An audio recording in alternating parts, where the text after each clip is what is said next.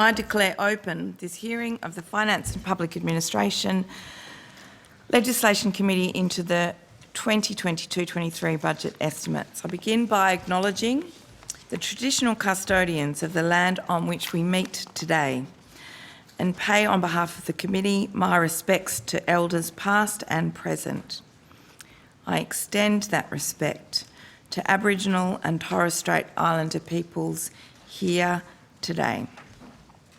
The committee is due to report to the Senate on the Tuesday of the 29th of November, and it has fixed Friday the 16th of December 2022 as the date for the return of answers to questions on notice.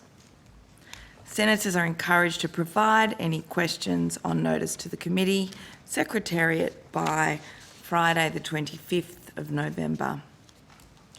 The proceedings today will begin with the Department of Prime Minister and Cabinet and its agencies, as listed on today's program.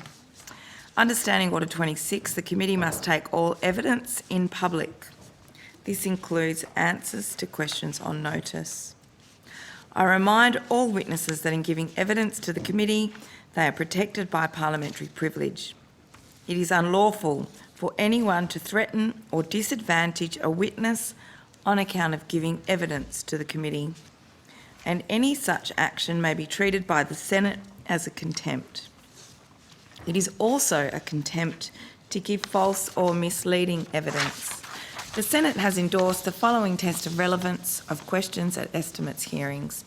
Any questions going to the operations or financial positions of the departments and agencies which are seeking funds in estimates are relevant questions for the purposes of estimates hearings. I remind officers that the Senate has resolved that there are no areas in connection with the expenditure of public funds where any person has a discretion to withhold details or explanations from Parliament or its committees unless the Parliament has expressly provided otherwise. The Senate has resolved also that an officer of a department of the Commonwealth shall not be asked to give opinions on matters of policy and shall be given reasonable opportunity to refer questions asked of the officer to superior officers or to a minister. This resolution does not preclude questions asking for explanations of policies or factual questions about when and how policies were adopted. Witnesses are reminded of the Senate order specifying the process by which a claim of public interest immunity should be raised. Witnesses are reminded that a statement that information or a document is confidential or consists of advice to government is not a statement that meets the requirements of the 2009 order. Instead, witnesses are required to provide some specific indication of the harm to the public interest that could result from the disclosure of the information or the document. An officer called to answer a question for the first time should state their full name and the capacity in which they appear. I remind committee members and witnesses who are appearing via video conference over coming days who are not speaking to mute their microphones. I now welcome the Minister for Foreign Affairs, Senator the Hon Penny Wong, representing the Prime Minister, and officers of the Department of Prime Minister and Cabinet. Minister, do you want to make an opening statement this morning? No, thank you, Chair. Okay. But I think Ms Frame has a statement. Thank you. Thank you, Chair. Ms Frame. I am Alison Frame, the Deputy Secretary for the Social Policy Group in the Department of Prime Minister and Cabinet, and I will assist the committee today in ensuring the relevant Deputy Secretaries and senior officials are able to respond to the committee's questions. So further to that, Chair, I would like to introduce the Deputy Secretaries who are here today. Thank you. We have Mr James Chisholm, Acting Deputy Secretary, Economy, Industry and G20 Sherpa Group. Mr James Kelly, Acting Deputy Secretary, NDIS Review Secretariat. Ms Katrina Cooper, Deputy Secretary, National Security and International Policy. Mr Scott Dewar, Deputy Secretary, Quad, AUKUS, Naval Shipbuilding and Quad Sherpa. Mr John Reid, Acting Deputy Secretary, Governance, and Mr Tom Gilmartin, Chief Operating Officer. Officers from the Public Sector Reform, Office for Women and the Jenkins Report Implementation Team will be appearing at the hearing on Monday, 7 November. Other senior officials from the department are here at APH today to assist the committee. A detailed list of witnesses attending has been provided to the committee secretariat.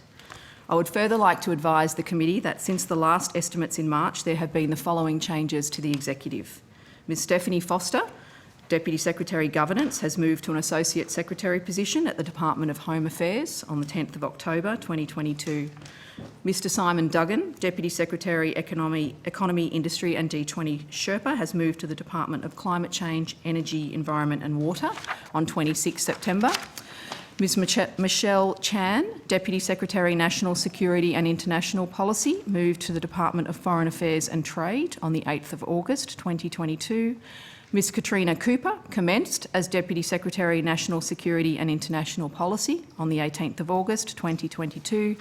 Dr Rachel Bacon commenced as Deputy Secretary for Public Sector Reform on 24 August, and Mr James Kelly commenced as Acting Deputy Secretary NDIS Review Secretariat on the 2nd of August. I also have PM&C's organisation chart here for the committee, Chair, should you wish for it to be tabled. Thank you. Thank you.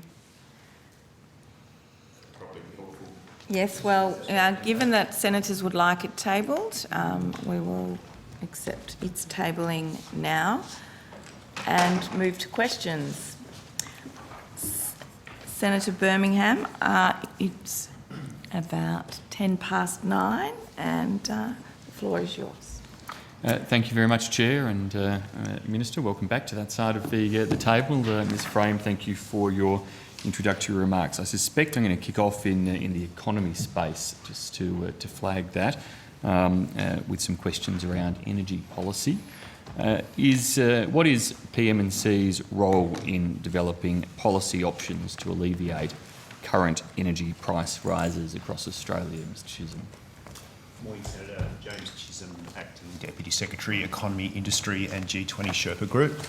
So, Senator, we provide advice to the Prime Minister in relation to the government's full suite of commitments in relation to energy and emissions reduction policy, particularly insofar as they relate to, at this point, implementation of election commitments and the budget process, and in particular the most recent budget process and the announcements and commitments outlined there in relation to things like powering the nation and rewiring the nation and that sort of thing. In relation to price reductions or energy bills, a big part of the budget was a focus on ensuring adequate supply of energy and transmission as part of the Rewiring the Nation policy to ensure that we had sufficient supply in the energy market to help bring down prices, and the broader suite of cost of living measures in the budget designed to alleviate pressure on Australians in these unpredictable economic times. Thanks, Mr Chisholm. So you stepped through a few different spheres there: implementation of election promises and work that's been undertaken there, the working up of budget measures, which obviously has a significant overlap there. Is there any work PM&C is involved in measures outside of those that are either election promises or declared in the budget?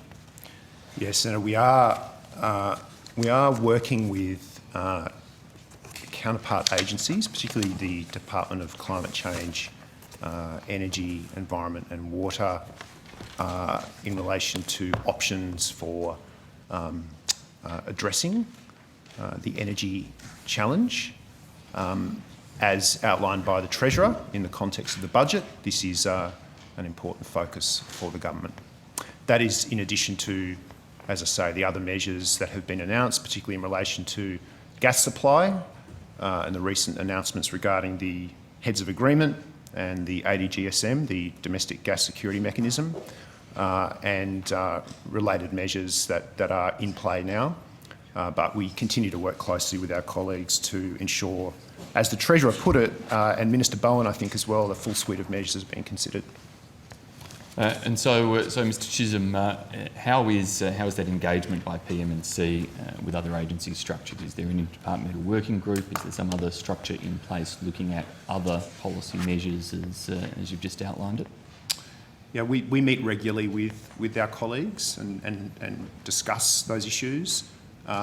Up until recently, that's been primarily in the context of ERC and budget processes, and will continue to do so to address the challenges that the Prime Minister, the Treasurer and the Energy and Emissions Reduction Minister have outlined.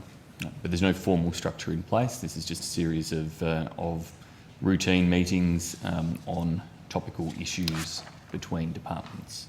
We do have, as I say, regular meetings, and we'll continue to have regular meetings with our colleagues to discuss those issues. So there are structures in place insofar as particularly in the context of the role that I play, energy and its linkages with climate and infrastructure and regional development.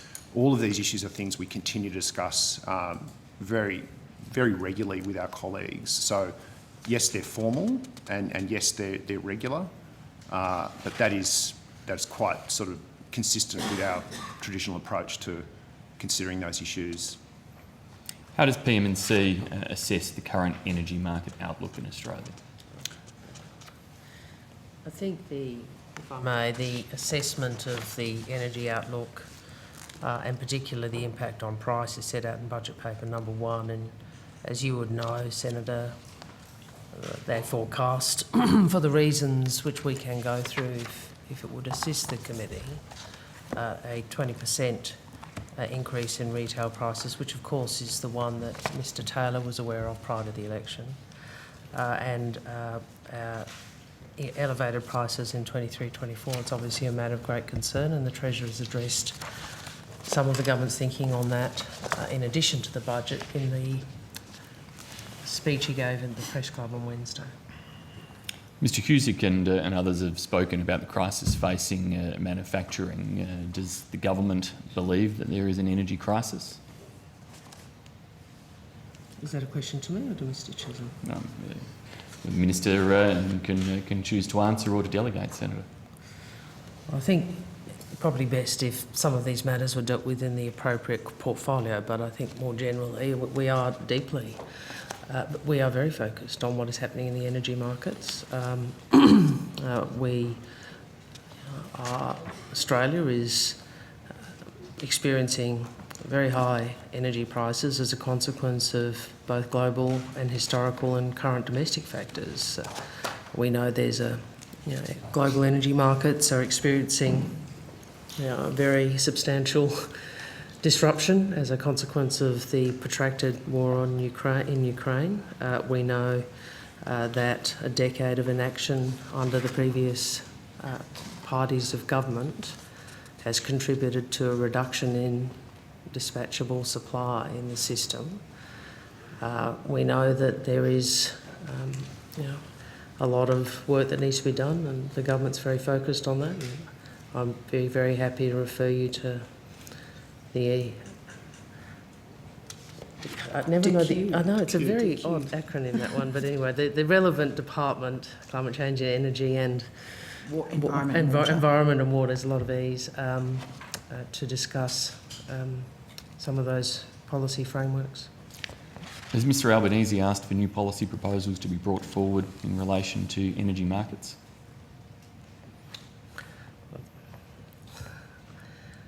We're always focused on how it is we might try and improve the circumstances Australia finds itself in, and with all due respect, we don't want to have a situation where we have 22 failed energy policies, which is what occurred under you. Make the reflections or commentary there, and we can have those debates in the chamber. Senator Wong, the question though was, has Mr Albanese asked for new policy proposals to be brought forward in relation to energy markets? The Treasurer has already averted to that. Pardon, Senator? The Treasurer has already averted to that, and so I'd refer you to his public remarks. So is that a yes? I refer you to the Treasurer's public remarks. Well, is that a yes, Senator I Wong? would refer you to the Treasurer's public remarks. Has Mr Albanese asked for new policy proposals to be brought forward in relation to energy markets? That's the same question I've answered twice. Well, perhaps you could quote the relevant comments of the Treasurer you're seeking to refer us to, Senator I'm Wong. sure. You can I'll take paraphrasing. You may not have them in front of us. I'd refer you to the public remarks of the Treasurer Which and the remarks, Prime Minister. Senator Wong? Senator Birmingham, if you want to ask these questions, you can come to Treasury or Energy. I've responded to your response. If I may, I've responded to your question about the Prime Minister. You have just referred me to remarks of the Treasurer. Which remarks of the Treasurer? Well, I tell you, you could start, I suppose, by reading his speech and Q&A at the Great Hall in the National Press Club. And does he talk about whether the Prime Minister has asked for new policy proposals? I've responded to your question, Senator Birmingham. Well, perhaps we could let Mr Chisholm answer the process question there, which is essentially a process question. Has the Prime Minister asked for new policy proposals in relation to energy markets? Senator, we are looking at policy options to as we would ordinarily do in relation to energy. We are looking at policy options to address the ongoing challenge in addition to the measures outlined in the budget. And we will support the Prime Minister and the government as it assesses those options. But as the Minister outlined, the development of those options and the detailed assessment of them sits appropriately with the Department of Climate Change, Energy and Environment and Water, and we will continue to support them, and we'll support Treasury as it considers those issues as well. And that will involve inevitably advice to government, which PM&C will play a role in.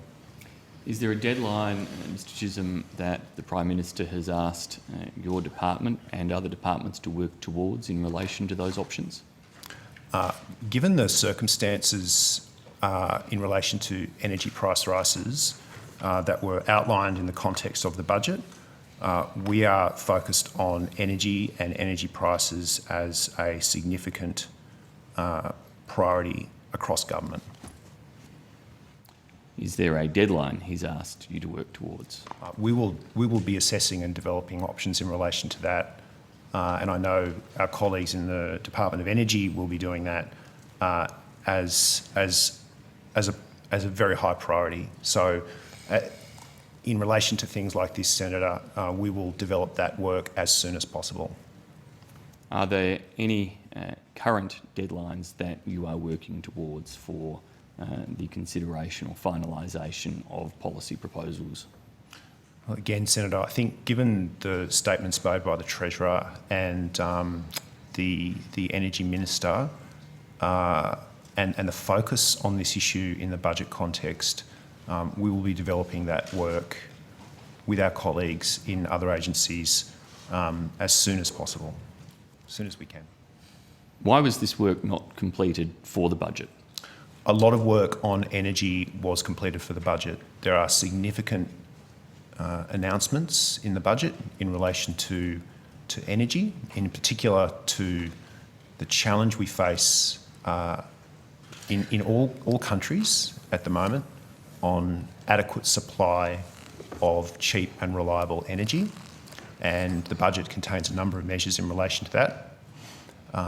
The question of energy price rises is also work that we will continue to do and is being experienced all throughout the world. So we will look closely at that and develop it as the situation unfolds. But the other thing I would add, Senator, is the Treasurer has been very clear about the challenge we face. In fact, I think the language he used was the dragon of inflation, and that is a really important consideration as we develop these policies to ensure that the budget is responsible and tailored to the economic circumstances we face right now. It's quite a remarkable set of circumstances where the main topic of conversation out of the budget this week has been energy price rises, and the Treasurer and the government has now indicated that they are looking and moving as quickly as possible, scrambling even to bring forward new or additional proposals in relation to energy price rises. Why weren't these brought forward, and why wasn't this work done in time for the budget that was handed down this week?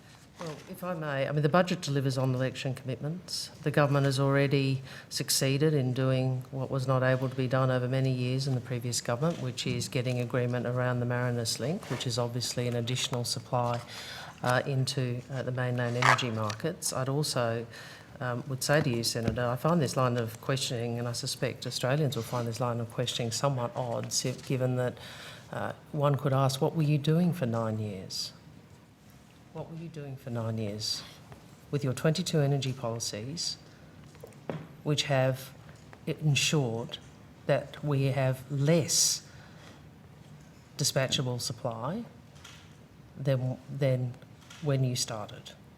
So there are a number of factors which contribute to the energy prices which Australians are now grappling with.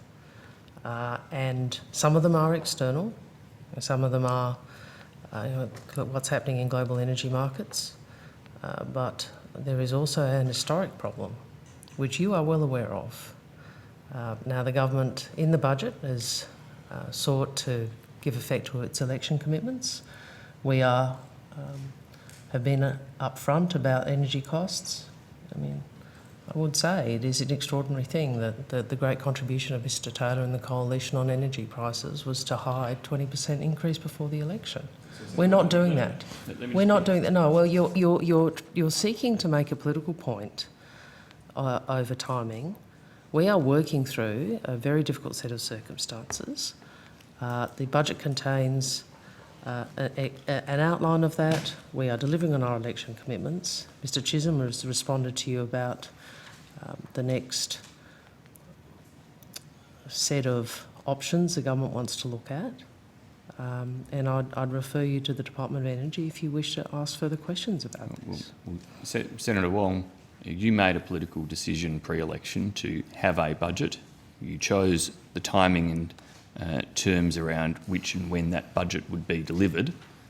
It's now been handed down this week, and yet the prime economic challenge being faced by the nation at this time is subject to ongoing work and new policy proposals that you couldn't get done in time for the budget. But I want to pick up in particular on one... Interrupt you just to let you know this is your last question before I'll rotate the call. Thank you. We'll be coming back to some of these.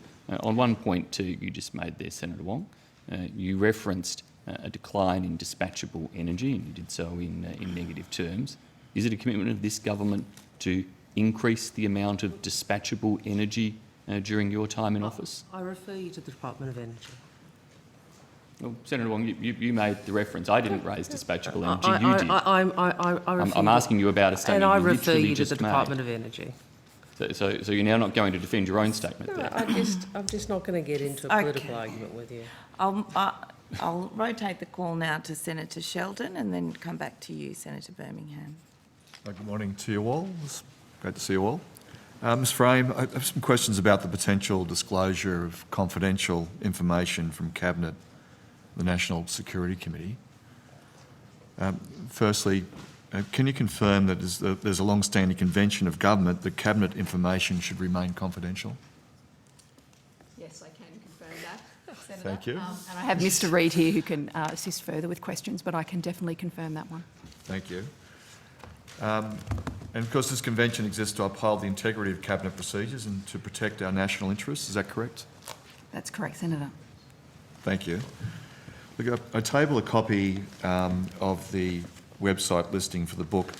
I quote from this book, Plagued, by Simon Benson and Jeff Chambers. The two of Australia's, and Simon Benson and Jeff Chambers say, two of Australia's top political journalists were granted exclusive access to the crucial machinations of government at the country's highest levels, not just within the corridors of power, but also behind doors normally sealed. Was the department aware that Mr Benson and Mr Chambers had been, and I quote, granted exclusive access to the crucial machinations of the government at the country's highest levels behind doors normally sealed? Senator John Reid, Acting Deputy Secretary, Governance. The answer to that question, Senator, is no. So the former Prime Minister, Scott Morrison, has also revealed that he was one of the primary sources for the book, providing contemporaneous interviews to the authors throughout the pandemic.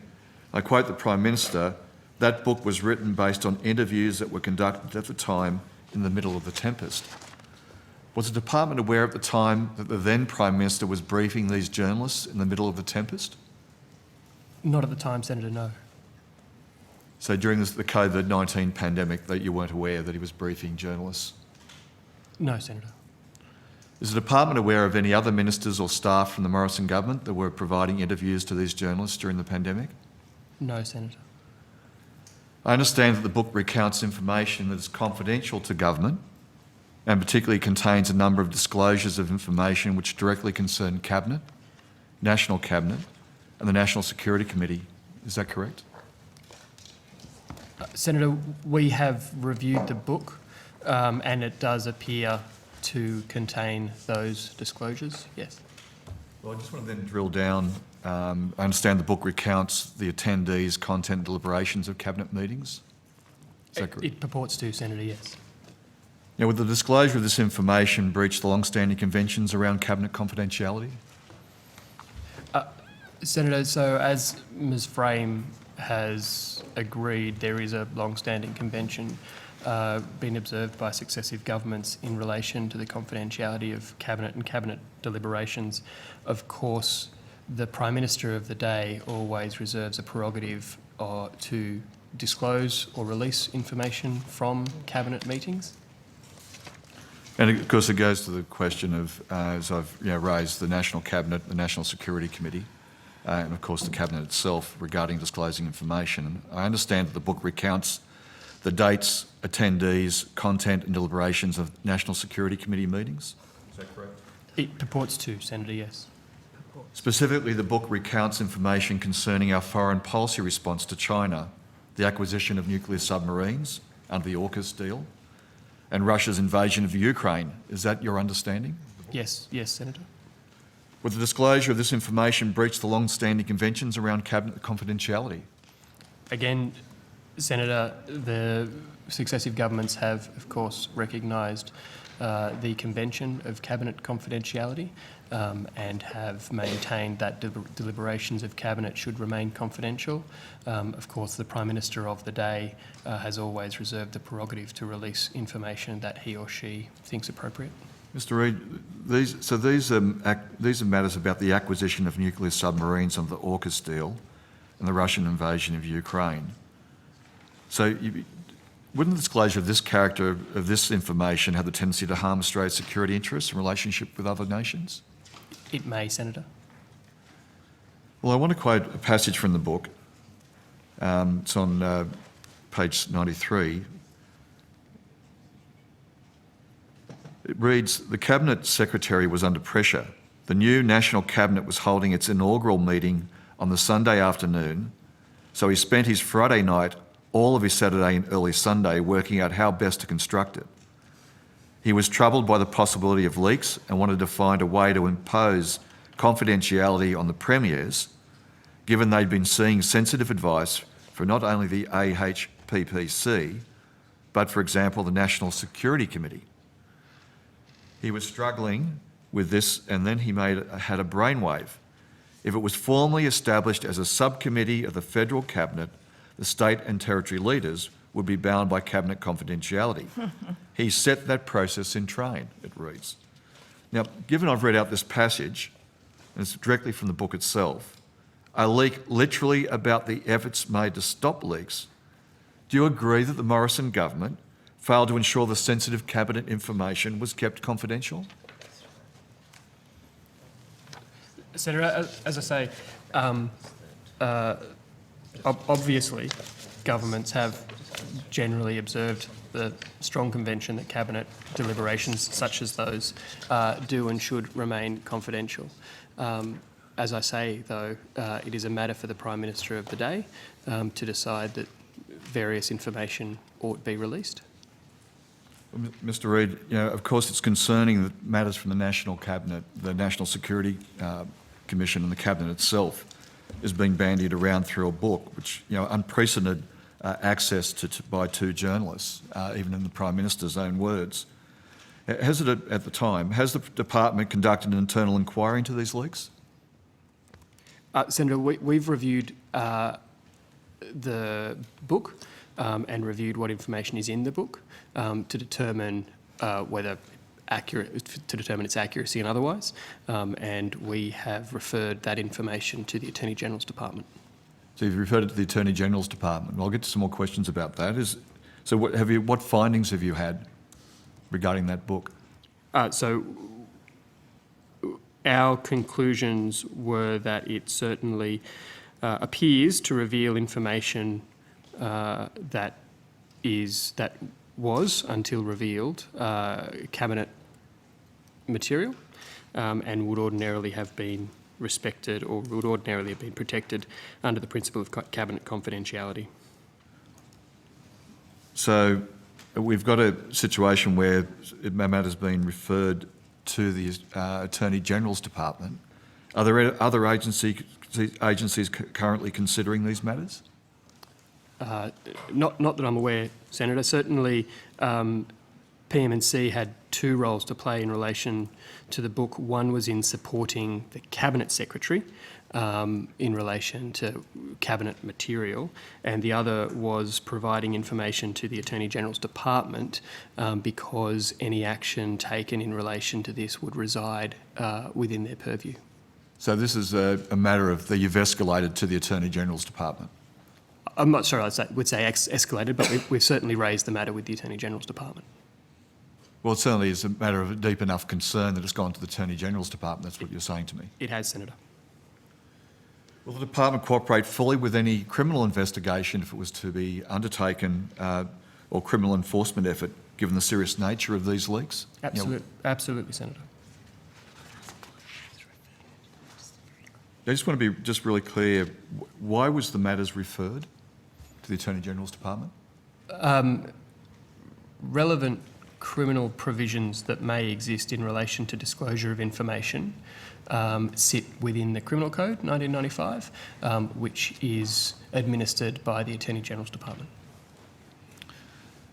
Are you aware whether the Attorney General's Department has been in contact with law enforcement agencies? I'm not aware, Senator. Probably a question best directed to them.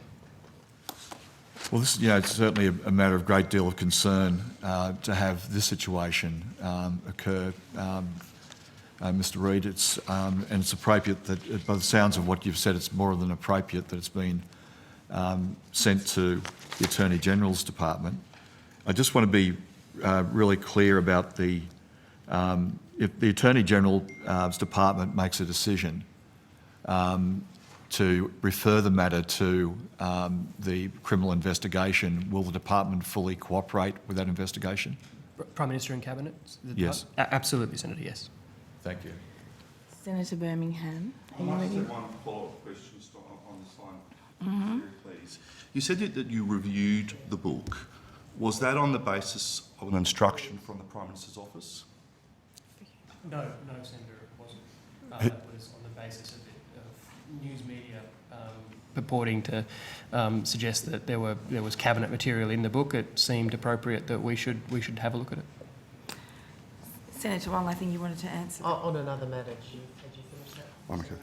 I just want to go back to the energy questions.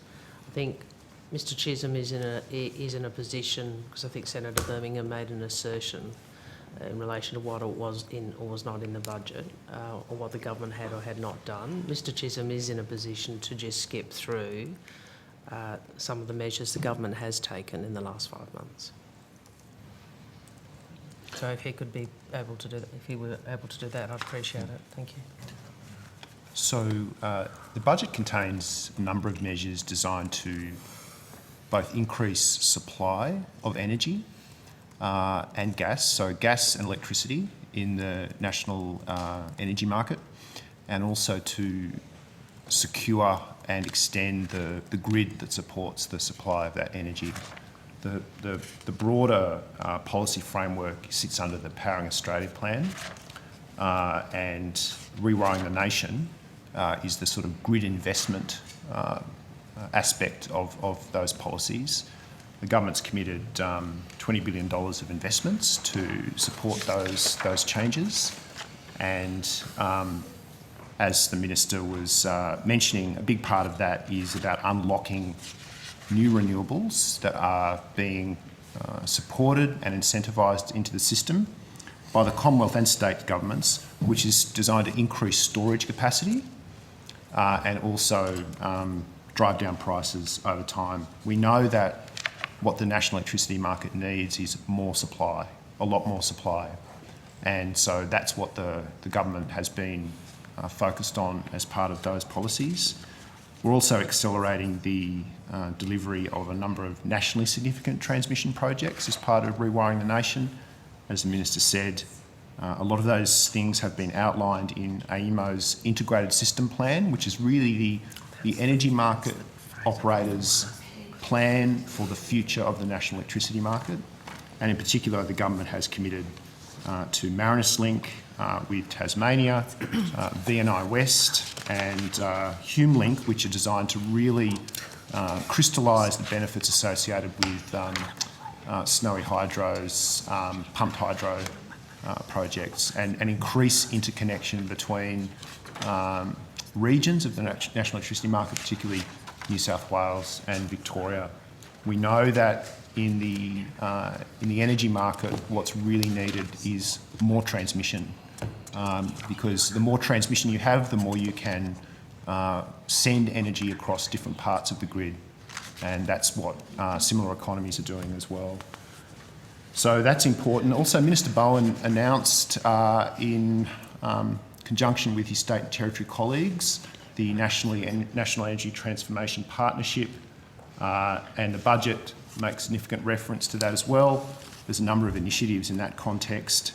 The nationally significant transmission projects, very importantly, and I'd say this is something that has been a more recent development, a commitment there to co-design a First Nations clean energy strategy with First Nations people to help drive the energy transformation, and developing the integrated gas and electricity supply into the network as well.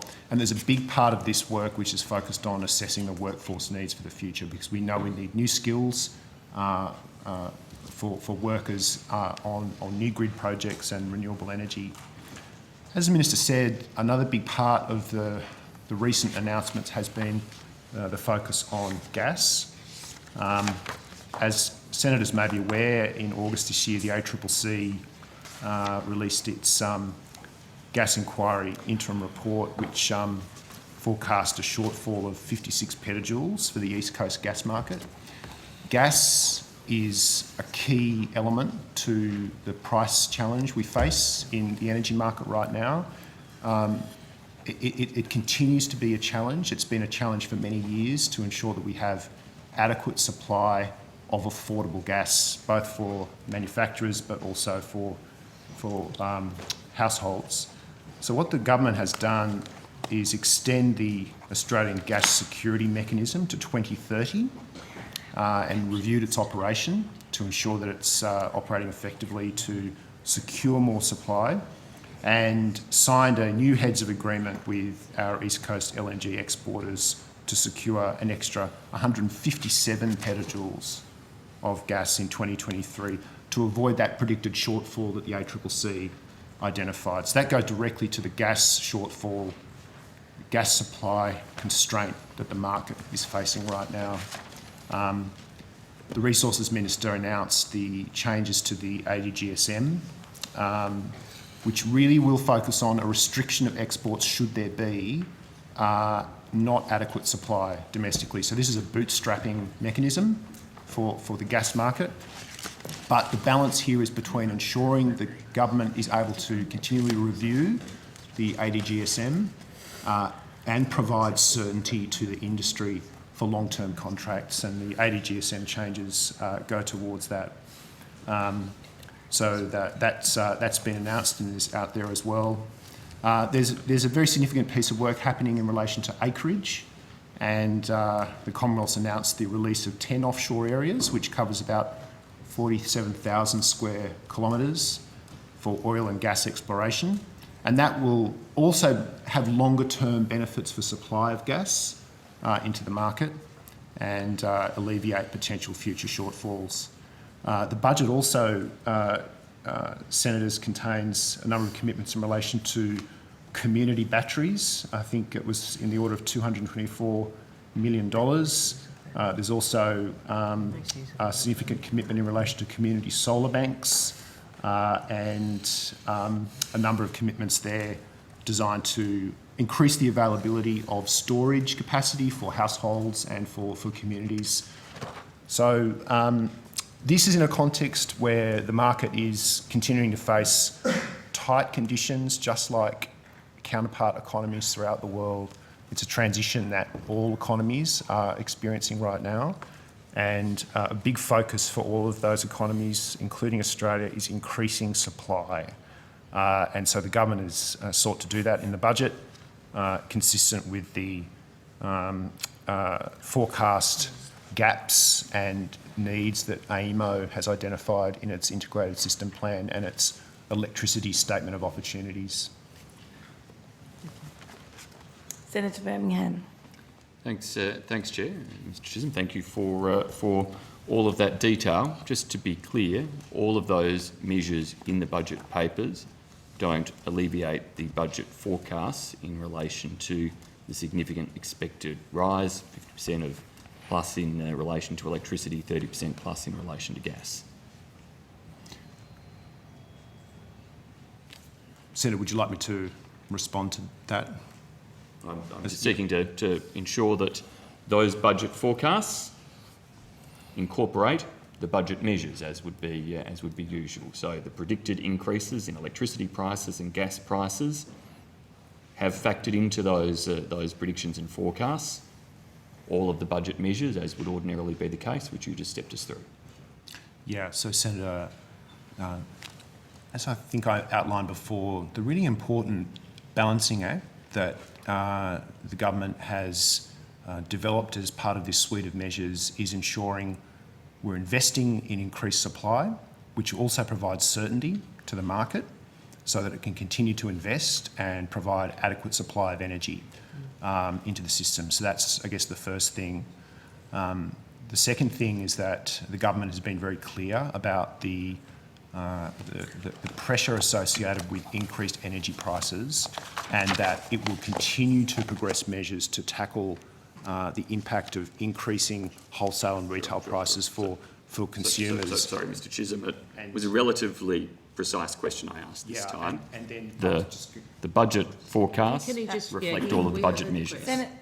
Senator heard the Birmingham, question. you might give I Mr. was giving Chisholm a fair, chance to I have been answer. pretty generous there, I think, Chair. Sorry, Senator. I was just going to say, on top of that, ensuring that the government is focused on the inflation challenge and providing other cost of living relief to consumers while the energy price rises are assessed for future energy reforms. So there's a lot of cost of living relief initiatives in the budget, particularly in relation to affordable childcare, Mr. Chisholm, reducing yeah, cost Mr. of Chisholm, medicine. you're straying way off what the question there Senator was Birmingham, now. you may not like the answer, but you are getting a very clear answer. No. Do Chair, you- Chair. Can I make a suggestion, Please. Chair? I understand the question. The question essentially goes to the Treasury's assessment of energy price increases, obviously of which the first component was the price rise hidden by the coalition prior to the election. Your question really goes to what is assumed in the modelling of those prices. So on that, I would ask you to go to Treasury or Department of Energy on that. I think it's a legitimate question, Senator. I'm not making a political point to say you can't ask it. I think, but it goes to what informs the modelling. So I would ask if you could take that to the appropriate estimates. Yeah. Treasury forecasts in the budget papers are informed by the policies and measures in those budget papers. Well, you've been the finance minister, and you know it's probably not as simple as that because of the way in which the modelling works. And I'd invite you to take those questions to the appropriate estimates committee. We can and certainly will take those questions forward with Treasury, but in terms of presenting the list of measures that Mr Chisholm did, noting before that Mr Chisholm has confirmed the government is working on other alternate new policies that will also be brought forward in the energy space that will seek to tackle what was not tackled in the budget in terms Well, of... you see, that's a political statement. I don't agree that they weren't tackled. And again, I would say it takes some chutzpah to come in here after 9 years and 22 energy policies and tell us that we haven't done enough in the budget on energy prices. It really does. Yeah, can I Some just- front. Can I just go specifically into gas a little bit? Mr Chisholm has indicated the importance of supply in gas. Is it the government's position that it wishes to see an increase in supply of gas, both onshore and offshore production? Senator, the answer is yes, because of the commitments the government has made for increased acreage and hence exploration and eventual supply of more gas. And the heads of agreement, which secures additional gas for the domestic market, and the work that the ACCC continues to do to monitor gas, and of course the ADGSM, which will be reviewed more frequently going forward to ensure that we have adequate supply of gas. And to supply more gas into the domestic market whilst also meeting the international contractual export obligations of Australia's gas producers, and indeed our ambition to be able to export as much from Australia as we can for the wealth generation of the nation. That requires increased production as well. Is that correct? Yes, Senator, so we want all of it. We want more gas and we want it to be affordable. And we also want to ensure that we continue to have or continue to be one of the world's leading, if not leading, exporters of LNG. Thanks, Mr Chisholm. And does that require then new gas fields to be brought onto market and for that to happen as quickly as possible? Yes, Senator, so again, probably the detail on new gas fields best addressed to the Department of Industry, Science and Resources, who are focused on the gas work and the work that the government has been doing in relation to increased acreage goes to that as well. To bring more gas fields on, particularly onshore, requires the cooperation of the states and territories, doesn't it? Yeah, the interaction between the Commonwealth's role in relation to gas and the states, I would suggest, Senator, how that works in detail is again probably a question best for the department. Has Mr Albanese raised that with state premiers? Sought their cooperation? I would have to take on notice whether that question specifically has come up. Prime Minister Albanese has discussed energy with his colleagues in National Cabinet, but the question of acreage and supply in that context, I would need to just take on notice, Senator. If we could get replies to that, in particular, and whether Mr Albanese has raised either in National Cabinet or in specific approaches to state premiers the need for them to speed up approvals processes or lift moratoria or the like in relation to onshore gas development. That would be Senator appreciated. Birmingham, I'll ask you to wind up so I can rotate the call and then come back to the coalition very shortly. Has Mr Albanese responded to the letter from Dan Walton of the Australian Workers Union that was sent in relation to gas prices and gas supply? I would have to take that on notice, Senator, to check whether there's been a reply to that. Perhaps we could check this morning, please, and come back to the committee. I'll be as helpful as you were to me. I'm sure, well, Senator Wong, I thought there was going to be a higher level of transparency from your government. Senator Pocock, I'll use this as an opportunity to rotate the call. Senator Wong just simply said she was going to match me. I thought, was. from all I heard pre-election, that she was going to be better. Okay, you're now We had a very high taking over standard. Senator Pocock's time. Senator Pocock has the call. Thank you, Chair, and good morning, everyone. I want to ask some questions about the department use of consultants, but before I get to that, I'm just curious, a question for Mr Reid. You said that the department had referred the issue of a possible cabinet leak arising from this book, which Senator Sheldon has put before us. I just wondered, what's the threshold, what's the trigger that leads you to make such a referral to the Attorney-General's Department? There's a particular trigger under the Criminal Code, Senator, which would be around, I think the term is inherently harmful information being disclosed. That's a criminal standard. The trigger for us, Senator, was a concern that there was material that was otherwise undisclosed that had come from either cabinet committees or the NSC. We just identified that for the Attorney-General's Department and raised the matter with them. And can I ask, have you referred any other matters related to Cabinet or other sensitive committees to the Attorney-Generals in the last several years? Not that I'm aware, Senator. Okay. An unusual occurrence. Yes, Senator. Thank you. Just a follow-up question also for Mr Chisholm. I think you referred to workforce planning that you've done in relation to the energy transition. I just wondered if you could give us a little detail about your assessment of employment that's arising from that energy transition, any documentation and so on in relation to how that's looking and so on. Yes, Senator. The workforce needs for the energy transition are really significant, both in terms of the impacts on communities who supply traditional skills and labour to support the traditional generators in the national energy market, particularly coal-fired generation and gas, and also the new skills that are needed in the energy economy.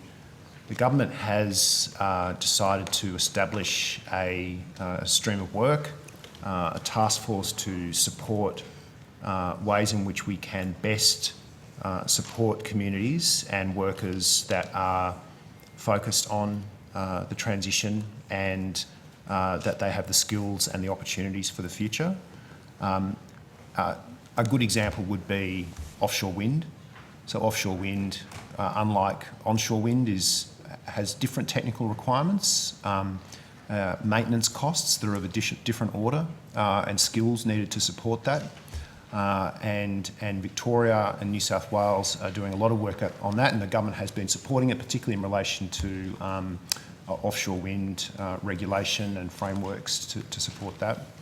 But really more broadly, making sure that for those communities there are opportunities for workers to transition to the newer forms of renewable energy and the labour force needs in relation to transmission, which is significant, and of course other opportunities that have opened up in that context. We have a number of communities throughout New South Wales, Queensland, South Australia, Western Australia, where there's some really good examples of work that have been done on that front. The Hunter Valley is probably one of the best examples in that sense. The work that communities have done through things like the Hunter Valley Jobs Alliance, the cooperation between industry and unions and governments is the sort of thing the government wants to continue to support and provide further initiatives. The new skills framework sees clean energy and skills for clean energy as one of its first order priorities. So yes, Senator, that's a really important piece of work for the government in relation to renewable energy in the national energy market. And in that analysis, Mr Chisholm, are you taking a close look at the ways in which existing workforces can transition into and reap the benefits of those employment opportunities? I'm thinking, as I asked that, about the recent analysis of outcomes in South Australia with the closure of the Holden's car plant in northern Adelaide. The lessons of that research tell us that very early planning is really important, and many of the workers who came out of those car plants from long-term skilled work find themselves now in very low-paid part-time and casual work, and that the plans, while there were some plans early on, haven't adequately ensured that those local workers have got a piece of the expanding higher paid work in Adelaide. Are you looking closely at the opportunities for those local communities and at particular steps in the training system, for example, that can help maximise benefit for locals? Yes, so Senator, there is work happening in relation to regional communities and manufacturing. A lot of that also sits within the industry portfolio that Minister Husic is responsible for. The National Reconstruction Fund is a really important component of that, to invest in more Australian manufacturing in industries for the future, which goes very much to the heart of what you're talking about.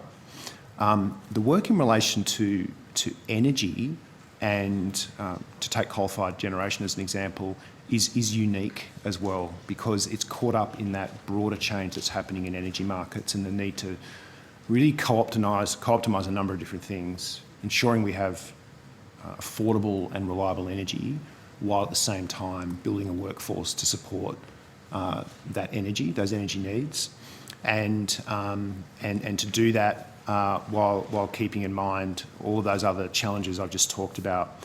But the broader support for communities in relation to manufacturing and the transition of certain industries very much sits with that work in the industry portfolio, the National Reconstruction Fund, and the work that is done there to support that. So yeah, very much so. It's very important and all being tackled. I recognise there are a range of portfolios involved, of course, in such a big issue, but I also am very aware that your department has a role in leadership around, for example, the participation of women in such opportunities. What specific work are you doing to ensure in many occupations that have traditionally been held by men and skill opportunities have been available to women in very small number, are you taking or is the department taking a view which makes sure that women have adequate opportunities and positive steps to make sure they get their chances? Senator, the Office for Women is located within the social policy group that I lead, and they are actively involved in all that work across the department and indeed across the government, and that close contact and cooperation will continue to ensure that all opportunities are considered and optimised in terms of opportunities for women to participate in training, skilling and job opportunities that arise from transition. And does that include, Ms Frame, setting specific targets, for example, for women in relation to the expanding apprenticeship opportunities and training and so on? It may, Senator. I mean, it does already, as you know, at the Jobs and Skills Summit, there was an announcement about women apprenticeship targets for women, so that there have already been some announcements made in that regard, and there may be future announcements down the track as more specific proposals emerge from the whole of government work. But as I said, we will certainly always be looking to consider where they might be applied. I must have missed the setting of a specific target in relation to that training. I'd look forward to, if you were able to give us the detail of the numbers, that would be helpful. I can get you some more information on that, Senator. I'll bring that. Yes, the Office for Women are, yes. So that announcement on the Jobs and Skills Summit, I can get you some more detail on that, Senator. And as the Minister pointed out, the Office for Women will be appearing on the 7th of November and will be able to provide a lot more detail. You can ask them to come prepared for that line of questioning, Senator. Thank you. I'd request that. That would be very helpful. Thank you, Senator Wong. Just to the question of consultancies, can I go there? Senator, Ms Wicks is going to come and assist with these questions. Thank you. Thank you.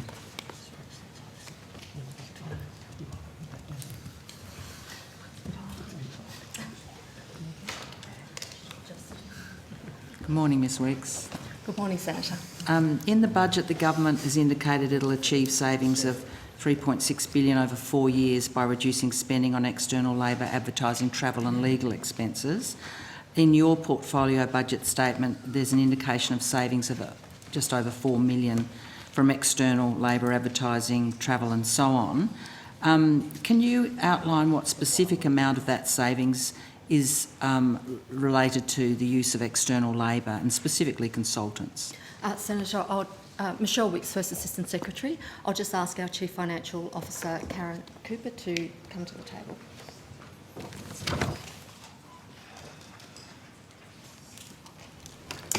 Karen Cooper, CFO.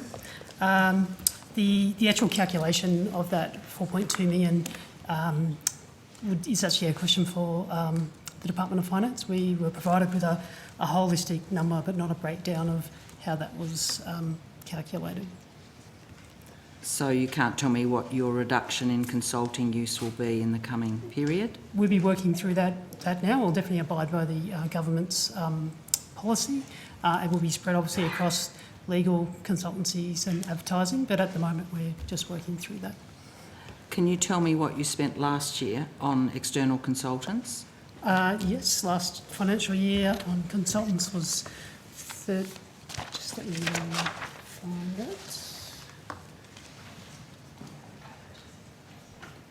Last year was 2.3 million on consultants. And you're expecting that to be lower in the current period, but you can't tell me by how much? No, as I said, we're just working through what that will look like now, and we'll prioritise as we need to. So can you bring that figure forward to me subsequently?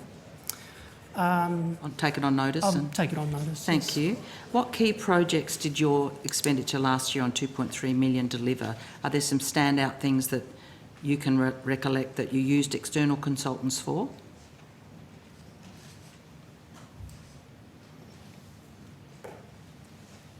If we could take that on notice, Senator, or just have a bit of time, we can ascertain which were the big consultancy items there and bring back some more information on those. Senator, I can offer up a consultancy in relation to the development of the Leadership and Management Program for the department. The leadership. And Management Program for the department, which was approximately 2.1 million. Okay. When you look ahead, what kind of trigger will you use to determine your use of consultancies looking to the future, given that you're going to reduce your use of them? What will be informing your decision making as you reduce it? What kinds of consultants and projects are you going to be using them for? So, Senator, in general terms, what I can say is that we engage consultants where there is a requirement for independent expert advice, usually for a defined period of time. So it will be dependent on the priorities as they come forward in terms of the assessment at that time as to whether a consultant is required. I'm surprised that such a large employer, our federal public sector, externalises its leadership development. Is that a consistent pattern across the public sector to take your leadership development outside your public sector? Senator, so many of the elements of the program itself are delivered in-house. It was really about requiring the expertise in relation to the design to ensure that it was meeting the requirements of our specific capabilities that we need for the department in terms of leadership, to make sure that we had the right expertise and advice for that. And when you let such a sizable consultancy like that, $2 million, more I think you said, how do you evaluate the success of it? So there is an evaluation mechanism that's built into the program. I can take that on notice if you like, and I can come back to you on that. I understand the government's also announced plans to develop an in-house consulting team to deal with the fact that it doesn't want to turn our public funds to often very expensive external consultants. What role does your department expect to have in developing the in-house consulting team, if any? Sorry, Senator. The work around development of in-house consulting is being led by the APS Reform Office, Secretary de Brouwer, and they will be here on Monday the 7th. We'll make sure they're ready to deal with that for you. Have you made plans to make use of it? Senator, I'm not aware of what plans are afoot within the Reform Office. but they're certainly leading on the next steps for those and how it will be rolled out across, or how it would be rolled out across departments and how departments would access it. But we'll ensure they're ready to answer your questions on that next Monday. Great. Thank you. Thank you, Chair. Okay, we'll go back to the coalition. Briefly on from Senator Pocock there before anybody leaves. So just to be clear, I want to come back to energy, but to be clear, the PBS Prime Minister and Cabinet portfolio budget statement on page 25 indicates for the current financial year, the one that we're well into now at the end of October, you're banking a $4.16 million saving in external labour, advertising, travel, legal expenses. That's correct? So which That's page? correct. Page It's always a problem 25, having a that's former what finance Senator Pocock minister. was asking about. It's always a problem having a former finance minister. One of the people who actually read the PBS. So which page was it? Oh, Senator Pocock had clearly She read don't. it. I was very impressed actually. So Yeah, which page are indeed. you on, Senator? Page 25. Right. Which and the cross-portfolio measure. This is reflected in BP2 as a cross-portfolio measure from memory. Yep, but I was just in response to Senator Pocock, and I'm sorry to the CFO whose nameplate I can't see from. Thank you. Thanks, Ms. Cooper. Ms. Cooper. You indicated that the department has not yet assessed where those savings will come from. Correct. This was a figure passed down by finance as PM&C's share of those overall savings. Is that correct? Correct. Yes. Right. For savings in the current financial year. Okay. Yes, that is correct, Right. yep. So what would PM&C's total expenditure now be expected to be across that budget line? Across legal costs or which budget line? Well, they're aggregated as savings here. Yep. I understand the question. I think the question is, what is the denominator How of the, so what is the, so we might need to some time to do that, because as you probably understand, that there would be there's more than one line item that is included in that save. I'm just trying to find the cross-portfolio measure. Happy for Ms. Cooper to It's just, department to provide. if I may, the cross-portfolio budget measure makes clear it's external labour, advertising, travel and legal expenses. If you're asking of those things which the department is being asked to reduce expenditure from, to the total of, sorry, was it 4.2. 4.2. Yeah. What would the aggregate costs of the program, those programs be, or those line items be? Let's just deal with it on notice. If you could provide what was the aggregate cost and separate it out Of all the areas in of those scope. areas Yep. before the budget. What is the budgeted aggregate now that you will be measured against to achieve this saving that you have banked in the budget but don't yet know how it's going to be achieved? I just also ask, why is it only reflected in the current financial year? That's explained in BP2, I think, from memory. The CFO might want to answer that, but I looked at that myself. My understanding is in the out years, it is in the contingency reserve and it will be allocated to agencies in future budgets. Senator, we'll provide more information on that. If we could just have some time to get clarity on that one. Thank you. Okay, thank you.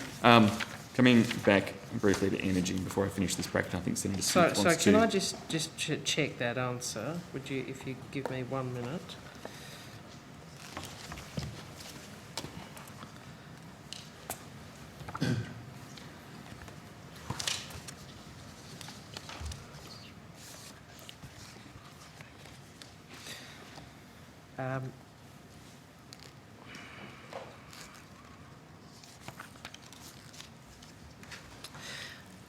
Page 83 of BP2 just refers to the staged approach the government is utilising. The measure will be implemented using a staged approach with only the 22-23 financial year impact allocated to the general government sector agencies. The allocation of the remaining financial years in the 23-24 budget will be guided by the government's broader ABS initiatives, including the audit of employment. I'm sure Senator Hume, when Finance I'm sure she eventually gets will. the chance to appear, will get to unpack that further. Senator Wong or Mr Chisholm, have you received a message from either the PMO or officials as to whether Mr Walton's letter has been replied to? No, we've taken that on notice. You will seek to do best endeavours to come back to us this morning? I would endeavour as best you did, Senator Birmingham.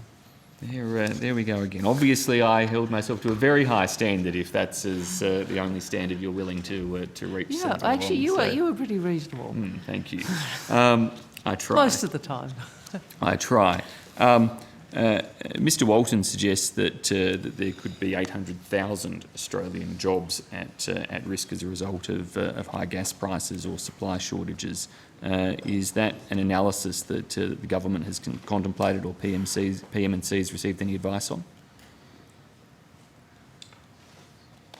Senator, I think I would go back to the work that the government is doing on both increasing supply of gas and ensuring that supply for the domestic market is affordable. And the question of forecasts or estimates in relation to the job market, probably best directed to Treasury and in relation to the gas industry itself, Department of Industry, Science and Resources. But really, I guess a general point I would make is that is why we are so focused on ensuring enough gas and ensuring that it's affordable because of the flow-on impacts to the broader economy. That if there are shortages or price spikes, then jobs are at threat. It's the consequences of not having enough affordable energy for both businesses and consumers are very significant, and hence the work that's being done to ensure supply. And the government has secured additional supply of gas through the heads of agreement, and will review that continually under the ADGSM. And going forward, there will be further work to assess whether those are adequate measures. Mr Albanese met with East Coast gas exporters ahead of the ADGSM being signed, didn't he? Sorry, Senator, was the question that had the Prime Minister met with the exporters? Yes. I would have to take on notice meeting details. I think there are public reports that he and Ms King met with them prior to the signing. Has he met with gas producers since the signing? Again, Senator, I think I would need to just check on details of meetings and take that on notice. There has been engagement through the Resources Minister in particular with the gas industry. But as for the Prime Minister's meetings, I would need to take that on notice. You would customarily, your section of the department would brief him ahead of such meetings though, wouldn't they, Mr Chisholm? Yes, we would provide briefing support, that's right. But there'd be somebody here who would know whether briefings had been provided in preparation for meetings? Senator, the officer's taken it on notice. Yep. Well, again, perhaps can we seek to, it's a fairly simple question in terms of recent meetings. The ADGSM wasn't signed that long ago, but obviously these issues are... So can you repeat the question? What are you asking? Whether the Prime Minister's met with gas companies, suppliers, since the signing of the ADGSM. Since the signing, okay. We'll see what we can do. We can also provide you with the other ministers who may have met with them. Thank you. Senator Smith, before Senator Pratt cuts me off and we change topics. Thank you very much. Cut you off. Mr Chisholm, in your earlier remarks, you talked about formal and regular engagement between the department and other departments on energy matters. What are those formal mechanisms? Well, Senator, what I was referring to there is that what frequently happens in, as you'd be aware, as policies are being developed, we have interdepartmental committees, which are often referred to as formal mechanisms for consultation across So what government. are those interdepartmental committees? Pardon, What Senator? are those interdepartmental committees? So, Senator, there What are are their many. names and what is their content? Yeah. Great. Oh, that's good to know then. Yeah. So could you perhaps provide me a list of the committees and the membership of those committees? Which IDCs are you asking for? That's exactly the point. I'm No, asking no, Mr. well, Chisholm. there are a lot in government, so which These ones categories? refer to Mr. Chisholm's engagement with other departments around energy matters. All right, well, we can take that. Yes. And can you provide me information in terms of regularity of meetings of those committees? Yes, so it will depend on the issue, Senator. So I'm sure. there may be some issues, particularly in the lead up to budget or cabinet consideration of policies, where meetings could be as frequently as daily or more than once a week. For Okay, other I'm sure they're measures, recorded. Just Yeah. let them finish. for other measures, it might be that it's a fortnightly or monthly meeting. It will really depend on the issue. That's great. So if you could just provide me details of the names of the committees, the membership of the committees, and the regularity in which they are scheduled to meet, and perhaps on the occasions which they have met up until this particular point, that would be great. And Senator, may I ask, in relation to which area? Yeah, Your area and the matter of energy policy. So let's Yeah. be clear, because Mr. Chisholm obviously does a range of economic matters, and energy is only one part of his job. But you are seeking some information, and we'll get you what we can, about the architecture and frequency of engagement of PM&C with other parts of government on energy. Is that right? Correct. Okay. Is the department a member of the departmental task force that is mentioned in the financial review article, or hinted at in the financial review article of the 26th of October by Phil Curry and Angela MacDonald-Smith? Senator, may I see a copy of the article? Is it possible to? If we don't- can we have that as a- You can Google it, yes. No, well, hang on. I think Senator Birmingham in government, and I think for him, Senator Brandis, requested that copies of articles that people were referring to be given to witnesses in fairness. I think that is a reasonable proposition. I'm not trying to That's a prevent fair him from point. answering That's the a fair question. point. I agree. Yeah, it's So I will. That's a fair point. I totally agree with that. Yeah, So I will circulate the article, and if on notice, you can during the course of the day. Yeah, we'll let me have a know. look That at would if we be, can assist. We will. during the course of Can you today, just that would be remind me much what the question appreciated. was, Senator So Smith? the question is, there's a hint in Phil A Curry's hint? article of the 26th of October. I'll read the sentence for. A hint. Yep, I'll read the sentence for conciseness. Last week, Dr Chalmers and ministerial colleagues Chris Bowen, Madeleine King and Ed Husick began examining options to try to force down prices without creating sovereign risk. It is understood a departmental task force has been formed. My question is whether the department is a member of that departmental task force, and what is the name of the departmental task force? Okay. Thank you. No, PM&C's not mentioned in that, but we'll do we'll have a look at that. Thank you. Chair, may I just follow up with Senator Pocock just in relation to one of the questions she was asking? Should she wish that? Yes. Yeah, just in relation to skills, I just thought it would be worth pointing out that the budget, so I'm reading from table 3.7 in budget paper number 1, which is headed Value of Key Climate-Related Spending Measures over 22-23 to 29-30. There's a measure there in relation to new energy apprenticeships, and the figure there is 94.8 million. And there's also new energy skills program, which is expressed as 9.8 million.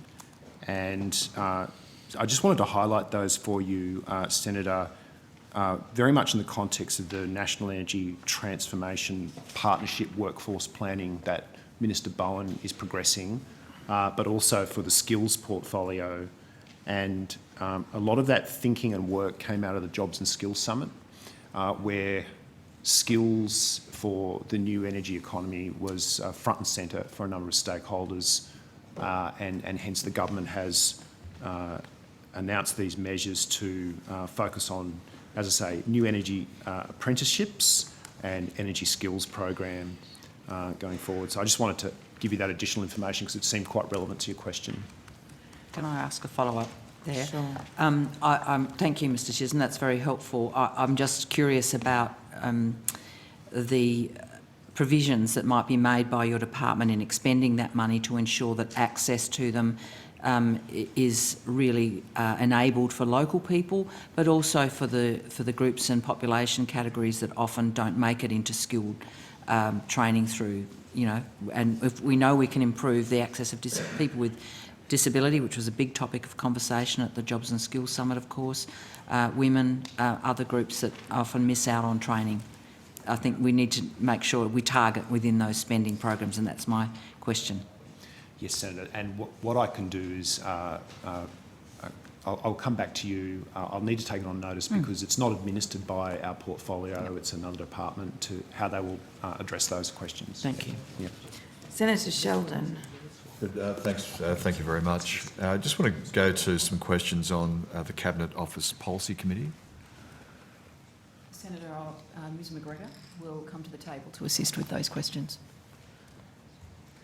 Just while we're waiting for that, Mr. Reid, just on this book we're asking the questions about earlier, you mentioned it was the Prime Minister's prerogative on whether he raised these matters, and the matters have now been referred to for consideration by the Attorney General's Department, and I appreciate the undertaking to fully cooperate of any potential, if there's, when and if there's a criminal investigation of this matter. Obviously it's a matter of deep concern. Is it normal convention for there to be breaches of national security, national cabinet and cabinet to be given to journalists writing a book? Is that? Senator, I'm not sure that I don't think it's something that happens regularly. No, Senator, it's not something that's generally consistent with the principles of cabinet confidentiality that have been observed. I mean, you may wish to make a comment at this, but it just seems that we've got a ego over national security and national cabinet, and the cabinet has taken place in this matter. But look, I'll go to some questions now regarding the Cabinet Office Policy Committee. I appreciate the questions have been asked regarding this in the former government, but and I know that the department has been asked these questions. And I just want to make it clear that I respect the cabinet confidentiality, and I'm not going to ask to reveal any cabinet decisions or deliberations, but I am going to ask some questions, some general questions about the committee which don't go to its deliberations.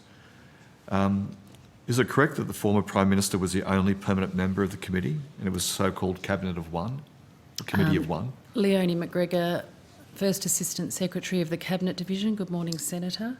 The Prime Minister was the chair of the Cabinet Office Policy Committee. So it was a committee of one, is that correct? Well, the former Prime Minister was the chair of that committee. And was there any other members of that committee? When the committee met, there were additional people co-opted into those meetings. So there's only one member listed on the website. So you're saying that there are other members of that committee of one, is there? So Senator, the Prime Minister was listed as the chair of the committee. Whenever the committee met, so the Prime Minister would convene the committee, there of course were other members invited to participate in those meetings. So what you're saying is that there were secret members, because we have on a website where we only have one. No, Senator, that's not what I'm saying. So perhaps it might be useful to explain what co-opted members mean then. So Senator, I think as we've explained in estimates before, the Cabinet Office Policy Committee was a type of committee. And under that type of committee, there were times when the Prime Minister would convene meetings based on particular topics, for example, National Cabinet. was a Cabinet Office Policy Committee. The members of that committee were made clear. The Women's Task Force was also a Cabinet Office Policy Committee. Ms McGregor, this might be of some assistance, is that, so there were people co-opted, but the only permanent member was the Prime Minister. That's correct, isn't it? That's correct. Thank you. In response to an FOI request, the PMNC has disclosed that there are 266 minutes from the committee during the last term of government. So it does appear the committee was very active with one permanent member. As I explained, Senator, the committee met with other people co-opted into meetings. Yes, there was one permanent member, there were some people co-opted, and they had 266 sets of minutes. Correct. So that committee was very active. Yes. So it made at least 266 decisions? No, Senator. The minutes. There were 266 minutes from the meetings. Yes. Can I just ask, was every member of those 266 meetings, were they all government officials, therefore protected by this cabinet privacy? Apologies, Senator. I missed Did that. for example, would everyone there have a .gov.au email address, or would some of them have been attending in other capacities, acquiring cabinet confidentiality? So, Senator, cabinet and committee meetings in general can also have officials invited. The people who are invited to the committee, it's totally dependent on the Prime Minister. I understand that. Were there people who were non-officials invited to a cabinet meeting of one? I'd have to take that on notice, Senator. Okay. Just want to go back to this question on the 266 sets of minutes. There could be multiple decisions in those 266 minutes, is Senator, that correct? I just need to confirm that number because in my head I have a different recollection about numbers of minutes in relation to that, so just bear with me.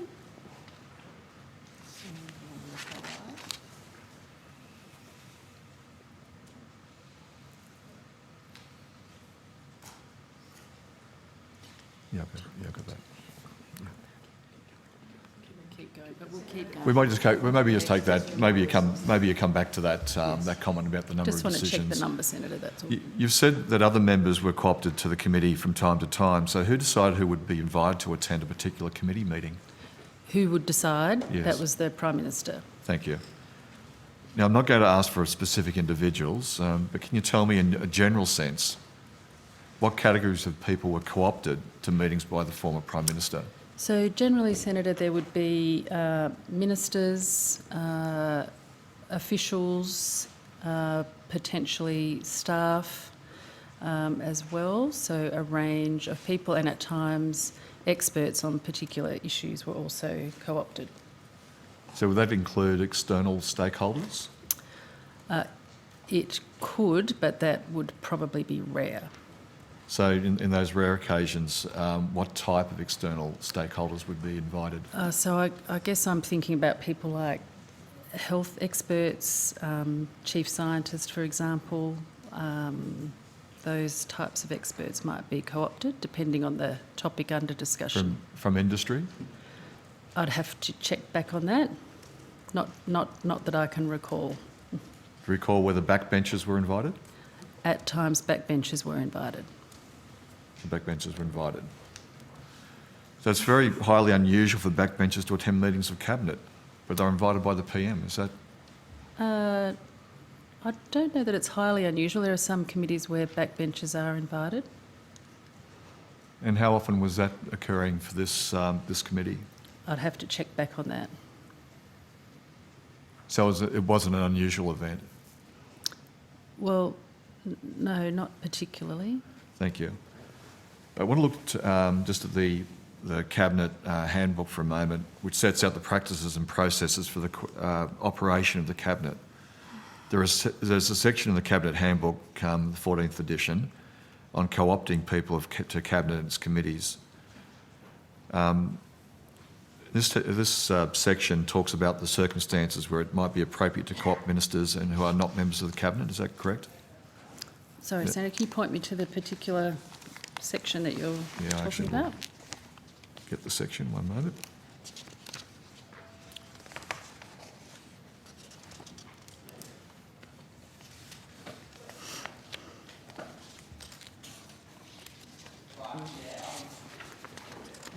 I'll come back to that question, just the actual section. But are you aware that there is have you got a copy of the, There the handbook? is normally some guidance around co-opting, yes. thank you. So, can you see where there's a section of regarding appropriate to co-opt ministers who are not members of Cabinet? It talks about the circumstances where it might be appropriate to co-opt ministers who are not members of Cabinet. I'm just finding that section for you. If you could have a look there as well.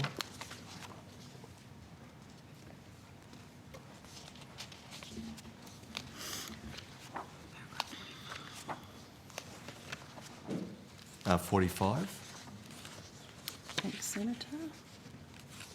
in paragraph 45. Can you see that? Yes. Thank you. It's on page 12, yes, thanks. But there's nothing in the handbook about co-opting backbenchers, is there? I don't think there's specifically anything, Senator. Thank you. But a Prime Minister is able to invite whoever they... I think we've got 2 cases of beer so far. Whoever One- they'd like to the Cabinet meeting. It remains the decision of the Prime Minister as to who attends a Cabinet meeting. But there's nothing in the handbook, though, to say about co-opting backbenchers, is there? I don't think there is Thank you. specifically. And so there's nothing in the handbook about them attending meetings. That's because in accordance with specific Cabinet processes or conventions, it's not in accordance with what would be usual conventions, is it? Senator, there are a huge range of conventions in relation to attendance at Cabinet meetings going over a long period of time. But you mentioned that there's a number of occasions that backbenchers were invited. There are specific circumstances in the handbook about what's involving ministers being co-opted,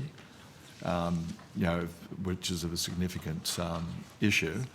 But there's nothing in here about backbenchers. It just seems that what is the top line importance of how the Cabinet should be operating and the Cabinet committees is applied quite differently when it's come to backbenchers with the previous Prime Minister. As I said, Senator, it's really dependent on the Prime Minister. Now, I just want to get back to this question on the backbenchers. Do they participate in decision making? Senator, I would take that on notice. So we've got a They number of participate in meetings. So, thank you. So they would actually have engagement with the Prime Minister. There'd be a participation by them in the meeting with the Prime Minister. Oh, yes. And in that, so when decisions are being made, we've got 266, and I appreciate you're looking at how many minutes there are, but just take it that we're 266 at the moment or thereabout. 266 copies of minutes. There's been a number of decisions made, multiple decisions made, and backbenchers are involved in those discussions. So they're part of the decision-making process, aren't they? So decisions or outcomes are probably a better way to frame them out of Cabinet and its committees agreed in the end and signed off by the Cabinet Secretary on behalf of the Prime Minister. Now, just so, did the frequency of committee meetings increase in the lead up to the election? I'd have to take that on notice, Senator, and we generally do not talk about frequency of meetings. The was minutes taken at all the meetings, so the COPC meetings? Was there? I'm just trying to be clear about the processes here. So, were minutes taken at all the COPC meetings? Senator, I think, consistent with all cabinet and committee meetings, whether there are minutes or not is dependent on what happens at the meeting. So, as you say, so some meetings there was no minutes. Potentially. Would you be aware whether there was meetings where no minutes were taken? Well, there'd be a record of a meeting. we would have those records, but that's getting quite detailed. I'm now going to need to break for morning tea, but I won't interrupt you, Senator Wong. I want to make sure... People interrupt me all the time. I wanted to make sure... I was actually just going to say, I think there's also a nomenclature issue here. When you say minutes to a cabinet secretary, that has like a cabinet minute has a certain meaning. Yes. Mr. Sheldon is thinking of minutes as per political or other meetings where minutes are note-taking. Right. So maybe can work out after the break how you might... I think Ms McGregor's responding. Thank you, Minister. Yeah. That was accurate. Thank you. and we'll help Ms McGregor. Thank you. We'll come back in 15 minutes' time and the call will go back to the Coalition. Thank you.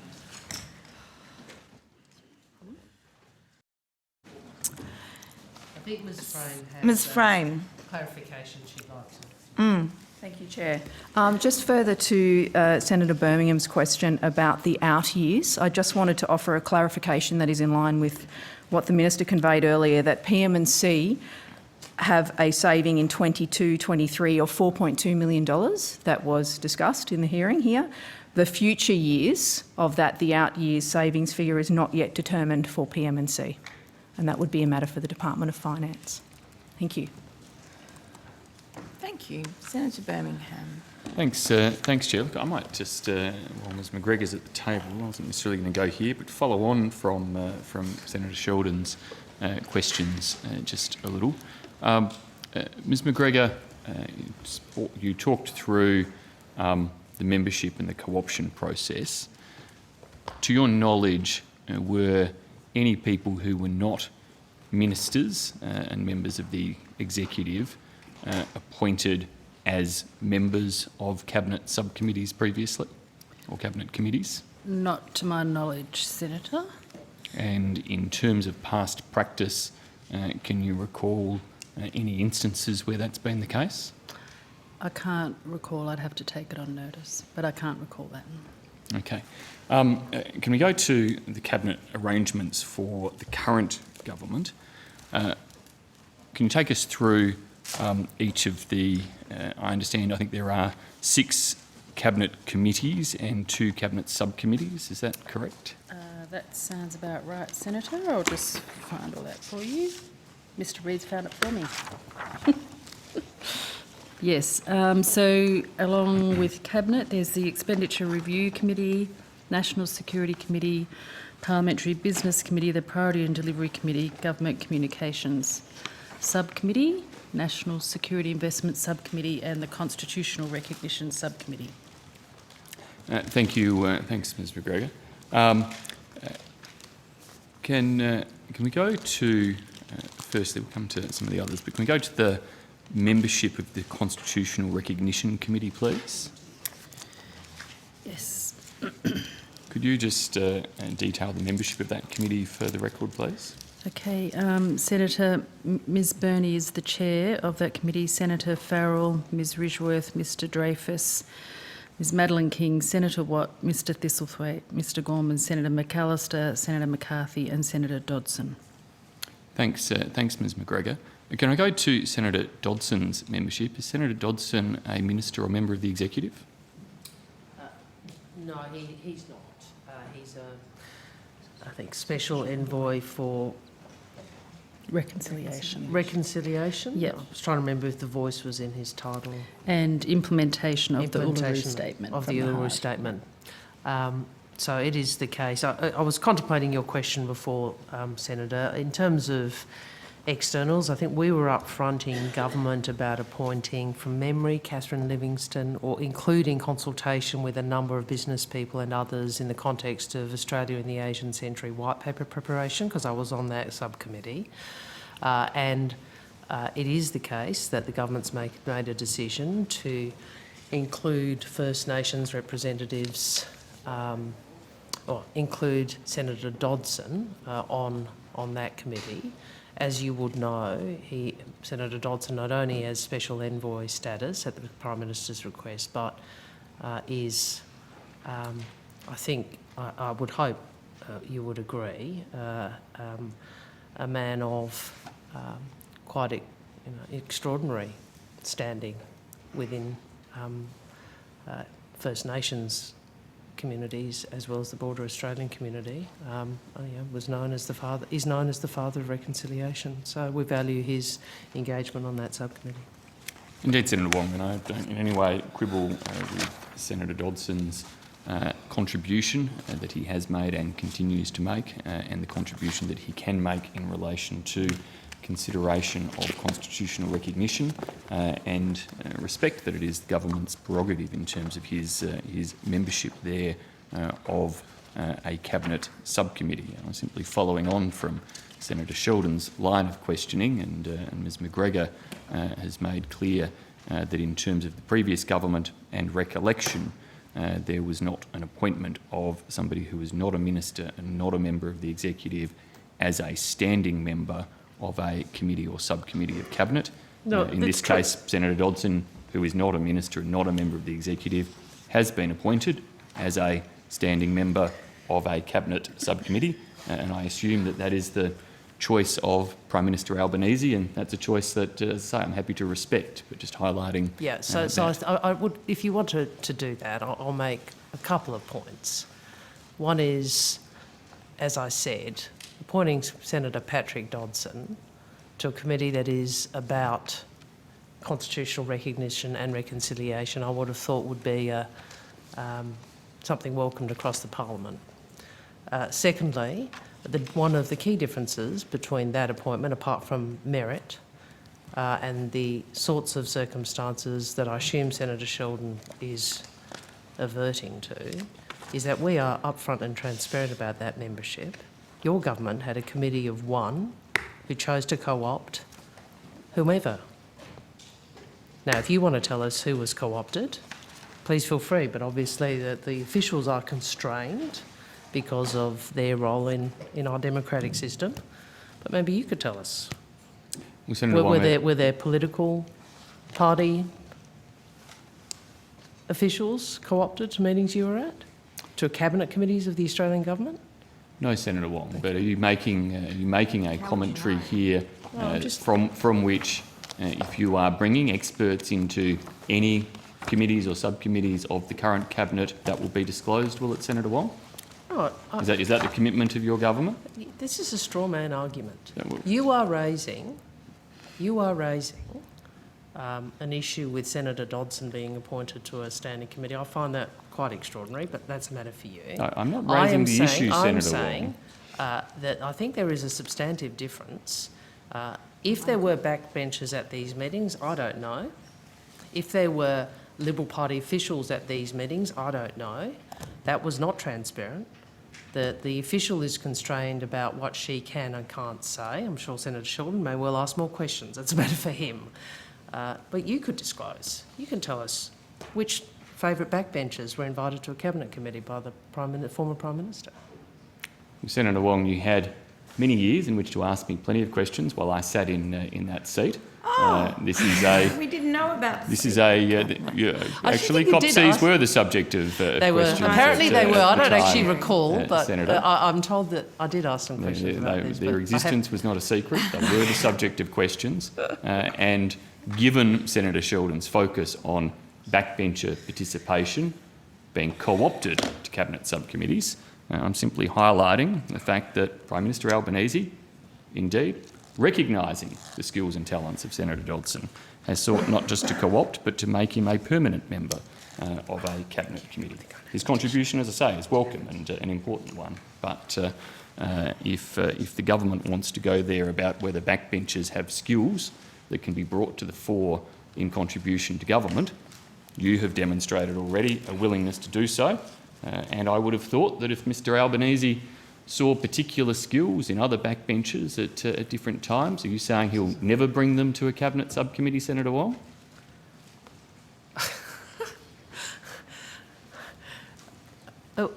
We have made our cabinet committee structure transparent. Do I think it's unusual for a Prime Minister to make himself a single member of a cabinet committee and just decide on an ad hoc basis who goes and not disclose it? Yes, I do think that's unusual. And if the question is, will the Prime Minister seek to act as Mr Morrison did in that regard, I think the answer would be no. So what is the policy of this government in relation to disclosing the co-option or attendance of non-members of the executive at cabinet committees I don't think this is a matter of policy. I think this is a matter of cabinet handbook, and so I might ask Ms McGregor to respond. So I think, Senator, as you would know, it is generally, attendance at cabinet meetings is generally not disclosed by any government. And Senator Wong, is the government making any commitment to disclose if it invites other backbenchers to attend any cabinet committee meetings? No, I'm guided by Ms McGregor's articulation of the policy. Obviously, if there's a change in policy, we'll disclose that. What Senator Sheldon asked is a matter for him, though. Right. So you're not making any commitments to any higher level of disclosure in I that think regard I think around it's a higher co-options? level of disclosure to say, well, it's a higher level of governance to say, yeah, we're not in the habit of a single committee of one. I think I'm pretty safe to say that. Well, how many people are on the priority and delivery committee of the cabinet? Is that a question for me? Hold on. I just need to track down that piece of blue. Senator, I understand that committee has 3 members. Established, yeah. It's a committee of 3. That's correct, Senator. Okay. Are there 42 ministers and assistant ministers? That's what the Act requires. Sorry, we're just grabbing that. Yeah, the Prime Minister, Dr Chalmers and Senator Gallagher. Yep. So we have a cabinet committee of 3 out of the 42. What's the function of this committee? So, as relating to the terms of reference, Senator, the PDC provides regular oversight of the delivery of key government policies and priorities. Has it met since the election? Senator, I would not normally disclose whether committees have met or not, or how many times. No, we've definitely had disclosure as to whether or not committees have met before. No, that's not correct. That's not correct. It is correct, Well, no, it's Senator not correct Wong. that has not been...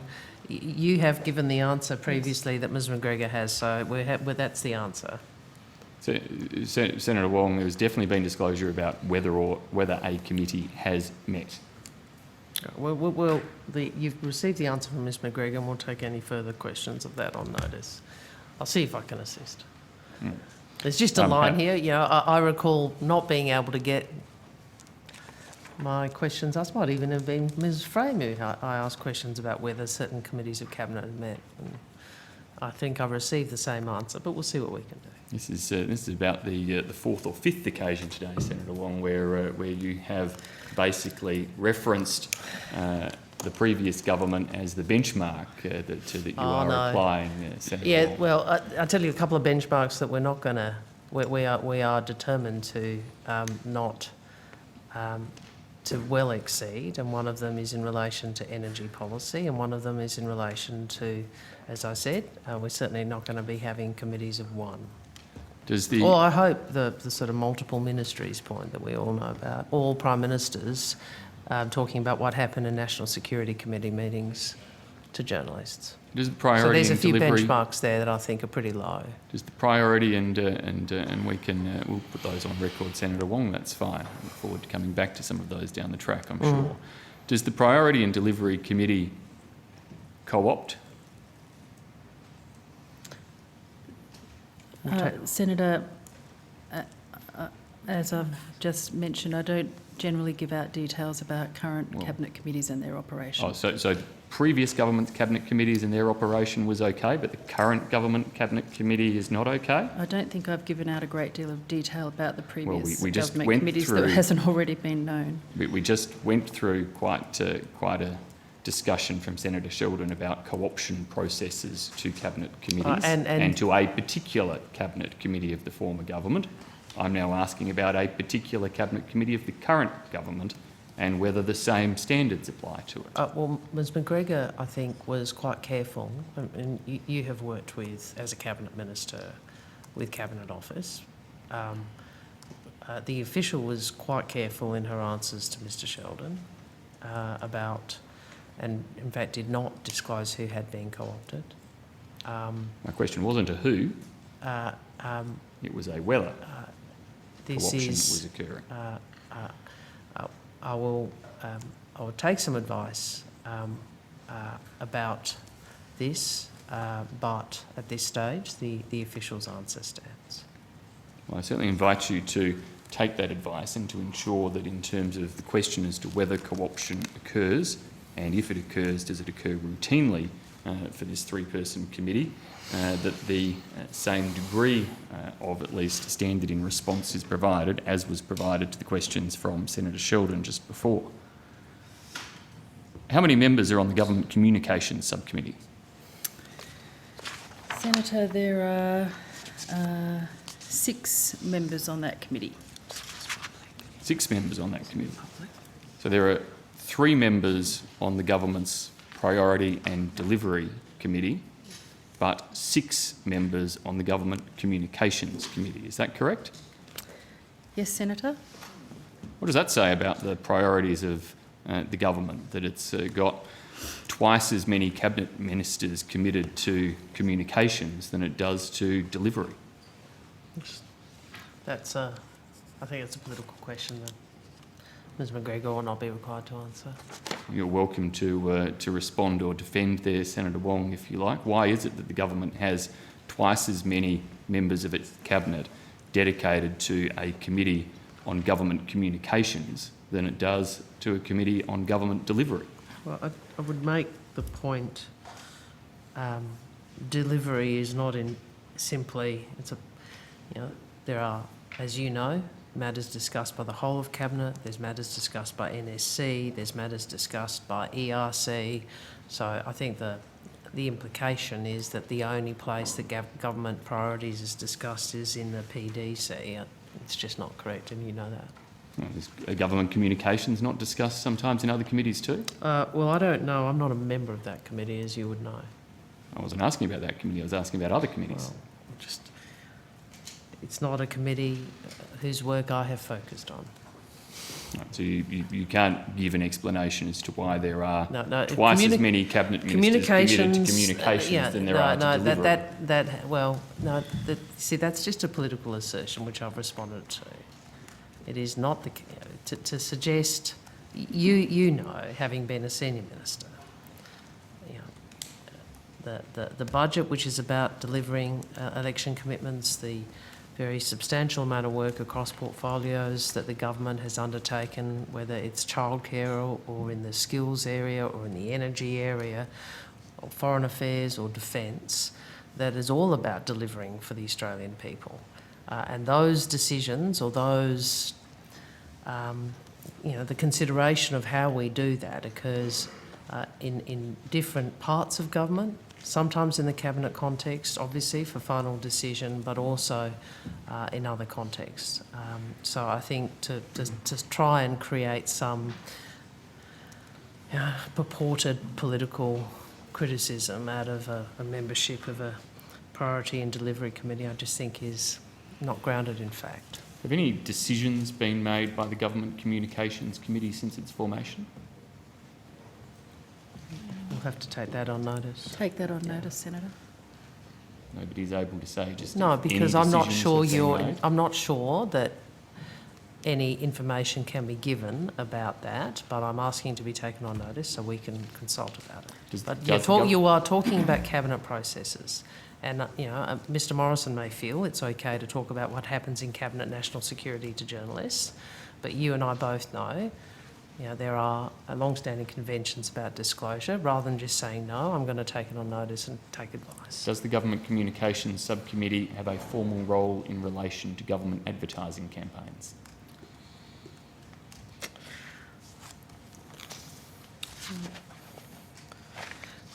I have a note here that simply says, I think this is from the handbook, is that right? Yeah, and this is published. I think this is published. The Cabinet Committee membership in terms of reference is published. The terms of reference are GCS provides oversight and coordination of government advertising campaigns. I will rotate the call now. Just one last one. One last question, and then to Senator Pocock. Thanks, Senator Pratt. In that oversight, does the Government Communications Subcommittee approve or have a formal role in the mechanisms by which ad campaigns undertaken by the government are approved and entered into market? Sorry, Senator, could you ask that question again? Does the Government Communications Subcommittee have a formal approval role in relation to the process by which government advertising campaigns are brought to market?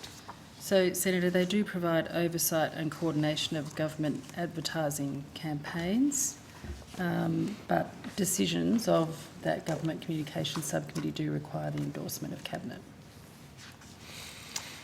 So perhaps if we can take on notice a little more detail about at what stages of a government advertising campaign that committee has a role, and to be clear whether that role includes approval of the nature, scope or content of a campaign. Senator Pocock.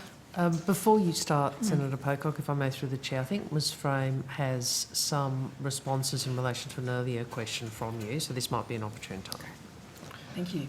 Thanks, Senator. I talked about the announcement at the Jobs and Skills Summit regarding apprenticeships for women. So the Australian Skills Guarantee is the government's election commitment that 1 in 10 workers on major government projects is an apprentice, trainee or paid cadet. At the Jobs and Skills Summit, the government committed that the Australian Skills Guarantee will also include targets for participation of women. The targets for women will ensure more women benefit from the economic opportunities created by government investment, gaining skills and qualifications and secure careers. This will also provide opportunities for women to work on and train on major projects, including in industries that have historically had a low level of female participation. A consultation process will be undertaken now to inform the design and implementation of the guarantee, including the design of the sub-target for women. This will include a public discussion paper accompanied by targeted conversations with stakeholders. This will also include working with industry, unions, employers, peak bodies for sectors with major projects, women's peak organisations and state and territory governments to ensure local views are taken into account. The broader apprenticeship system, the Australian Apprenticeships Incentive System, also provides support to assist targeted cohorts through their apprenticeship. This includes women in non-traditional trade occupations to boost women's commencements and completions in these roles. These women receive guaranteed in-training support, access to networks of other women in that trade and entrepreneurship training. Thank you, Ms Frame. I was at the summit and I've read the outcomes of the summit. That's talking about targets, that's not setting targets. It's setting out a process for targets. For example, at the moment in Australia, the proportion of women who are apprentices in electrical trades are 2%. I worked on a program to improve women's share of electrical trades apprentices in 1981. It was 2%. You could set a target of 3% and it would be a 50% improvement and look pretty good in some of the papers you might put out, but it's not a material improvement in opportunity for women. So I really look forward to targets that are specific and numerical and show the pathways. And I applaud what those words. I applaud the process, but I think what Australian women want to see and what our workplaces want to see is the real action which will deliver the numerical improvements in opportunities for women, for people with disability and for other underrepresented groups. I agree, Senator, and as I said, there is a detailed consultation process to work through to those goals. Yep. Senator Pocock, and I think I was probably engaged in a subsequent round of something similar in the 90s. So, yeah, you've been there. All around. I understand the point you're making, and if there are matters that you think the government should be looking at, I'm sure we can consider them. I don't know what consultation process there is with relevant Senate committees, but I know you're interested in this area. There's a lot of great experience out there amongst employers, trade unions and community groups. Yeah, it's been tried, but I have to be honest, it also had, it's been tried across a lot of construction trades to varying levels of success. Yeah, it takes investment and commitment, and I hope we're going to hear next estimates about how well that's turned out. I wanted to ask some questions about policy. As I read the functions of Prime Minister and Cabinet, you provide high-quality advice and support to the Prime Minister. And one of his key priorities, one of the key priorities we read about for this government is in relation to wellbeing. So I want to go to the wellbeing statement in the budget and ask, has the department done work on wellbeing and its measures and so on, and fed into that process and the documentation in the budget? Senator, the work on wellbeing is being led by Department of Treasury, and that they are leading that work across government. We are involved in PM&C and we are working closely with them. They are continuing to lead that work as it continues to develop. You saw elements of it in the budget just announced, and also signalling this future work and this future elaboration on more detail about the wellbeing budgeting. So we're working with Treasury on that. Great. In the papers for the budget, on page 125, there's an outline of the countries that are pursuing wellbeing and the kind of measures they use. Inequality and wealth and income is one of the key measures that every country is measuring. What work is going on within your lead policy department on measuring inequality?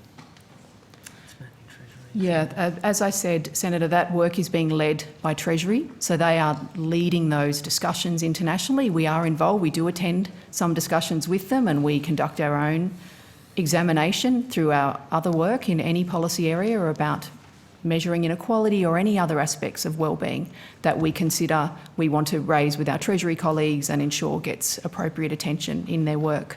But I would direct you to Treasury for those detailed questions. And would you agree that inequality is an important part of measuring wellbeing in our country? Well, I'm the Deputy Secretary for Social Policy, Senator, so I do feel really strongly about measuring inequality and finding the appropriate ways to do that.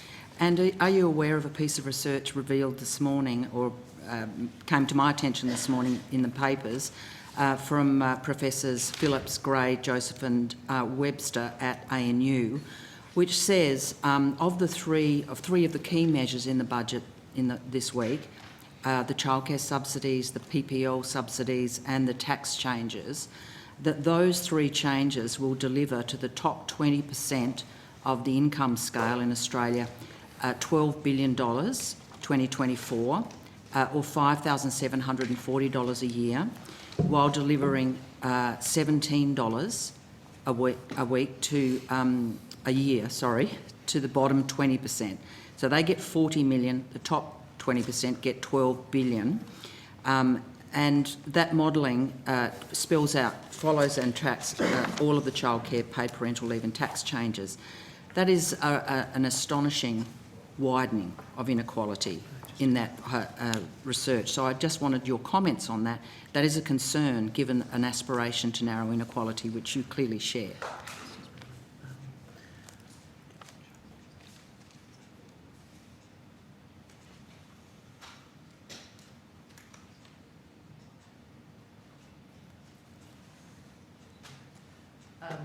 I want to be helpful, Senator Pocock. I think we are, I think generally officials aren't supposed to be asked their opinion, but let's just go to the policy issue. The Prime Minister, when he announced the childcare measures in the first budget reply, I think it was quite upfront that this measure went quite high, a long way up the income scale. And I think the important point about that is that it is not simply an equity measure, it is that, but it is also a participation measure. And you would know from your experience that, in fact, the workforce, the disincentives to workforce participation for women are in place also at higher income levels. So there was a conscious decision made to provide that assistance to higher income families, not just to low income families, and that has been transparent for some time. Similarly, with paid parental leave, it is the case that there will be benefit to higher income and lower income families, but the broader objective, or the central objective of trying to ensure families are able to better manage work and family, and given that it is still women who do the majority of care for a child in those early years, that women are able to be supported to have children and re-enter the workforce. Those are the driving imperatives behind the paid parental leave announcement. And thank you, Senator Wong, and I applaud those initiatives in relation to paid parental leave and childcare. I just make the point that the package of those three key measures in the budget delivers $17 a year in the third year of the Albanese government to people in the bottom 20% of our income scale, and over $5,700 to someone in the top 20%. And if we want to get to wellbeing measures, that is a problem. I wanted to follow up with a question about child poverty. Is the department making any measures or doing any monitoring of child poverty in Australia? Because most countries are also including that in their consideration of wellbeing. Thanks, Senator. The Department of Social Services would be leading that work, but again, they would keep us across updates in that regard and engage with us when there were aspects that needed to be considered across government. They would be working closely with Treasury also on that wellbeing approach and ensuring that those considerations are factored in there. But detailed questions on that would be best directed to Department of Social Services. Thank you for that, and we'll pursue that there. My final question, Chair. I wondered if you could tell us a little about the section in your department that's working on behavioural economics. What kinds of projects is it working on, and how is it being used in policy terms?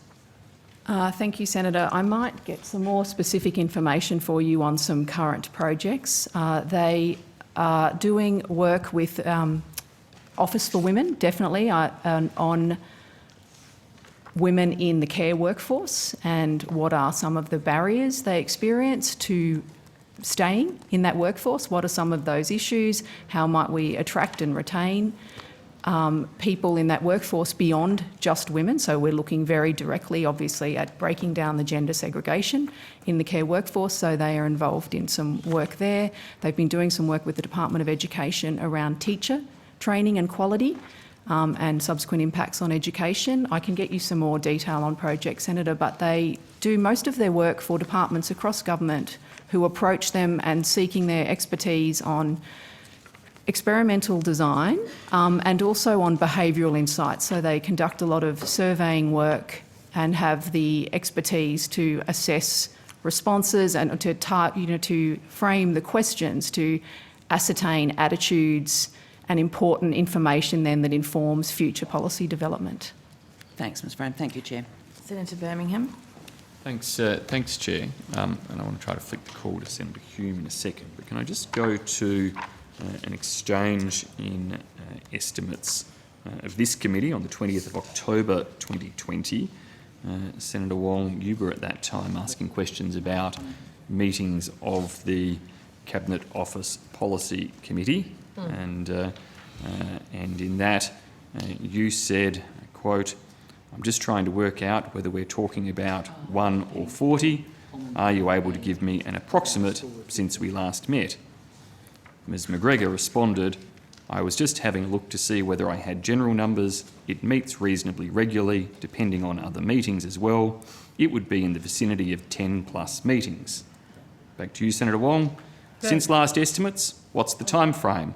Ms McGregor, probably since about March. So noting, Senator Wong, your willingness to ask the questions about how frequently a Cabinet subcommittee had met, and Ms McGregor's willingness to answer the question about how frequently a Cabinet subcommittee had met, I just pose the question again of whether the Priority and Delivery Committee of Cabinet of this government has met since the election. We've taken that on notice, Senator, and I've said if we can assist, we will.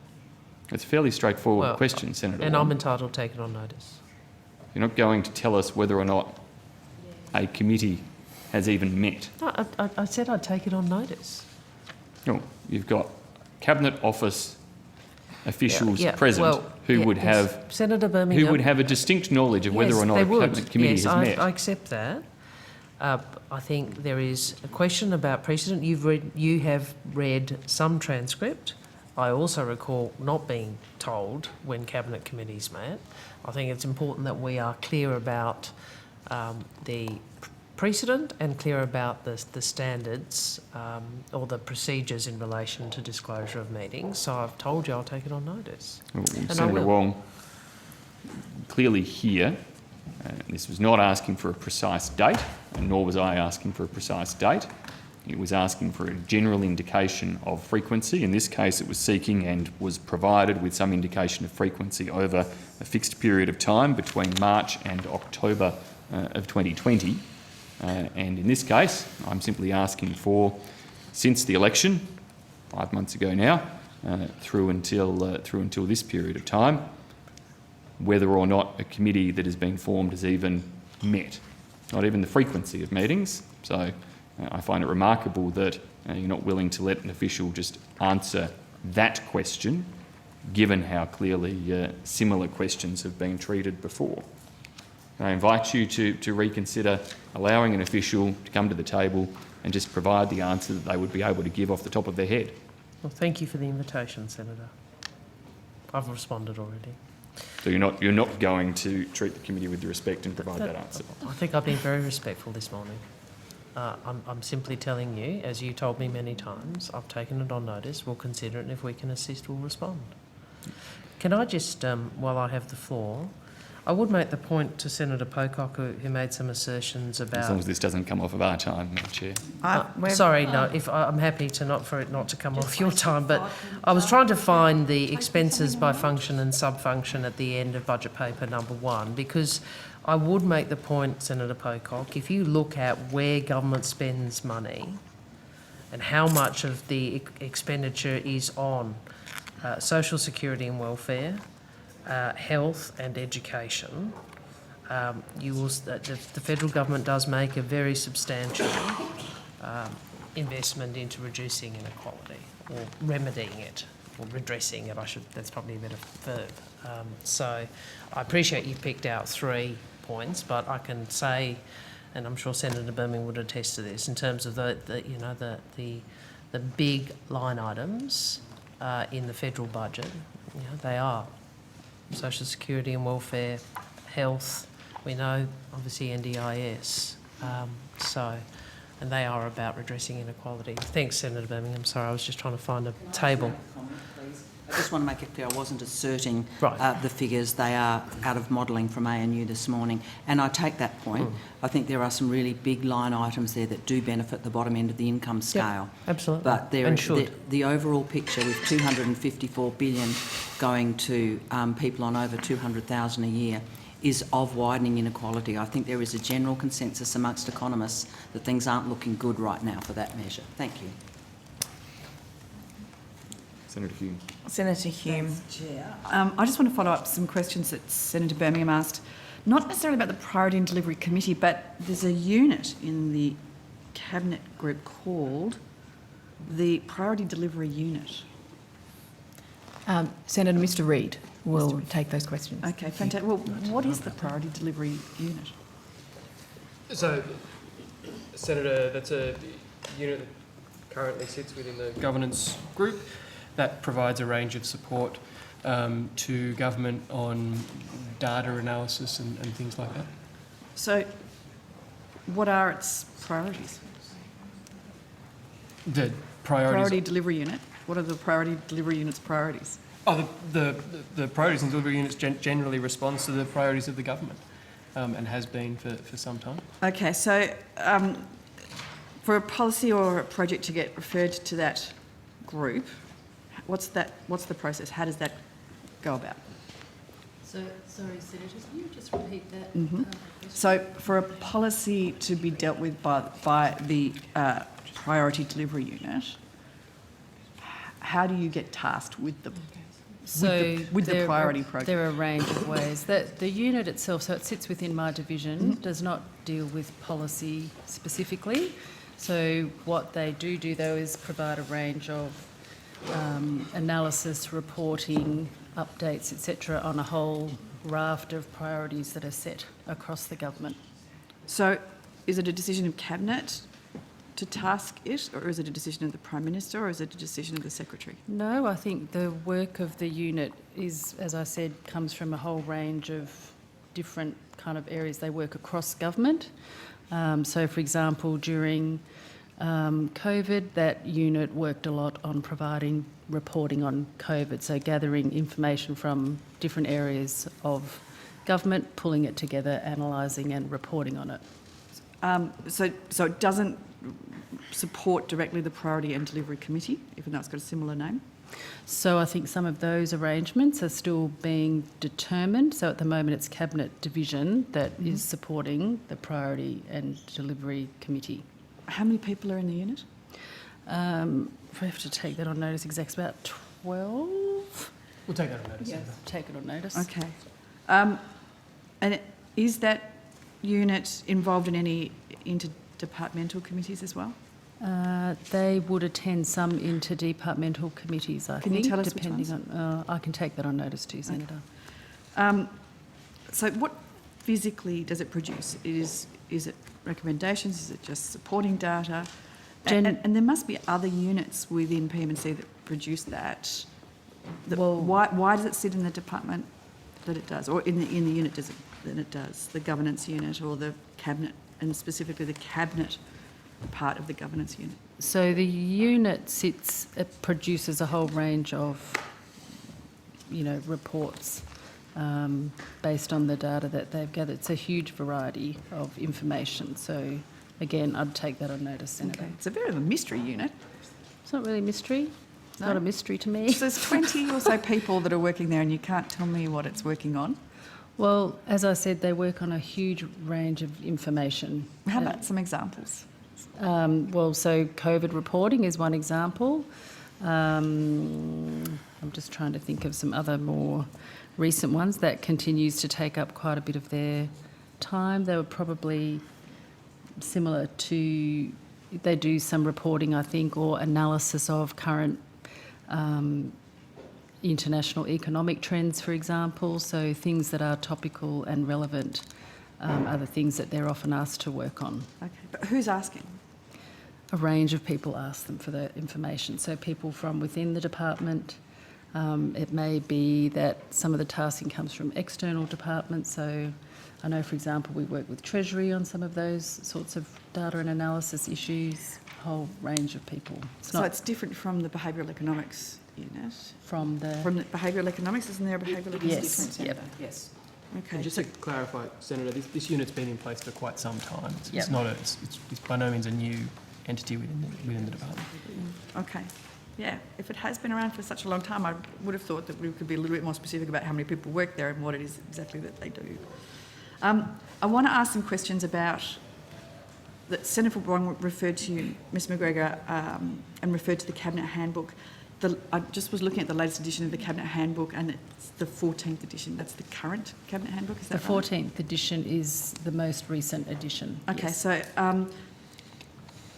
obviously that is from the prior government. Can I ask if the department's provided any advice or whether it's been requested to provide any advice to the Prime Minister or his office in relation to publishing a 15th edition? So there's a draft of the 15th edition underway, Senator. There is a draft, okay, underway. That's good to know. Okay, so what was the date that request for an edition was made? So we started working on a new edition of the Cabinet Handbook following the change of government. That's our general.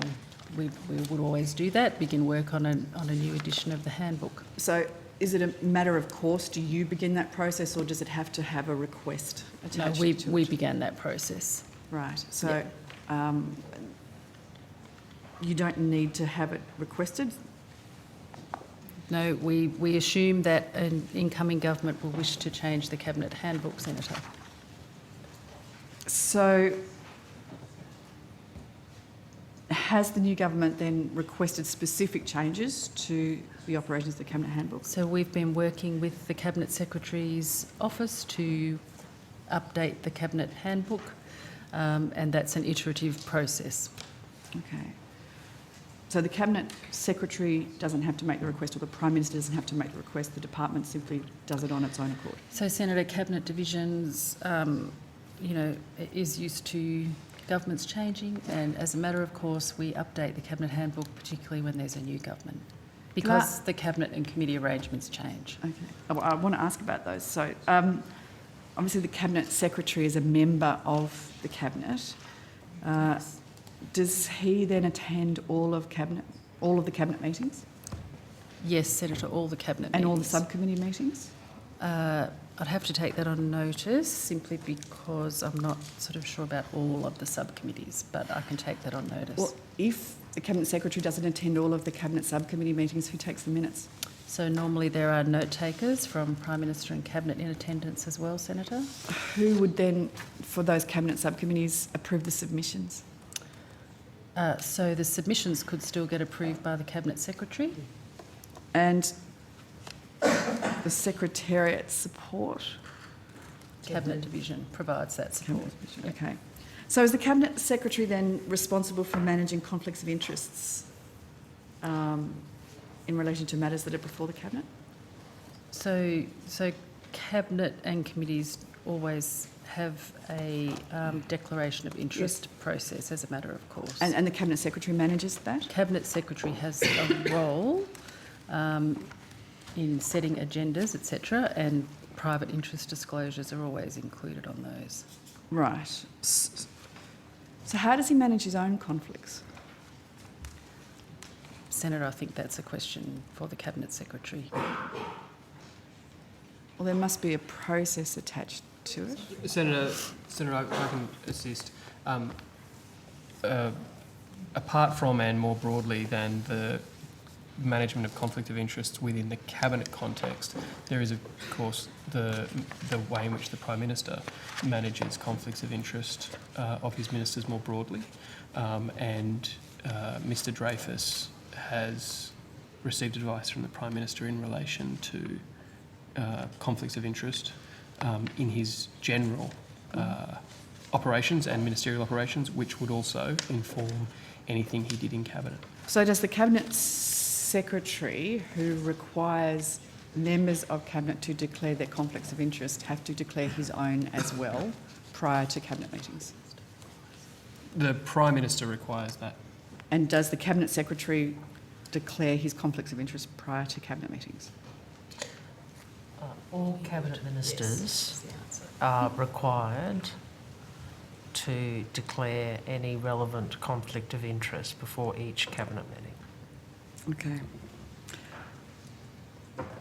There is a Governance Committee of Cabinet, yes?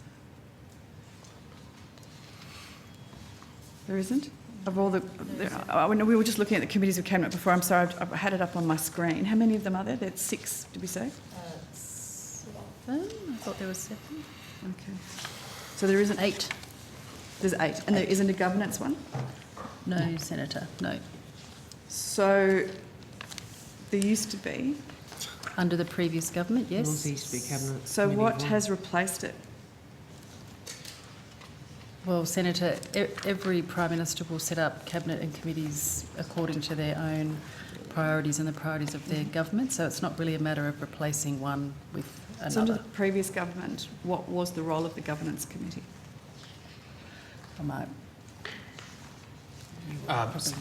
Senator, I don't have that information in front of me. I'd have to take that on notice. So there was an entire committee that was set up for the purpose of governance under the previous government that doesn't exist now, but we don't know what it did, so it's hard to know then who does the same task now. Is that right?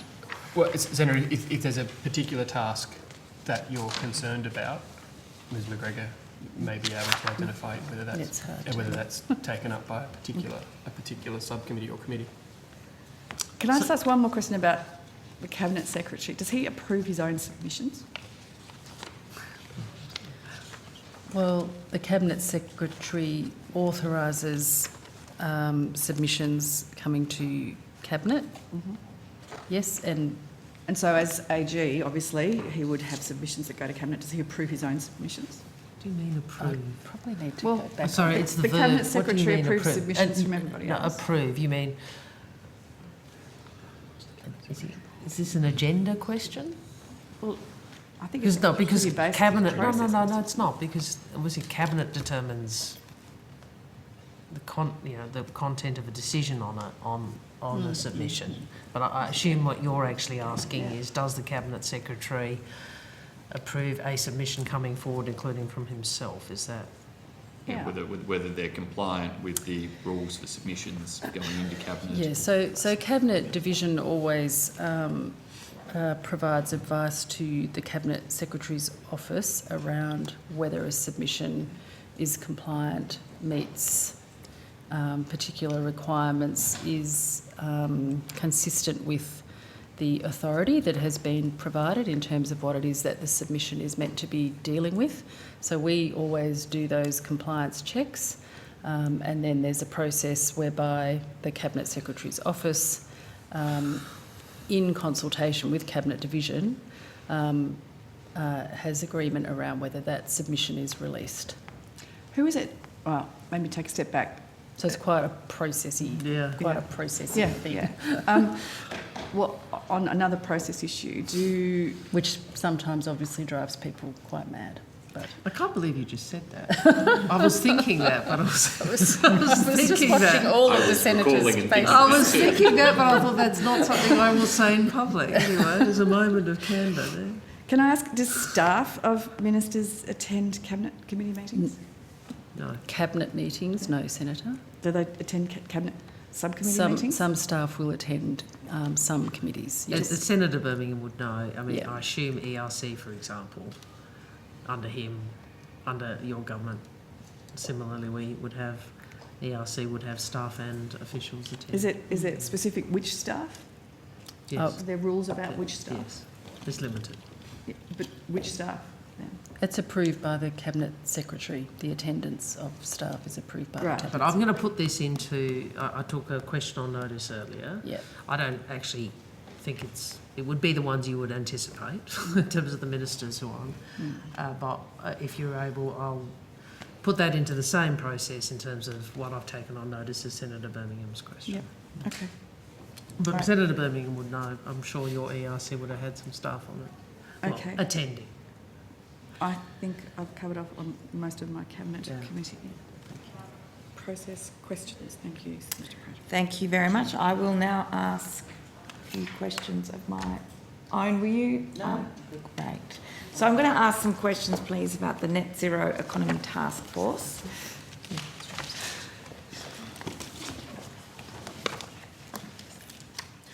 Senator, I can assist you with that Great.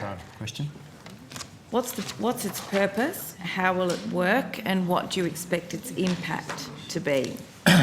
Yes, Senator. So the government has established a cross-agency task force, which is being hosted by the Department of Prime Minister and Cabinet to look at and provide advice on how we can best support regional communities affected by the net zero transformation of the economy. Historically, as you'd be aware, the presence of large generators, particularly coal-fired generators, and the co-location of those generators with heavy industry, and in a number of cases mining as well, are quite proximate, and there have been over many years traditional reliance on those industries in those communities. Those communities have, in effect, powered the nation for a long time, and they are looking to both state and federal governments to assist with that transformation. Indeed, and in they particular, are. how we can leverage multiple portfolios to provide outcomes for them.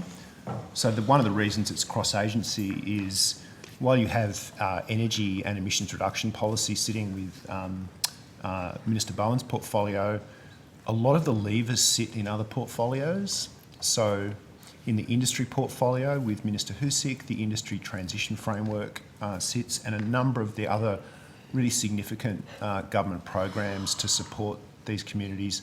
I mentioned earlier the National Reconstruction Fund is a good example. It has a low emissions technology or renewable energy technology component to it. So it's a $15 billion program with the NRF, and it's a big priority to ensure that those funds go towards supporting new manufacturing opportunities across the nation, in particular for regions. Yes. So the task force will draw on that. The skills component, which we talked about earlier, and some of the new announcements in relation to that also will be drawn upon. That sits in another portfolio. And then, of course, really importantly, all of the work that's done in the regional portfolio with the infrastructure and regional minister needs to be drawn on. They have many years' experience in developing plans for regions. They have the data and a lot of the expertise to bring that together. And of course, the infrastructure and transport side of this, the new digital economy, telecommunications, that sort of thing. So the task force is bringing all of those things together and will provide a framework and a plan of action for government, which involves, in its development, close consultation with all of the stakeholders who have a key equity in this. So obviously the communities themselves, and we're particularly keen to ensure that any plan that's developed is place-based and takes into account the unique circumstances of each of those regions. Okay. If you look so at... Sorry, Senator. May I ask, please, which communities are most impacted in terms of a snapshot around the country? I'm paying particular attention as a West Australian senator to the community of Collie. And so I'm keen really to hear from you about the transition and how we create benefit for those communities around a net zero economy. Will you engage with those communities directly? What will that process specifically look like in terms of regional community engagement? Yes, so Senator, you're absolutely right. Collie in Western Australia is one of the communities that the task force is focused on. That is actually one of the examples where the state government has lent in pretty heavily with that. Each of the states are doing this according to their own sort of circumstances, but there is a transformation plan that the Western Australian government has developed. So what we've been keen to do in those situations is really ask the question, where can the Commonwealth step in to provide additional support to back that in? And the Prime Minister has raised that with his colleagues in National Cabinet. So Collie in Western Australia is particularly important. In South Australia, Whyalla is another community that's undergoing transformation. So that is a community that we will be particularly interested in. In New South Wales, the Hunter Valley is one of the examples I mentioned earlier.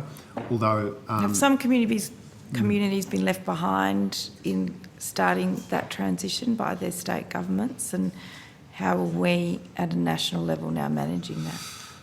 I think if you're looking particularly at Queensland, New South Wales, Victoria, Western Australia, where you do have the location of a lot of these big assets, the circumstances are really different. Queensland, the generation assets are state-owned by and large, and the Queensland government has made a number of announcements about support for reskilling employees and also investing in new energy assets.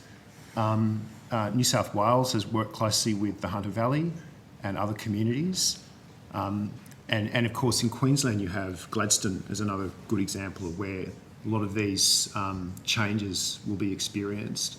So they're all really different. You know, the opportunities in a community like Gladstone look very different to the Hunter Valley in New South Wales according to their location, whether they are proximate to a larger urban centre, whether the markets are thick and have substitution opportunities. So a lot of the work of this group would be particularly focused on those communities where extra effort will need to be put in to crowd in all of those programs that the government is rolling out as part of the budget, which I went through before, work with industry to identify new opportunities, and with the state governments who have, when discussing this with the Prime Minister, welcomed the Commonwealth's offer to provide ongoing support. So as a key first step with the jurisdictions, the Commonwealth and the states and territories will agree on a set of principles to guide that work, so that we're all working together. So in terms of supporting workers through that transition, given their energy generation in energy-intensive industries there at the moment, do we expect that transition in terms of there being a common skill set but diverse regions?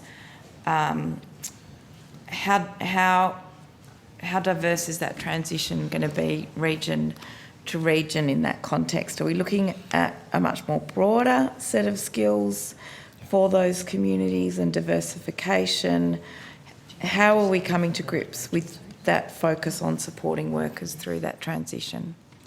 Yeah, so Senator, one of the reasons why it is cross-agency is because the opportunities for a number of workers and their families might exist in other industries that are prospective for those regions.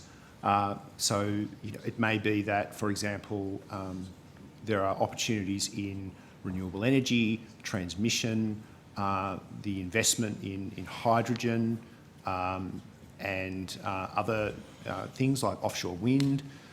But there are other industries that are growing and developing throughout the country, which will be supported by the National Reconstruction Fund.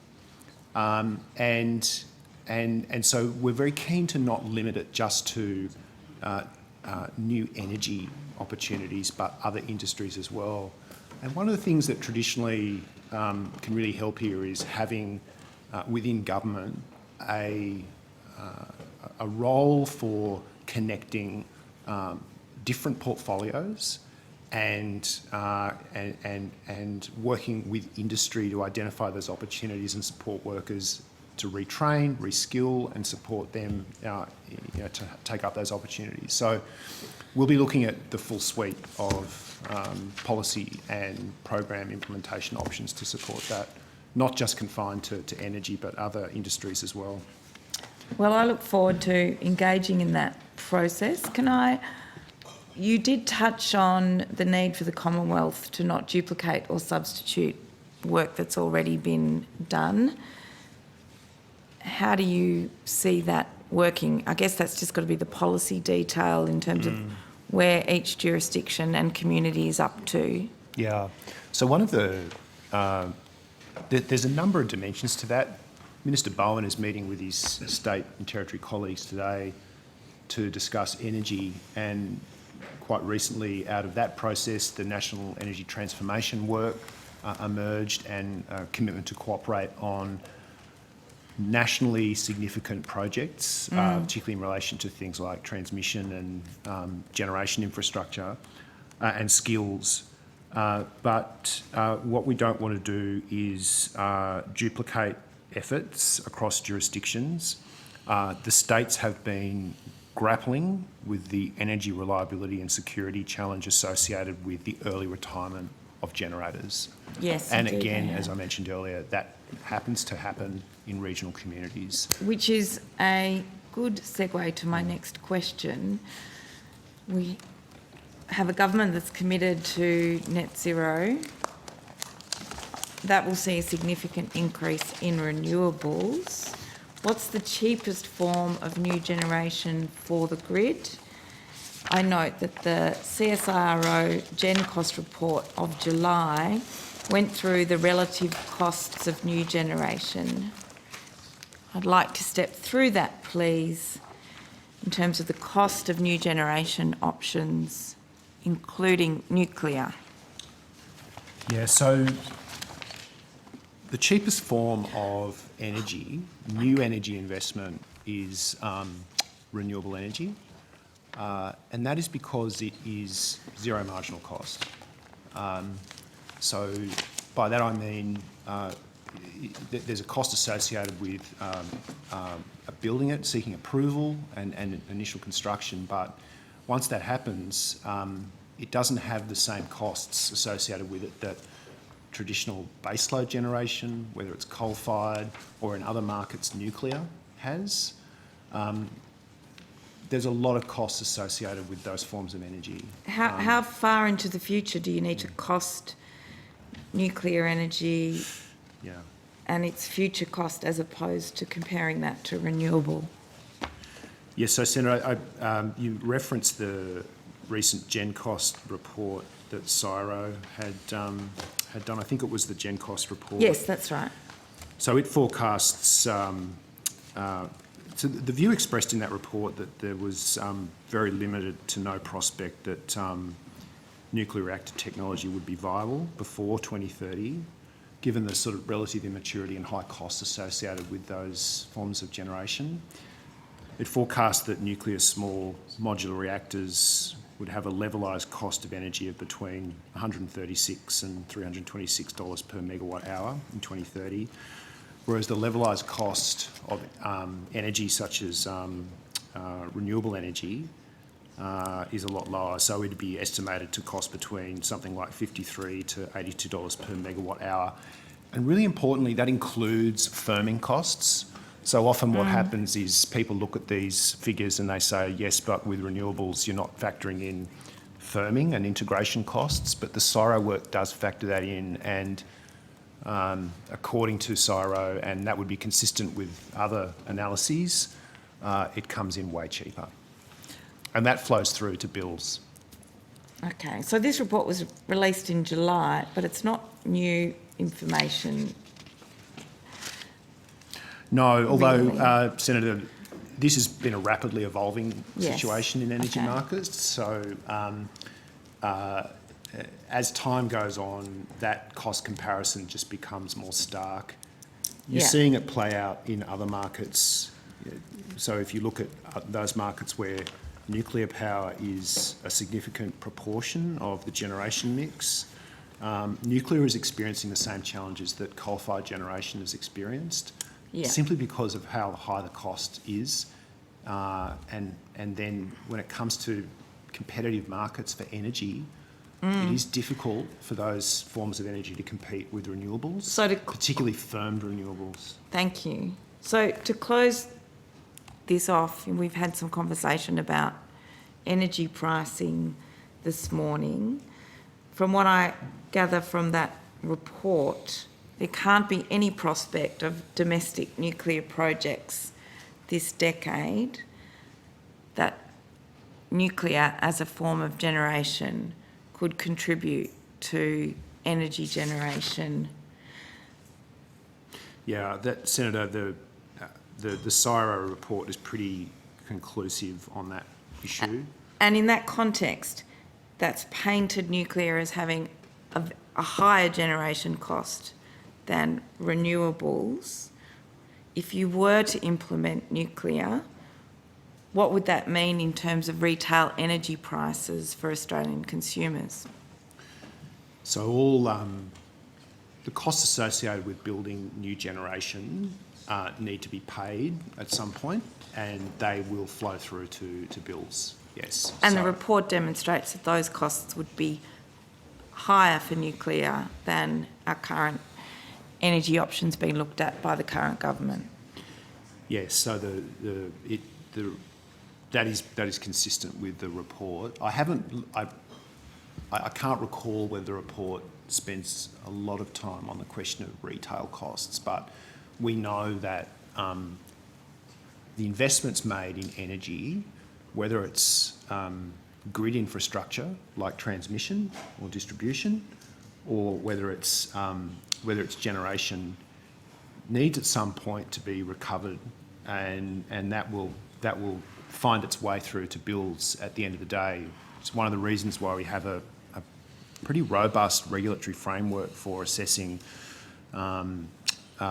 new investments, particularly in relation to transmission. And you'd be well aware there's a long history of Yes. debates in this country about those costs being borne by consumers.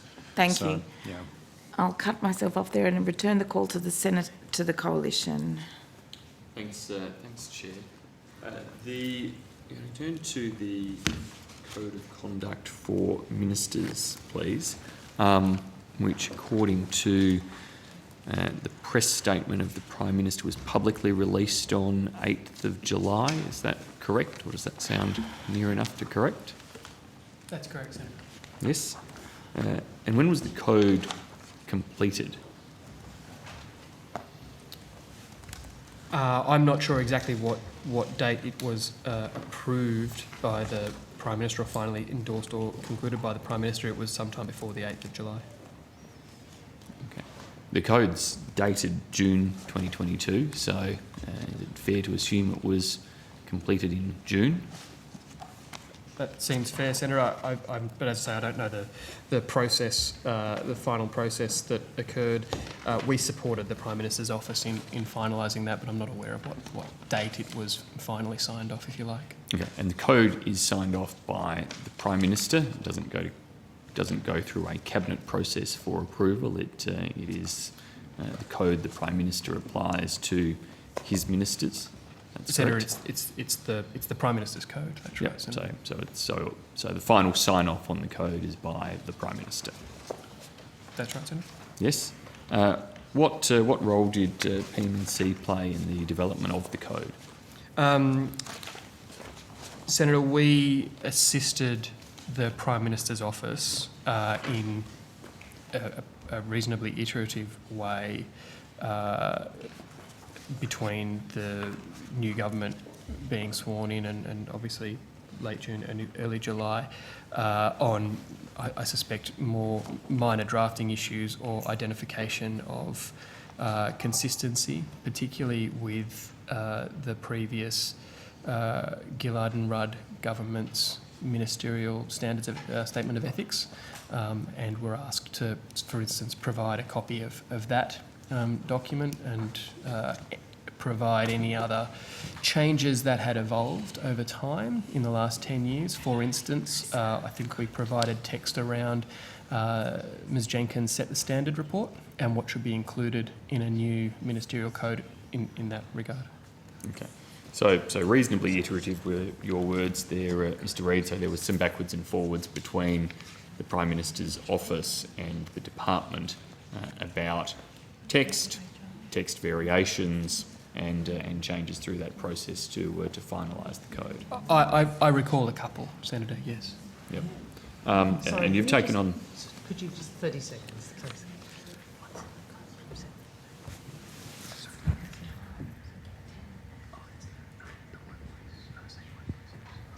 Sorry, I was just clarifying something. Okay, and you've taken on notice when it was finally signed off by the Prime Minister. Certainly, Senator. Okay, thanks, Mr. Reid. And how and when was the final code shared with ministers? Senator, I don't know how it may have been shared within the ministry. That was a matter that was managed within the Prime Minister's office. I'm aware of its publication on the 8th of July. I just don't have visibility of what may have happened before that time. Does anybody in PM&C have any oversight as to whether the Prime Minister's Code of Conduct for Ministers was effectively distributed to ministers in advance of it being publicly released? I'm happy to take that on notice, Senator. I certainly don't, but I'm happy to take that on notice.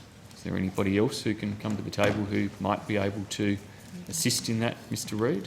Senator, it would be in Mr Reid's area, so that would... We'll do what we can. I'm sure Mr Reid's not here as an orphan, though. He's probably got others with him. We'll do what we can, Senator.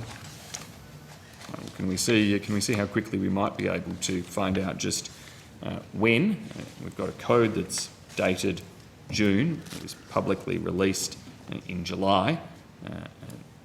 It's reasonable to seek to understand how and when ministers were provided with the code, whether that was not until the 8th of July or whether it was prior to that.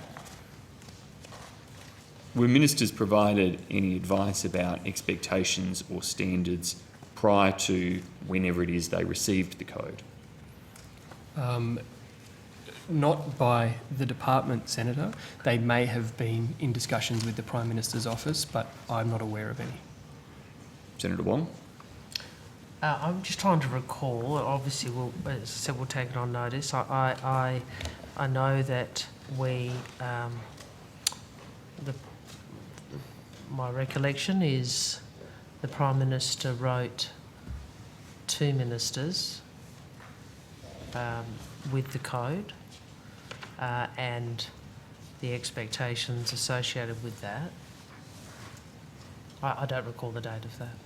So you have a recollection of there being a letter from the Prime Minister with a copy of the code, and that would be relatively standard practice for that to have been the case at some point. I just can't recall. I can't. Your questions went to timelines, and I have to say I don't recall the date of that. Questions went to timelines around the code, and there was also the question about whether there was any advice provided. The ministry, you of course and the Prime Minister and a couple of others were sworn in on or around the 22nd of May, Senator Wong. The rest of the ministry, I think, was sworn in on the 1st of June. Senator, it was the 23rd of May was the swearing in of the interim ministry, and then the 1st of June, that's right. Thanks, it's always a blur. No. I was there was obviously we had to have an interim ministry to enable the Prime Minister and I to go to the Quad meeting in Tokyo, which meant so there, hence the interim arrangements. Yep, indeed. No, that's well understood. So 23rd of May, 1st of June for the full ministry. Code finalised at some point in June, but not publicly released until 8th of July and shared at some stage to be determined with ministers, which you will come back to us on. That's all accurate? Yes, sir. Right. Thank you. So we can't get the date that the Prime Minister wrote to ministers with the code? We've taken that on notice. I just can't recall it, and the officer doesn't have a date. I would have thought it was something that could be achieved pretty quickly. I mean, I think we know. I understand the political point you're probably leading up to. I don't think you need the precise date. You've got the date on which the code is issued publicly, and I think that the official has given you a sort of estimate around when it was finalised. So, if I we can find the date relatively expeditiously, that would be helpful. And Senator Wong, this was the other part of the question there. Was there any prior advice given to ministers? Sure. Well, it is the case that the government went to the election with a commitment to enhance accountability, openness and integrity. I certainly was aware, and I obviously wasn't my policy area, but my recollection is it was made public that we would have a more stringent code that reflected the standards that were required of ministers in the previous Labor government, and as you recall, we have applied a tougher and higher standard to ministers in this government than was ever applied under you. Unlike your government, where ministers were permitted to continue to hold shares and blind trusts, ministers are required to divest shareholdings with some limited exceptions, and there is a prohibition on blind trusts. I think that's right. So I think I was aware that we would be returning to to standards similar to those which applied previously in relation to shareholdings. Thanks, Senator, and consistent with those statements you just made about higher standards of transparency and the like. If you're able to come back with the dates we talked about and the response to Mr. Walton's letter and so on, that would all be helpful. Well, just be clear. The high standards doesn't mean I give you everything you want. What we do say to the Australian people is that ministers are not going to be allowed to hold shares. They were allowed to hold shares under your government.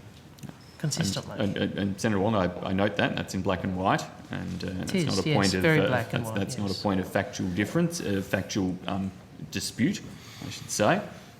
Simply challenging you on the statements around transparency and seeking to ensure that that occurs as well.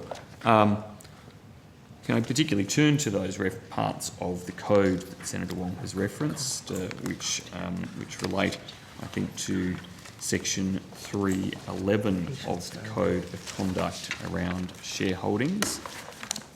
Mr. Reid, was the department consulted around the text through the reasonably iterative process, to use your words?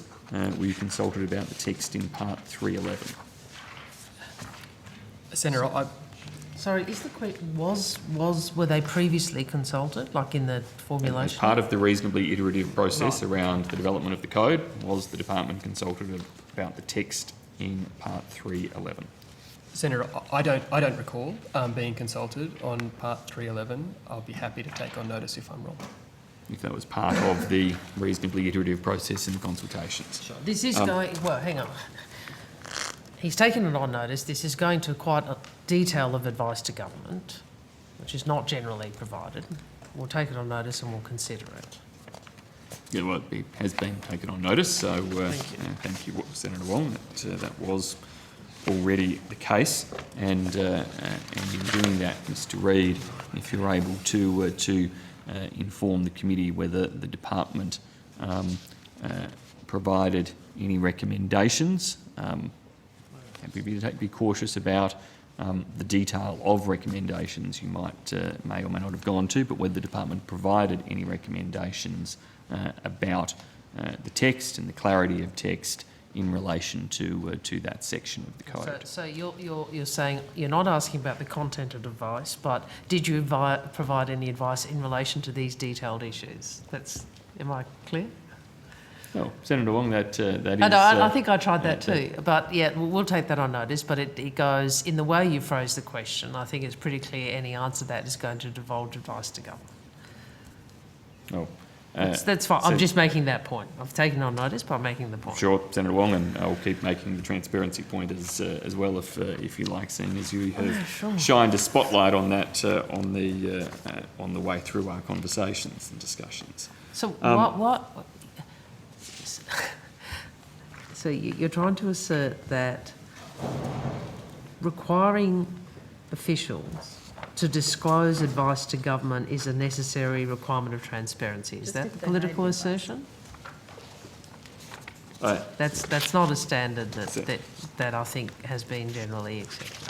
Senator Wong, we've already ascertained that in relation to the code, we're not talking about a code that went through any cabinet processes. It's the Prime Minister's code, signed off by the Prime Minister, and so I'm seeking to work through the reasonably iterative development of the code.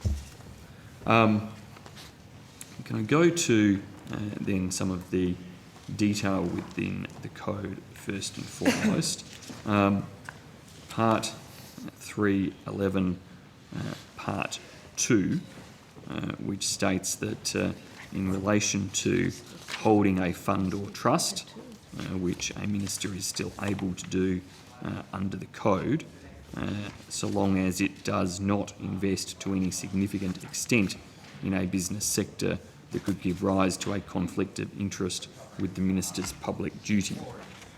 What is the department's understanding of what a significant extent entails?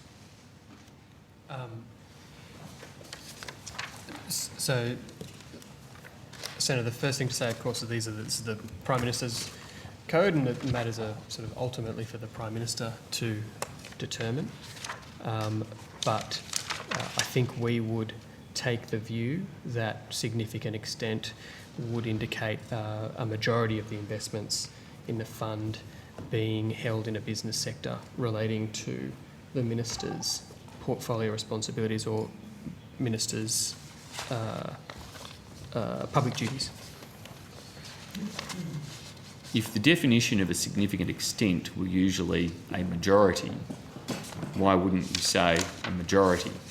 Aren't the words significant extent much less clear than the definitional impact of a majority? As to words chosen in the code, Senator, I'm afraid I probably can't assist. As I say, this is the Prime Minister's code of conduct. but you asked me what the department's view of those words are. How has the department come to that conclusion?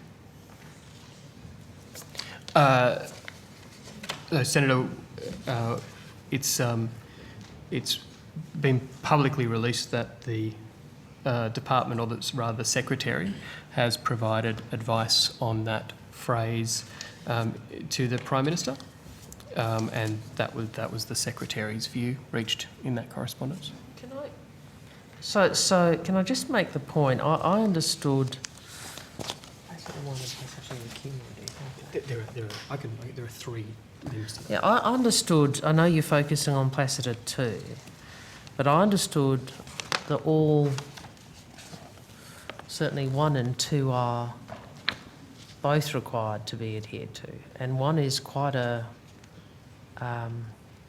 high bar. Its investments are broadly but diversified, and the Minister has no influence over investment decisions of the fund or trust. And perhaps Mr Reid can assist me here. No, that's the Minister's absolutely right. The operation of 311 with Placidum 1 and 2 establishes 3 tests that each have to be met, that the investments are broadly diversified, and that the Minister has no influence over investment decisions, and that the fund does not invest to any significant extent. So a high bar is created by Placidum 1 and reinforced by the words of significant extent in Placidum 2. That's that would be, as I read it as well, Mr Reid and Senator Wong, that each of those criteria need to be satisfied, not just either part 1 or part 2. We've got to be careful with that because 1 may not apply at all, but yes, you have to not be in breach of. That's right. That the investment. I'm just saying Placidum 2 might not apply at all, right? So the word satisfied is slightly problematic. But yes, you have to not fall on the wrong side of any of those, is what I understood. Correct. I hope I've got that right. That's what Mr Reid said, and that would be my understanding as well, which is why I focused there in particular on part 2. In the Secretary forming the opinion, which was stressed in the letter from the Secretary to the Prime Minister on 15 September, wasn't it? That's the correct date for the transmission of that advice about Mr Dreyfus's matter? That's right, Senator. Yep. Informing that advice around what a significant extent entails, how did the Secretary reach that conclusion? Sorry, Senator, I don't quite follow you. How did the what advice or inputs did the Secretary seek, or evidence or precedents did he consider to form the view that a significant extent constituted a majority?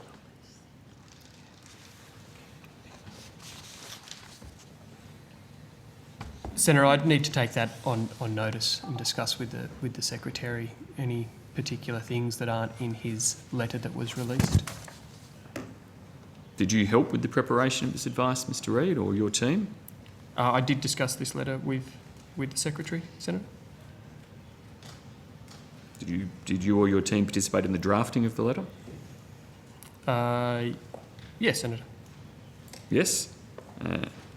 Did you undertake any consultation in relation to the letter and particularly the definition placed on significant extent? Any consultation, Senator? I certainly discussed the words with the Secretary, and I think the language the Secretary has used in his letter is an accurate reflection of the conversation that we had. Did you? I do appreciate you might be under pointing questioning where you don't want to be interrupted, but you have had the call for 20 minutes and, well, not quite, about 18. I do need to give the call to both Senator Bilyk and Senator Waters. Okay, I'll finish with one, if I can then, Chair.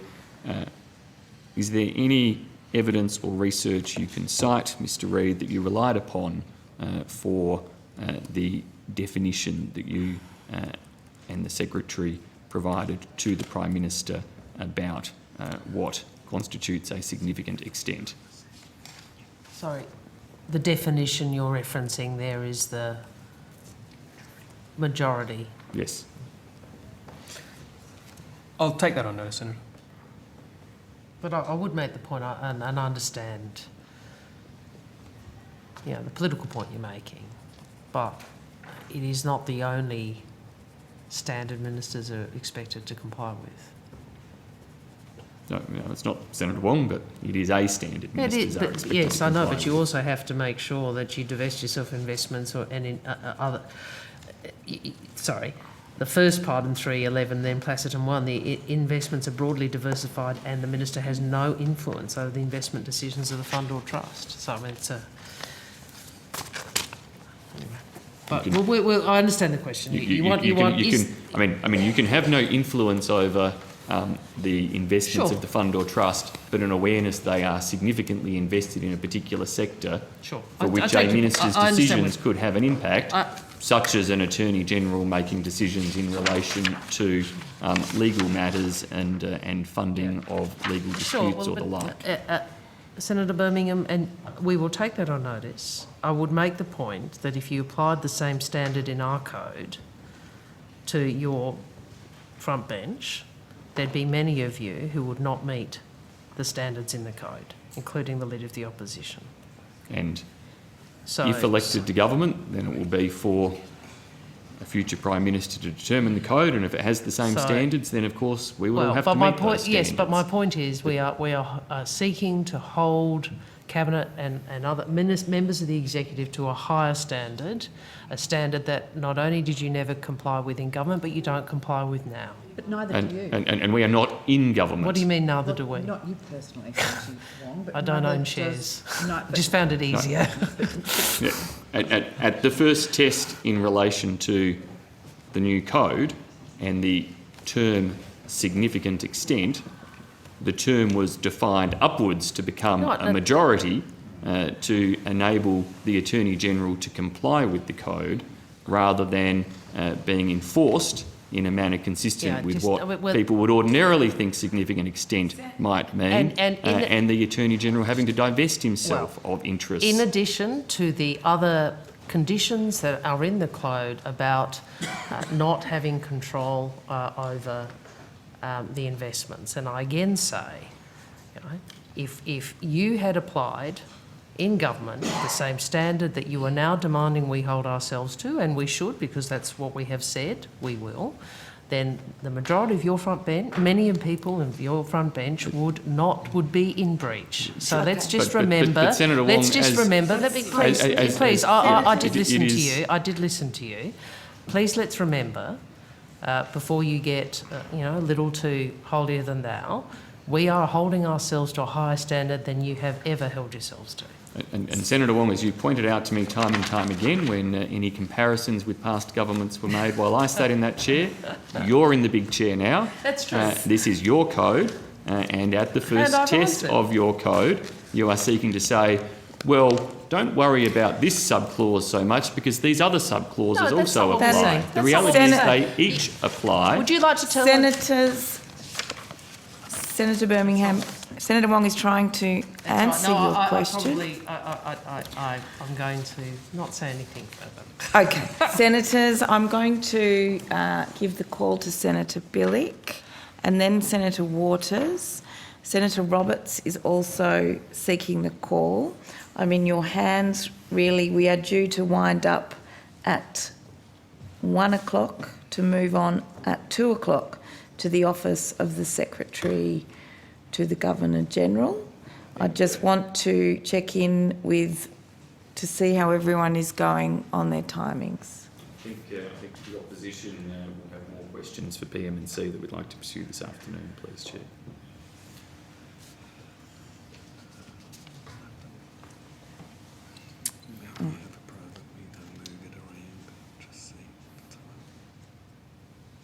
Okay, well, let's just see how we go. I'll go now to Senator Billick. Thank you. I still haven't quite got my head around how the legislative instrument made by the former government to hide an up to 20% increase in retail energy prices happened. So perhaps you can help me clarify that in my mind. Can you tell me how the default market offer is determined? Yes, Senator, I can assist you with that.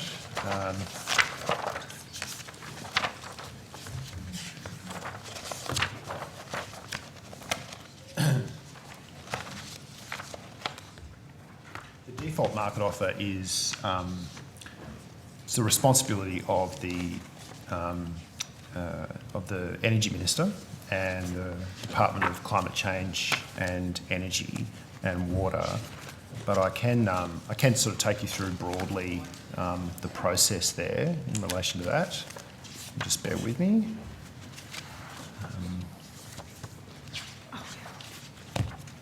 Well, they've had the time.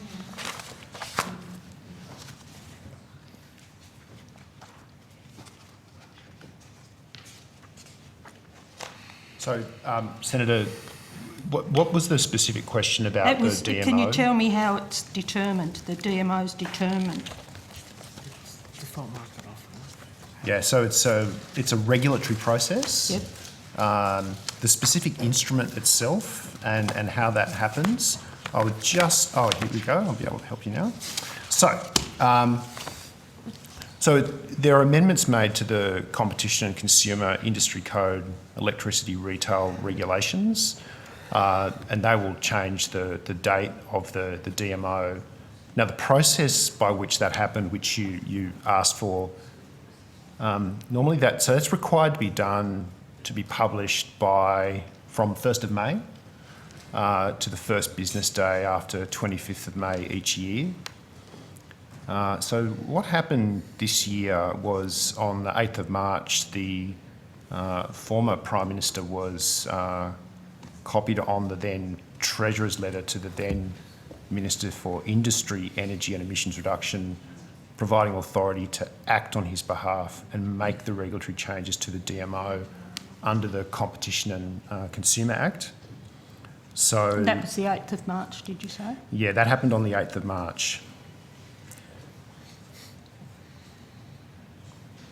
So that's the process by which it's undertaken. Okay, well maybe you can help me a bit more. Can you take me through the process of how it's approved? Is it approved through the Minister? That's right. It's the Minister and the Treasurer, because the Competition and Consumer Act is a Treasury portfolio piece of legislation. But I might just the specifics on that. Senator, I will just have to check, because it does sit in another portfolio and goes to some pretty technical energy-related issues. I've got a few other questions, so if you can't answer them, you might need to take them on notice, but if you can answer them, obviously I would prefer that. I'm just concerned because it was due in March, but it didn't happen until May, which just was conveniently after the election, and it hid retail price increases. I mean, for example, in New South Wales, I've got information here that says small business in New South Wales would have had an increase of 19.7% if it hadn't been hidden, and that a residential property in New South Wales would have had a 14.1%. So it's pretty significant to hide it just before the election. So maybe you can tell me, would the price increase in the last DMO have been known to the government ahead of the making of the regulation? Yes, so Senator, what I do know is that, as I mentioned earlier, the former Prime Minister was copied into correspondence providing authority. This is a Treasurer's letter providing authority for the then Minister for Industry, Energy and Emissions Reduction to make the changes to the DMO. So that was on 8th of March. The department was notified of the changes to the DMO determination date when the then Department of Industry, Science, Energy and Resources notified government of the default market offer Who review would have made outcomes. that decision, though? Would it have been the department? I mean, I would have been where the does the minis- authority come from, is Yeah. what I'm trying to find out. Yeah, so To given- delay the instrument, where does the authority come from? yes, given the responsibility for it, and as I sort of stepped through, and it is a little confusing because of the authority that was provided to the then Energy Minister, that would have been a decision that, look, I will stop because I don't know. I would need to take it on notice. It's in another portfolio, but it is not a decision of the Prime Minister. It's a decision of the Energy Minister and hence the previous Energy Minister. And that was Mr Taylor, is that right? That's right. Yeah, okay. So you've said that the Prime Minister was copied in on the 8th. Would the Minister have known anything prior to the 8th of March? The Minister... Minister Taylor? Prior to the 8th of Energy March. Minister at the time? There were amendments made to the CC regulations, so the Competition and Consumer Regulations, to change the date for publication. So the then Minister would have been aware, I think. I'm very reluctant to use that would have when been was that phrase, date because to change it? Again, I would have to check. Do you know when the date to change it that you just mentioned? So the When the 7th Minister would have known about that? So again, you had a process whereby the Treasurer was giving authority for the Energy Minister to make regulatory changes to give effect to the default market offer. And so at a certain point prior to the date you were talking about,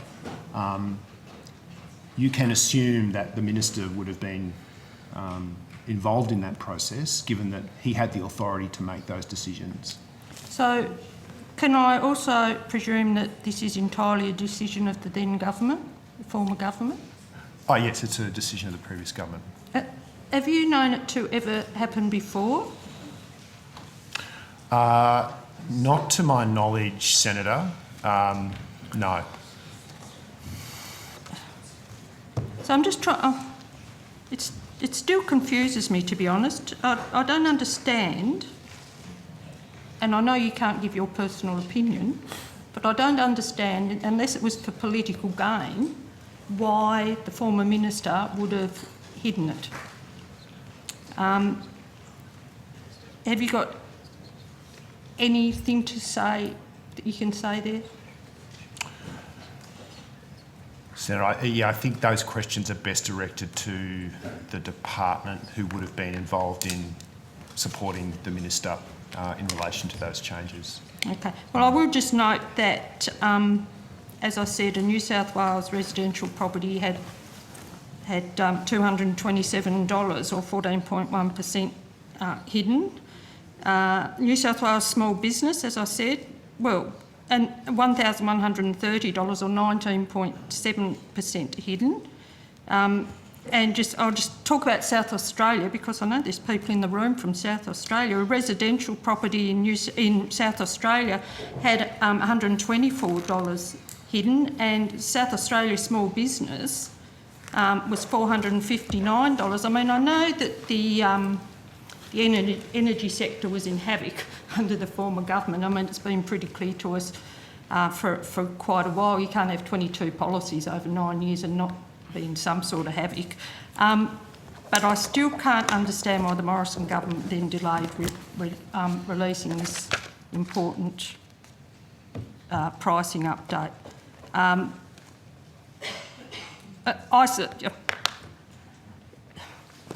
trying to word a question around the fact that it's an absolute betrayal. I see it as betrayal of people, of the voters, to have hidden it. I don't know. Senator Sheldon, do you want to ask anything else? I know we've had these conversations backwards and forwards, but... Yeah, well, you know... No, well, you can laugh about it. Let me tell you, you can laugh about it. answers out of the officials, we might as well, for the moment, move on to Senator Waters. Thanks, Chair. Hello, folks. Thanks for your time today. Can I start off with some questions about the ministerial standards? Recent reports suggest that the former Treasurer, Mr Frydenberg, has accepted a role with Goldman Sachs. What measures, if any, have been taken to determine whether Mr Frydenberg could be in breach of the ministerial standards restrictions on taking advantage of information gained in his ministerial role? Has the Prime Minister sought any advice from your department and office around that issue? Thanks, Senator.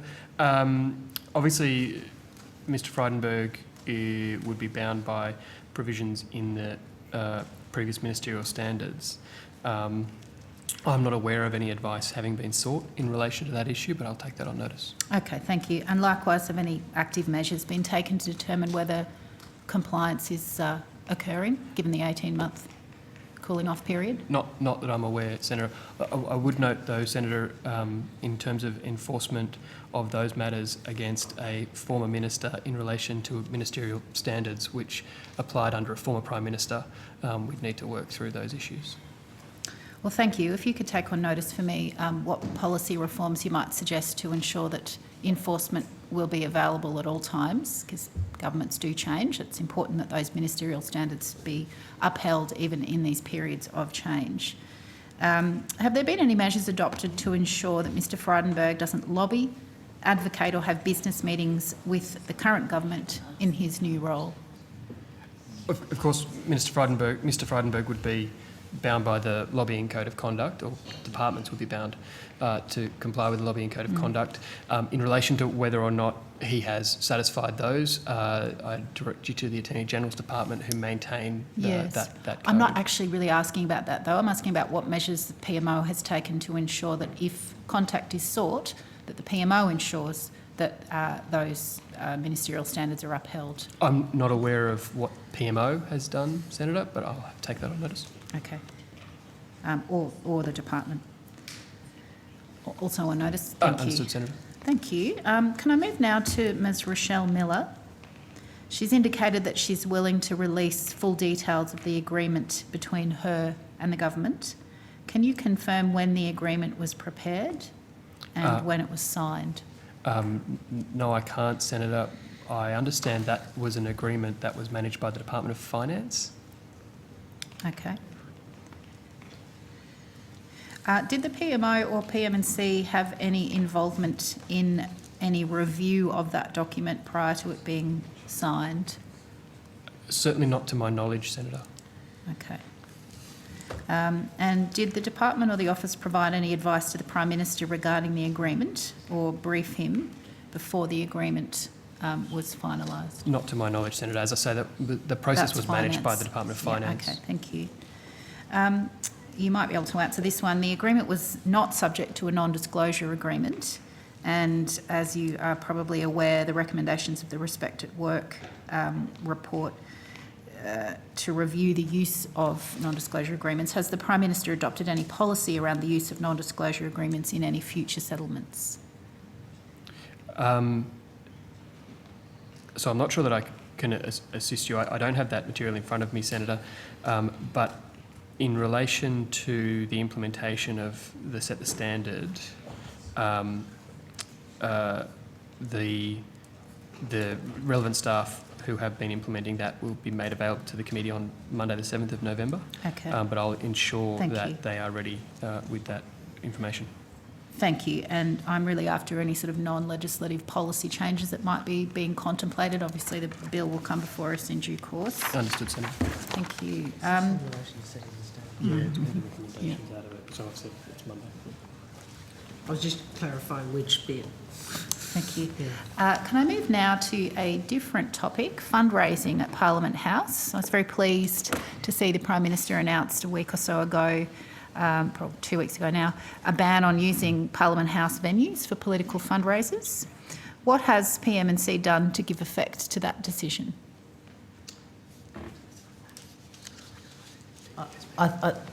If I can assist, unless Mr. Reid knows, but I have a little bit of knowledge of this. It wouldn't actually be PM&C, would be Department of Parliamentary Services, and I recall from memory that the Prime Minister wrote to the President and to the Speaker indicating that he was requesting, I'm paraphrasing, that this policy be given effect. Okay. I can't speak to how DPS has given effect to that, but I think that's from the portfolio's perspective what occurred.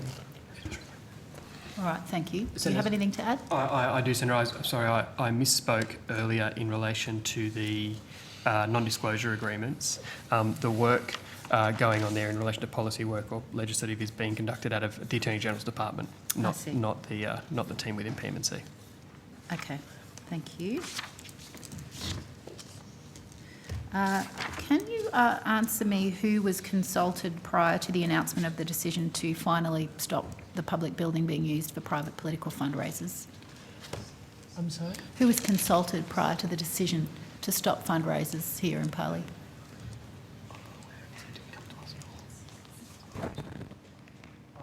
I'll take that on notice, but I mean, I would assume. I don't know the history of it, but I think it's it's an appropriate. Yes, strong support of the decision. Just interested in if anyone was consulted, and if so, whom. I'm happy if you need to take that on notice. Need to take that on notice. Thank you. And have you worked with DPS to prevent bookings for events that would be in breach of the decision, or are you leaving that solely to DPS to operationalise? Why would we leave it solely to DPS, did you say? Because that's what Mr Reid just said. Yeah, because before. they're responsible for Parliament House. Yes. Not the Department of Prime Yes, Minister so and that's Cabinet. my question. Is it solely within DPS's province now, or has there been any work done to liaise to make sure that future bookings aren't made? Yeah, the management and operations of Parliament House is a matter for the Department of Parliamentary Services and for the presiding officers. So, Okay, so the answer is no, that's fine. No, the PMC just wouldn't have a role. There's nothing, what's the word? Untoward I'm not about alleging that. any untoward. Yeah, no, I'm simply just saying trying that to the understand normal what's process, happened. Great. Not sure when they're appearing. Next week. I'm not The either, but following, we'll yeah. all get there and have a great time when we're there. Okay. Great time. My last chunk of questions relates to the MOPS Act review. There's a range of matters in the review. I've been told that the gender equality aspects of that review belong in questions to Office for Women. I'm prepared to accept that. I've got some questions that don't pertain to gender equality. So, does PMC have any role in overseeing the implementation of the MOPS Act review recommendations? And if so, what is that role? Absolutely, Senator. Yes, we do. And we have a team within the department that manages that. Again, though, Senator, that's one of the matters that's been deferred to Monday the 7th. So that team that is responsible dealing with MOPS Act review and also the Set the Standard and the broader Set the Standard review will be available to the committee on Monday the 7th. All right, thank you. Look, I might ask you these next two questions, and if you can answer them, great. It saves me asking them then, because I'm not too sure whether they will require the expertise of that team that you've just mentioned. The MOPS Act review identifies the huge workload in electorate offices and the need to review resources. Is there any plan to undertake that review and any related review of personal staff allocations? Senator, I understand the question. I think it would be best if that was directed to the staff who are dealing with that matter. We'll make sure that they are ready to answer that question when they appear. Okay, I'm happy to ask them the detail, but are you aware whether they are looking at that issue? Could you give me 30 seconds, please? Sure. Thank you.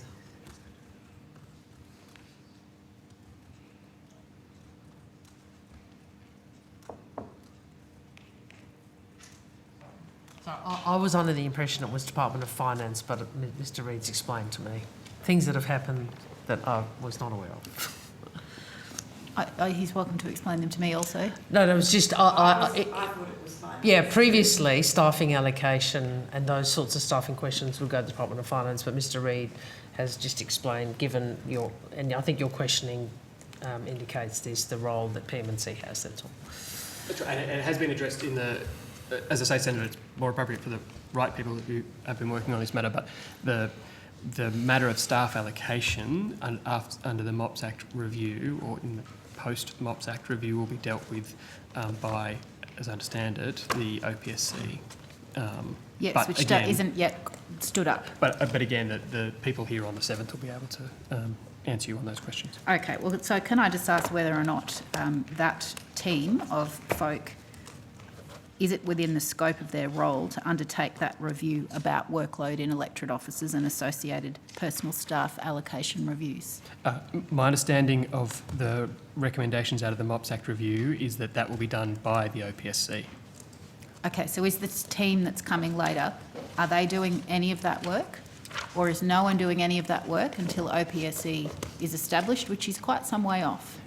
So again, Senator, my understanding is that that will be within the purview of OPSC. I'm not aware that the team there is doing work in relation to staffing allocation at the moment. So there is in but fact we no can- point me asking them those questions then. Sorry to interrupt, please carry on. No, Senator. So no one's looking at the staff resourcing issue until such time as OPSC is constituted, is that correct? Senator, as I say, there may be things going on, but I am aware that the mandate for undertaking the staff allocation review has been passed and will be taken up by the OPSC. Okay. So, thank you, I hear you. Does PM&C have a plan for any regular reviews of the impact of the decision about allocation of personal staff on independents and minor parties? Again, Senator, I'd probably direct that to the staff who'll be here on the 7th. Okay, so you don't know if there's a regular review planned? I don't have that material in front of me, Senator. As I say, that the material will be subject to questioning on the 7th. Yes, okay, but you also said before that that team isn't doing that work. So could you perhaps take the question on notice rather I'm happy than to me take it on getting notice. it taken on notice in a week and a half's time? No, Thank happy you. to. And then lastly, are you meeting with independents and minor parties to discuss whether fewer staff is undermining their capacity to get across the volume of legislation in the government's agenda, or whether it's diverting resources away from assisting constituents? Again, Senator, I'll refer that question to the people who have been conducting all manner of meetings. I haven't been, but I'll ensure that they are ready to answer that question for you on the 7th. Okay, can I just clarify, would that be within their scope? Or will they tell me that that's not their job and that's OPSC's job once OPSC exists? I suspect, Senator, that is not part of their role. Right, okay, thank you very much. That's all from me, Chair. I'll go back to the coalition.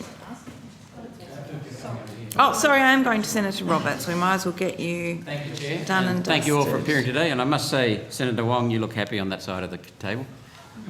Happy, I'm I've got not quite sure how to respond to that. But sorry, yes, I wasn't, not always, but thank you. I think that's. I think I should thank you for that. I've got Senator Roberts. one topic, two short questions. The Prime Minister and notably the member for Hunter, Dan Repcoli, has promised on multiple occasions a just transition and jobs for coal workers who are going to lose their jobs because of the government's push to net zero. 2,000 workers will lose their jobs as BHP elects to close the Mount Arthur coal mine early due to a lack of buyers, probably scared off by the regulatory outlook for coal in Australia. Given these promises of a just transition, were promises from the Prime Minister, is your department involved in any of the efforts to find 2,000 new jobs for these coal miners? Senator, I can assist you with that question. So you weren't here earlier. We did a step through a stream of work, so a task force that has been established to actually look at the questions you've been looking at, in particular how we can support workers and communities affected by the transformation of energy in the Australian economy. And that was in fact a key theme that came out of the Jobs Summit as well. And so the government will be working closely with affected workers, their representatives, with industry and with jurisdictions to ensure we have a framework in place to support workers as part of those changes. So I will just say though, Senator, in answering that question, I just want to be really clear that I'm not agreeing with the assertion that the government's policies have brought about these changes. These changes and the impacts on workers have been accumulating over many years under a number of circumstances that are not attributable to one thing. there's a number of reasons why these changes are taking place, a lot of which is attributable to changing markets and global shifts in relation to investment in forms of energy, and of course international commitments on that front, and the government joins in those commitments, particularly in relation to its climate commitments. But you will see that there's a range of factors contributing to those changes, not just one. Yeah. As for Mount Arthur, I think it's best that you ask questions about particular assets to the Department of Climate Change, Energy, Environment and Water, or to the Department of Industry, Science and Resources, who will be able to assist you with that, I think, in more detail. Could I, Senator Roberts, I appreciate the respectful way in which you engage on issues on which we disagree fundamentally. I do want to respond briefly to the assertion you made in your question. If you listen to what Mike Henry, the CEO or Chief of BHP, says both about Mount Arthur but also about his broader strategy and where they are pivoting their investment to. It's not an issue of higher regulation, etc. It is an issue of BHP and other resource companies looking to where markets are going in the future. My recollection of Mount Arthur, and I could be wrong, was that there was no buyer found. BHP has made a set of decisions, but what is driving those decisions is their assessment. You may or may not agree with it about where global markets are going, which is more renewables. Well, I think, Senator Wong, I thank you for the answer, the detailed explanation. My understanding is that the forecast for coal demand are significantly higher than people expected, and right now the prices are unheard of. Prices are very high, and absolutely, and I think that what has occurred in Ukraine and the impact on global energy markets is obviously impacting upon the price of coal and the demand for coal now, for the reasons we understand. I'm making a point about if you're a CEO looking to 2050, and Mr. Forrest also talks about this, and you're thinking about what is my company going to sell in 10, 20 and 30 years' time. It's not just the next few years where we're seeing a spike in prices because of high demand. Well, with due respect, the price of coal, as I understand it, started taking off well before the Ukraine conflict. And let me blame the price of coal on Ukraine. So that's all I have. Thank you, Chair. Thank you. I will return to Senator Birmingham. Thanks, thanks, Chair. Can I go back just firstly to the design of the Code of Conduct and settlement of the text around that? Did the Prime Minister consult any other ministers in relation to the Code of Conduct before he settled and approved the final version? I'm sorry? Did the Prime Minister consult with any other ministers on the text and terms of the Code of Conduct before he settled and approved the final version?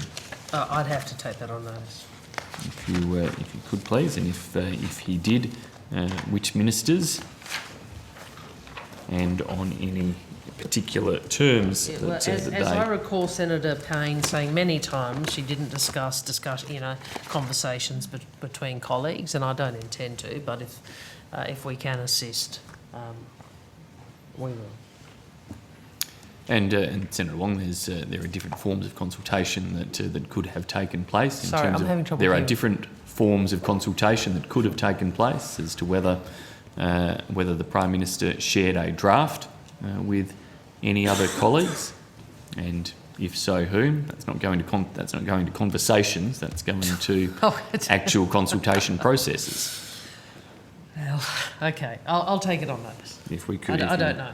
If you could, and if it could be inclusive about whether drafts were shared and whether formal comment was provided by any ministers in relation to the content of the code. I'll take that as a yes, as part of you taking it on notice. Sure. Right. Thank you. I'm going to go to the analysis that the department undertook then as part of the request to look at the Attorney General's investments. The response from the Department Secretary, Professor Davis, steps through, as we discussed before, the terms around what constitutes a significant investment. And just to be clear, because it was at the tail end of those questions from Reid, I just want to be clear. You don't know or can't say whether the department sought any advice or used any other precedents from other processes to determine whether or not, or how it came to the conclusion that a significant extent should be defined as a majority. I've taken that on notice, Senator. So you will come back to us if there was any advice sought from other agencies, if you sought any external advice, if you assessed as part of that any precedents in other laws or processes. When you say other laws, Senator, noting that the Code of Conduct for Ministers isn't a legislative instrument. No, it's not. But if in terms of what constitutes something that is sufficiently significant to disclose, are you aware in relation to disclosures that companies, for example, have to make about their share registries as to what constitutes substantial or significant in that regard? I'm not, Senator. Did you look at those comparisons? You're now asking him the questions. You've asked a number of times now a general question about what PM&C looked to in framing that advice. We've taken that on notice. You're now proceeding to ask, well, did you look at this, this or this? All of which is included in the first. So we've taken it on notice. Okay, well that's and sometimes it helps to be precise about some of the things there, Senator Wong. If you wish to say yes, no, I know that. If you wish to say, could you in that, consider A, B, C, and D? Fine, you're entitled to do that, Senator. Thank you, Senator Wong. I'll take it from that we've put enough examples there for Mr. Reid to give a comprehensive response in relation to what it is that he's taken on notice there. In relation to the analysis of Mr. Dreyfus's investments, can you talk me through what analysis was undertaken by the department?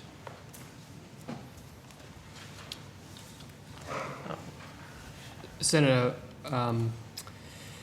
I don't have before me the terms of the analysis that was undertaken, but I do know that we looked at the shareholdings that he has, the superannuation funds and what the superannuation funds were investing in, including the shareholdings of the shareholding and bond funds of both of those investment vehicles. And was that work done exclusively by PM&C, or did you seek any external assistance for that analysis? As far as that work was done by PM&C. Right. And did PM&C interview or discuss this with the Attorney General, or seek any particular cooperation from him in that regard? PM&C's role, and indeed the Secretary's role, was to support advice to support the Prime Minister. Our work was was simply to answer the request that the Prime Minister had made of the Secretary. I certainly wasn't involved in any conversations with other departments. Were there any conversations directly with the Attorney General? Not that I'm aware of, certainly not from the department. So not by Professor Davis with the Attorney General? I'll take that on notice, Senator. Thank you, if you could. Did the Prime Minister have any conversations with the Attorney General about the nature of his shareholdings through his self-managed super fund? I would need to take that on notice, Senator. Right. Was it disclosed at any stage by the Attorney General that he, through those investment vehicles, had interests in Omni Bridgeway? Omni Bridgeway. Senator, I need to take on notice exactly how different pieces of information came to us, whether we were informed through the Prime Minister's office or whether it was through our own researchers. But I would need to take that level of detail on notice. If we can be clear, I'd appreciate understanding whether Professor Davis or any other PMNC official, Mr Albanese or any other PMO staff member or any PMO staff member. Mr Albanese is not a PMO staff member. So whether Professor Davis or any other PMNC official, the Prime Minister or any PMO staff member asked the Attorney-General at any point about his prior awareness of his financial interests through his financial structures in Omni Bridgeway. Thank you, Senator. That's clear. I'll take that on notice. Thank you for the department and for the PMO in that regard. It's probably a reasonable juncture. Thank you. We will now break. Oh, sorry, there's a clarification. Senator Reynolds just wants to get some clarification around questioning in relation to NDIS task force. If we could just clarify that before the break, then we can. Yep, that's Ms Frame, I think. Is that right? Acting Deputy Secretary James Kelly is here to take those questions. He's leading the task force. Yes, so they would be. Sorry, so thank you, Chair. So my question was, if we asked them here, that'd be appropriate, but also if we had follow-on questions, I don't want to get to community affairs and find them being referred back to this committee.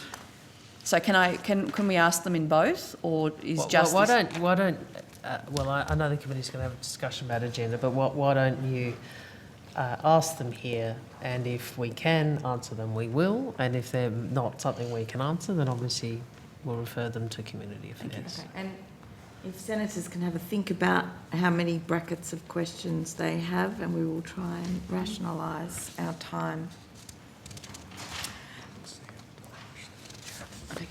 Yes, I think that means that sadly PMNC is still required after lunch, and we'll try and work out for how long as best we can. Thank you. The committee suspends until 2 o'clock.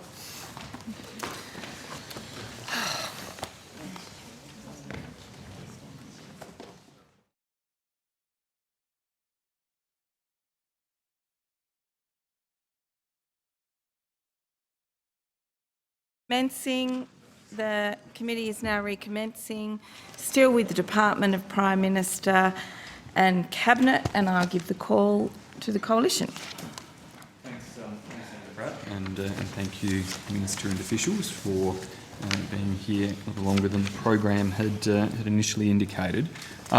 Can I just close off on the Code of Conduct questions and those associated with Mr Dreyfus briefly, and then I'll jump to some international, but colleagues have got some other things too. Was Professor Davis asked purely to look at the breach of the code, or a potential breach of the code, I should say, particularly in relation to 311, or was he asked to consider any potential breaches of the code as they may relate to any potential conflicts or perceived conflicts and or the disclosure or failure to disclose them whilst making decisions? Thanks, Senator. The request of the Secretary that was made by the Prime Minister specifically flagged both Clause 3.6 and 311 relating to shareholdings and asked for the Secretary's advice on whether or not it was appropriate under the Code to approve the retention of those interests. The Department was aware, whilst undertaking that review, of the decision that the Attorney-General had been party to in relation to class action funding, was it? Yes, Senator, the Department was aware of the Attorney's role in approving... sorry, Senator, did your question go to approving decision class in relation actions? to class action funding reforms, or unwinding those reforms, as the heading of the Attorney-General's press release describes it? Yes, Senator, we were aware of that. And did you consider whether, even if the Attorney-General is not in breach of the matters pertaining to Clause 311(2) of the Code of Conduct, whether there was an obligation on the Attorney-General to disclose any knowledge of any holdings in relation to companies or funds invested in class action arrangements in making such a decision, regardless of the scale of those holdings? There's a general duty of disclosure upon ministers under the code, Senator. There's a general duty of disclosure upon ministers, and so whilst there are particulars in the code, if I can put it this way, there are particulars in the code that pertain to what ministers can't hold, and that includes, in general, that a minister can't hold substantial investments, even through a fund, in areas of their responsibility.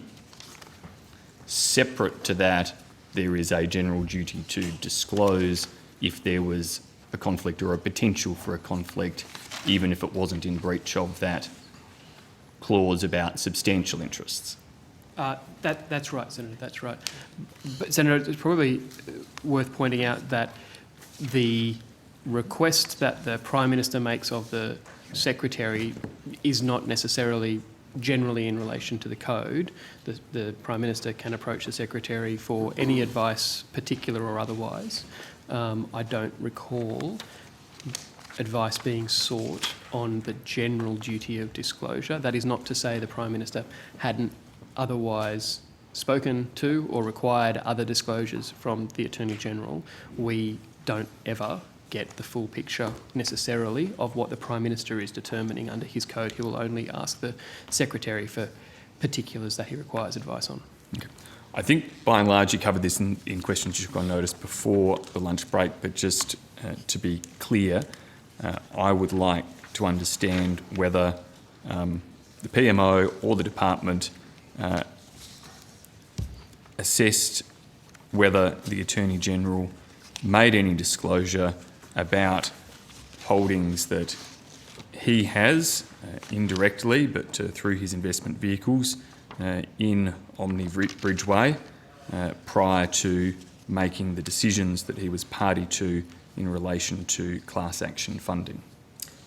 I've taken that on notice, Senator.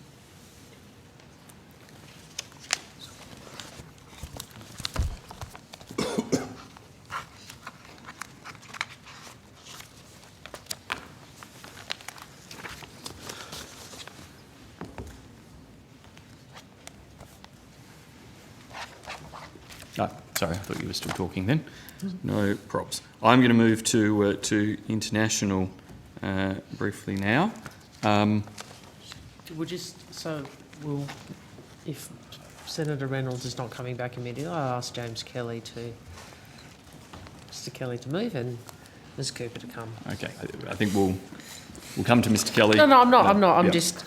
Yes. We're not putting him just for the sitting here. arrangements of just to liberate him, I understand, from at least the table. I understand, Senator Wong. Has Prime Minister Albanese called Israeli Prime Minister Lapid to apologise, given the public concerns expressed by Prime Minister Lapid about the way in which the decision over West Jerusalem was handled?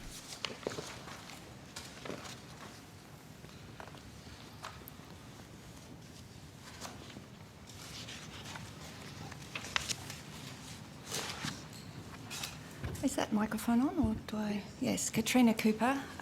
Good afternoon. Deputy Secretary, National Security and International Policy. No, Senator, the Prime Minister has not received any request for a phone call with the Israeli Prime Minister, and nor have we sought one for the Prime Minister.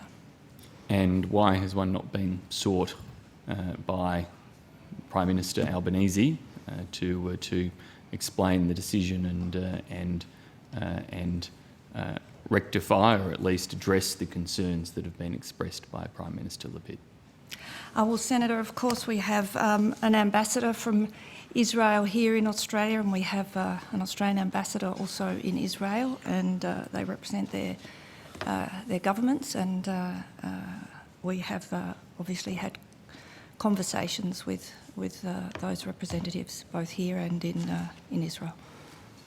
It's quite an unusual set of circumstances for the Prime Minister of another country, particularly a country with whom we are on good terms with, to describe the decision-making of the Australian government as having not taken matters seriously or not been undertaken professionally, which is essentially what Prime Minister Lapid said. I would have thought that warranted more than ambassador-level contact.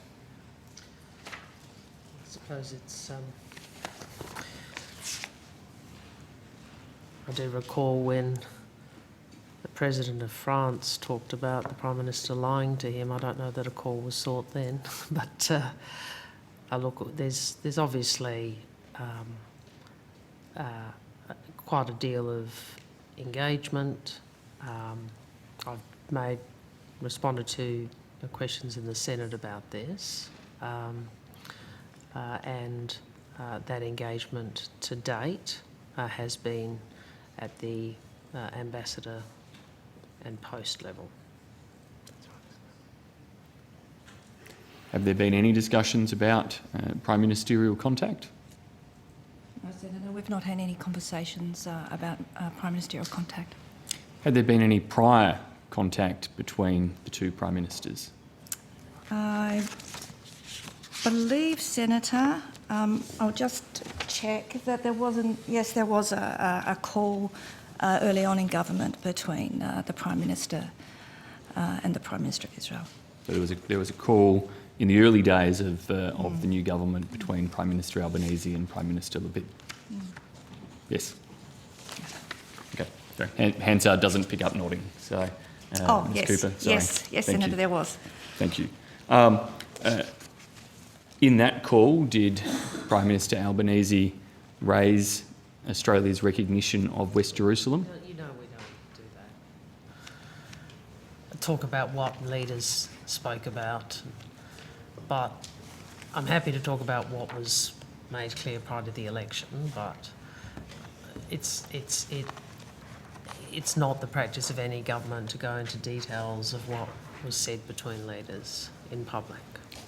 I accept, Senator Wong, it's not the practice to go into general descriptions of what was said, open-ended approaches, etc.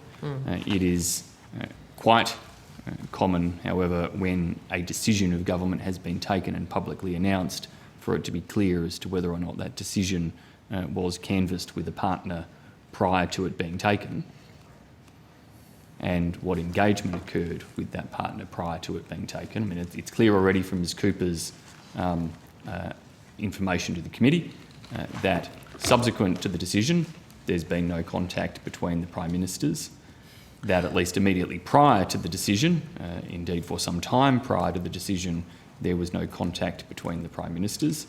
There was the initial courtesy and engagement call, if I can put it that way, between the Prime Ministers following the election of a new Prime Minister in Australia.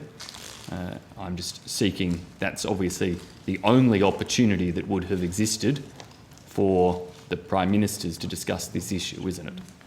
Because they didn't talk at any other time. I will check whether or not there have been any other calls in the 5 months, 6 months? How long have we been in government?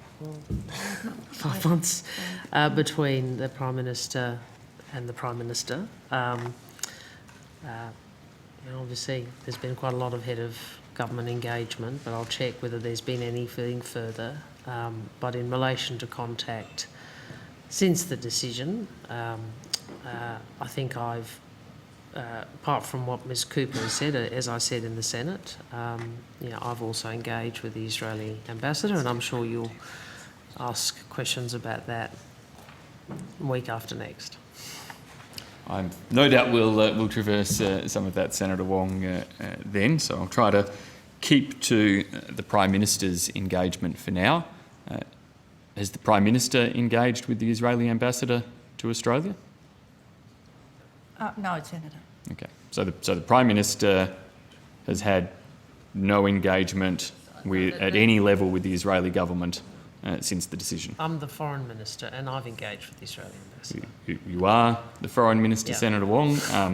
That's what it says on the nameplate, and we all I'm not recognise trying that. to. I'm not trying to. I wasn't trying to be No. ostentatious. I'm just making the point that it's not unusual for the Foreign Minister to take the lead rather than the Prime Minister on engagements with other countries. It's perfectly usual for that to be the case. However, it is unusual to be in a set of circumstances where the Prime Minister of another country has so expressly and publicly criticised the processes and decision-making of Australia, and in them having done so, the expectation that our Prime Minister might have played some role in seeking to engage with that country following the case. Equally, prior to the decision being made, aside from the one call that was the initial engagement call between leaders, did Prime Minister Albanese have any engagement with the Israeli government at all, at any level, with other ministers, with Senator Wong present, with the Israeli ambassador, about Australia's intention to revisit the decision around West Jerusalem? Senator, it wouldn't be usual for the Prime Minister to be engaging with an ambassador here on that matter. It would normally be done by the Department of Foreign Affairs and by the Foreign Minister. So in saying it wouldn't be usual, you're indicating that there was not? No, there was not, Senator. Right. Thank you, Ms Cooper. What involvement, if any, did PM&C have in the process to revisit Australia's recognition of West Jerusalem? That was a matter handled by the Department of Foreign Affairs and Trade, Senator. Was PM&C consulted? No, Senator. Was this a decision of Cabinet or a decision taken by other means of government? I wouldn't normally comment on Cabinet, but I think the Foreign Minister is on the record. I've already said it was a decision of the Cabinet. It was a decision Yeah. of Cabinet. PM&C was not consulted through at least the normal Cabinet consultation processes? We don't discuss Cabinet processes, but I've confirmed it was a decision of Cabinet.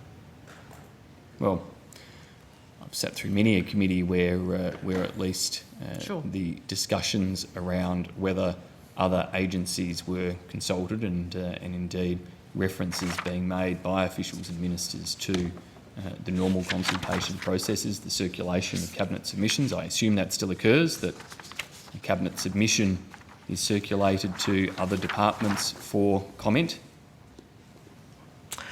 Look, it's a general process of Cabinet procedure on. well, I'm just not going to go into processes of Cabinet. I have indicated publicly Cabinet did determine the position that I announced in the morning. Just as a general process question of Cabinet, are Cabinet submissions circulated to other departments to provide for comment on those submissions for the consideration of Cabinet members?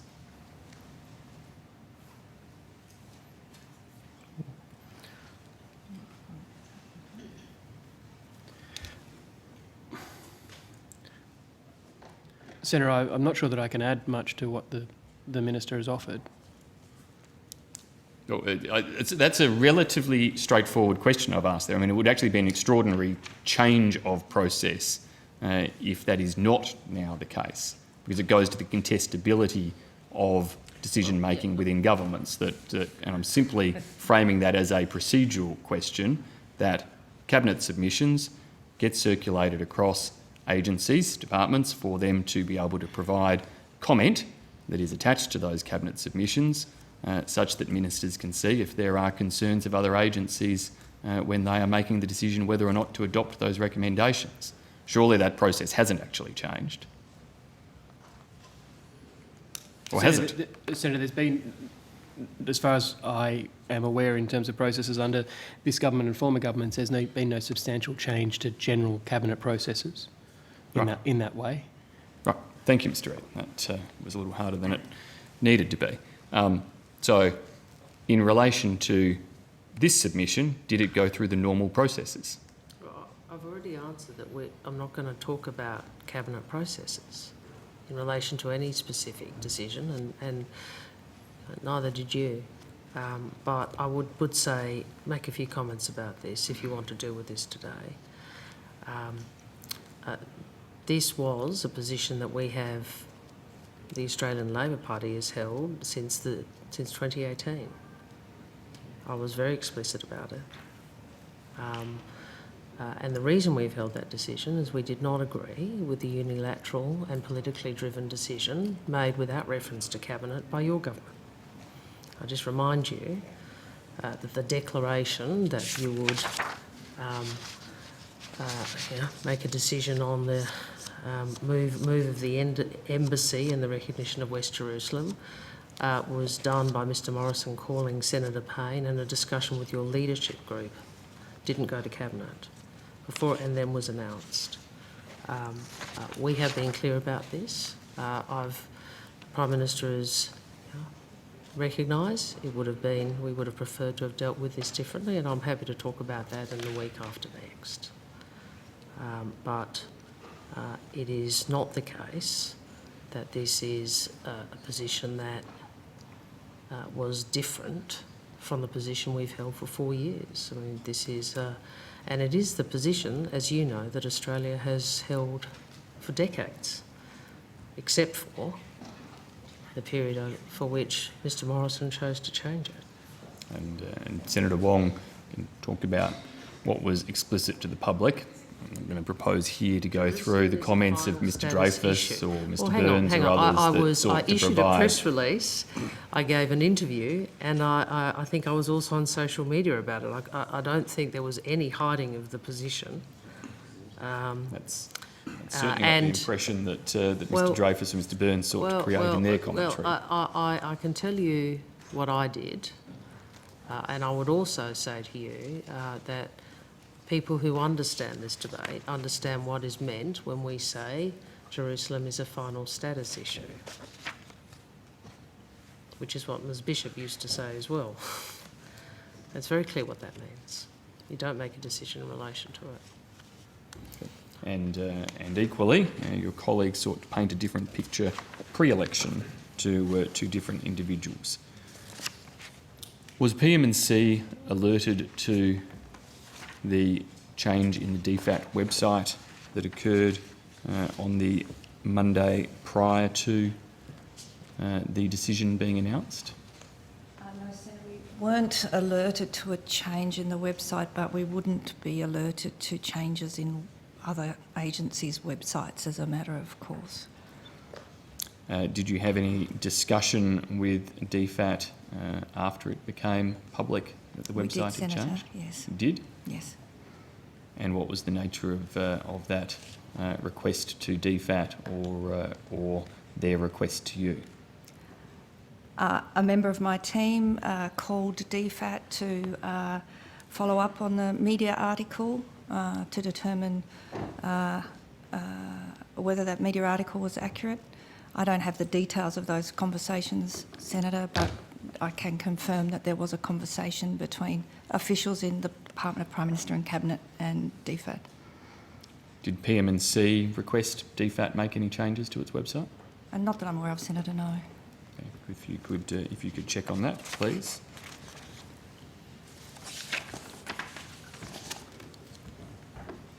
Was any other action requested of any other agencies or officials as a result of that disclosure on the website?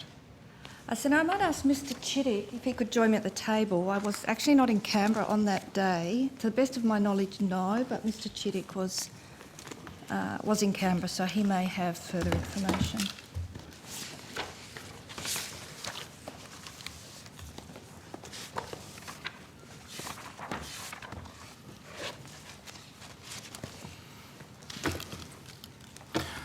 Craig Chittick, First Assistant Secretary, International Division. Senator, following our awareness of the Guardian article, as Ms Cooper said, staff from International Division rang DFAT to inquire about changes to the whole of government talking points, and those were provided by DFAT on the following morning. Sorry, those were provided by DFAT on the following morning. Changes to the whole of government talking points. Yep. So DFAT provided, so the change in website was publicly identified on the Monday, and on the Tuesday morning, new whole of government talking points were provided by DFAT to PM&C. That's correct. And those whole of government talking points reflected the reasons for the change in website or the issues around the change in website. What was the nature of those talking points, and perhaps could they be tabled, please? They reflected the Foreign Minister's comments. They reflected the foreign... Very announcement. The announcement. Is that, which one are we talking about?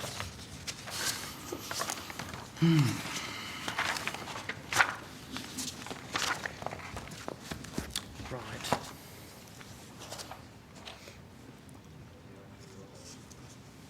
Sorry, can we just, I'm on here. What are you asking, Senator? I'm trying to get some time frames in my head here. What are you seeking from PM&C? Right now I'm seeking from Mr Chittick what the whole of government talking points provided by DFAT to PM&C on the Tuesday morning pertained to, or a copy of them would probably be simplest. So they reflected the statement the Minister for Foreign Affairs gave to the media on the evening of 17 October. So they reflected the denial of there being any change in position? Well, they reflected the Foreign Minister's comments. From the Monday? From the Monday. As distinct from the Tuesday. So on the Tuesday morning you got the talking points that were probably out of date moments after you got them? So we received those talking points on the Tuesday morning, Senator. Right. Did you receive further talking points from DFAT later that day?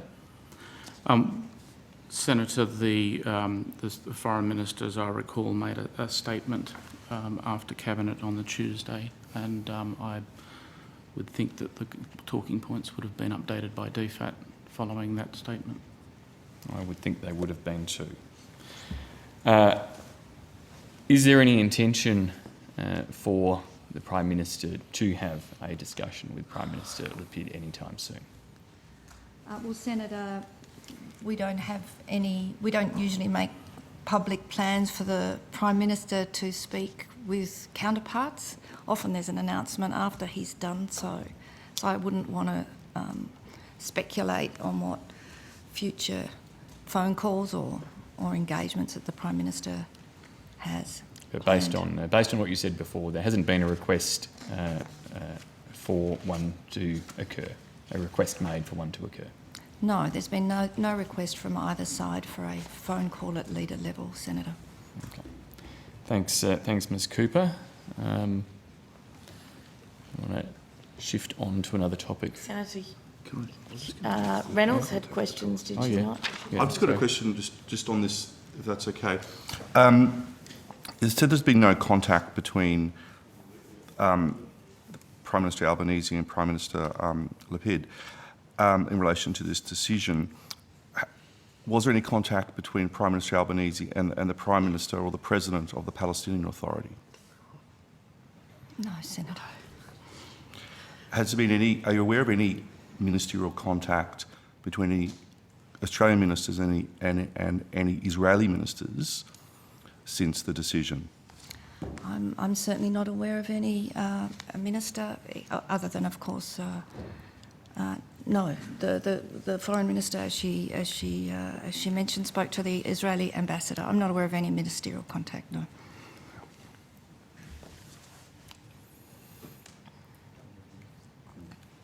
I'll do the NDIS stuff for Senator Reynolds.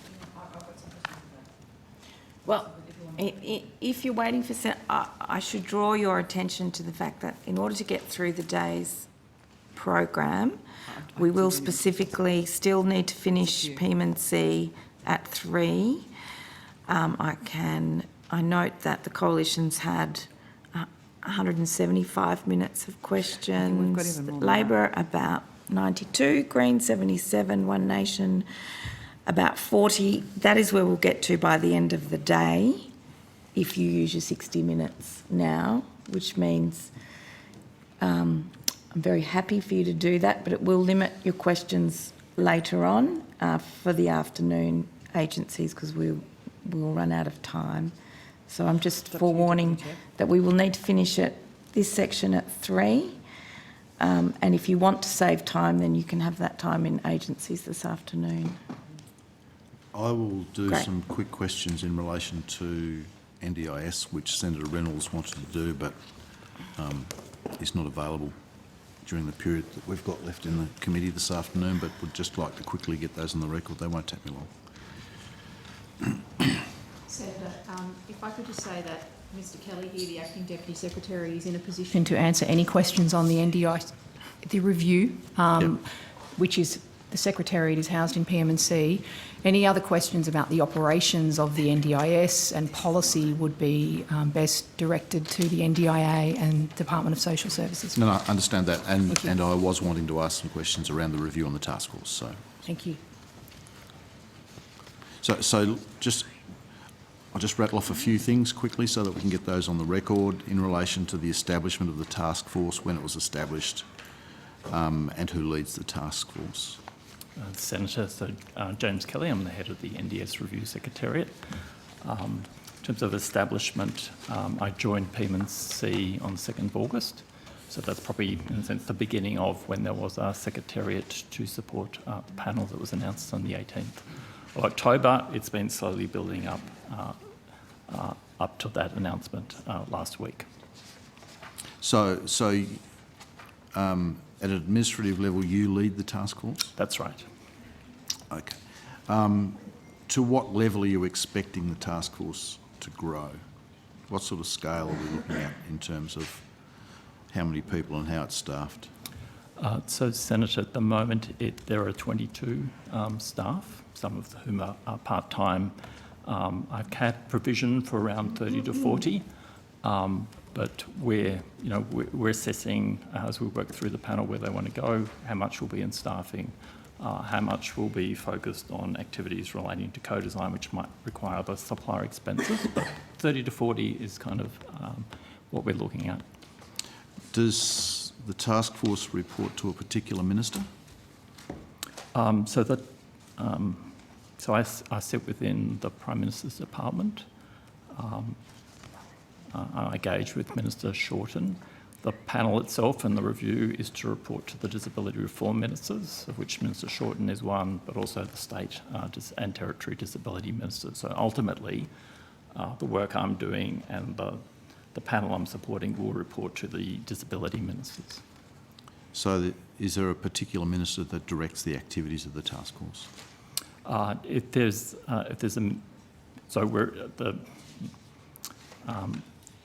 The task force works to the panel, and the panel is being given terms of reference by Commonwealth Minister and the state ministers, and we work to those terms of reference.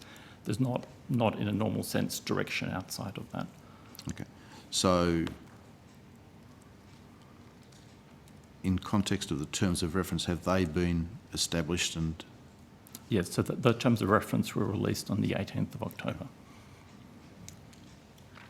And so in the context of a federated process, the effect is given to that by the engagement of the Commonwealth Minister and the state ministers as a part of the panel that works with the... So there's a disability reform ministers a process, or I think the name has changed recently, to which the panel will report. The actual funding for the review has been provided by the Commonwealth, and we're set up within a Commonwealth agency, but we will work very closely with states and territories, and a number of the staff on the Secretariat are coming from state governments. So is there a particular cycle of reporting required? So the requirements for the review is to provide a final report by October 2023. The terms of reference make provision as the panel reaches conclusions on issues, to potentially bring things back to the Disability Reform Ministers meeting as we go, and it's my expectation that we will be doing that. So that will depend on the schedule of those meetings that's set by the Minister and his colleagues. So there's scope effectively for interim reporting as certain parcels of work are completed? Yes. Okay. But no particular timeframes on those?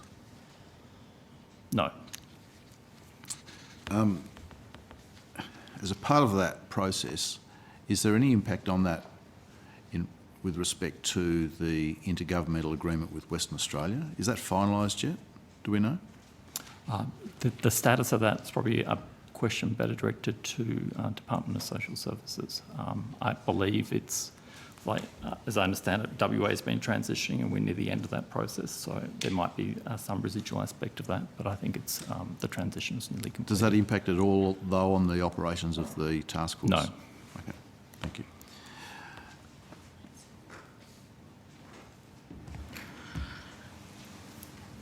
Does the review take into consideration the original state and territory agreement to provide Tier 2 community disability supports?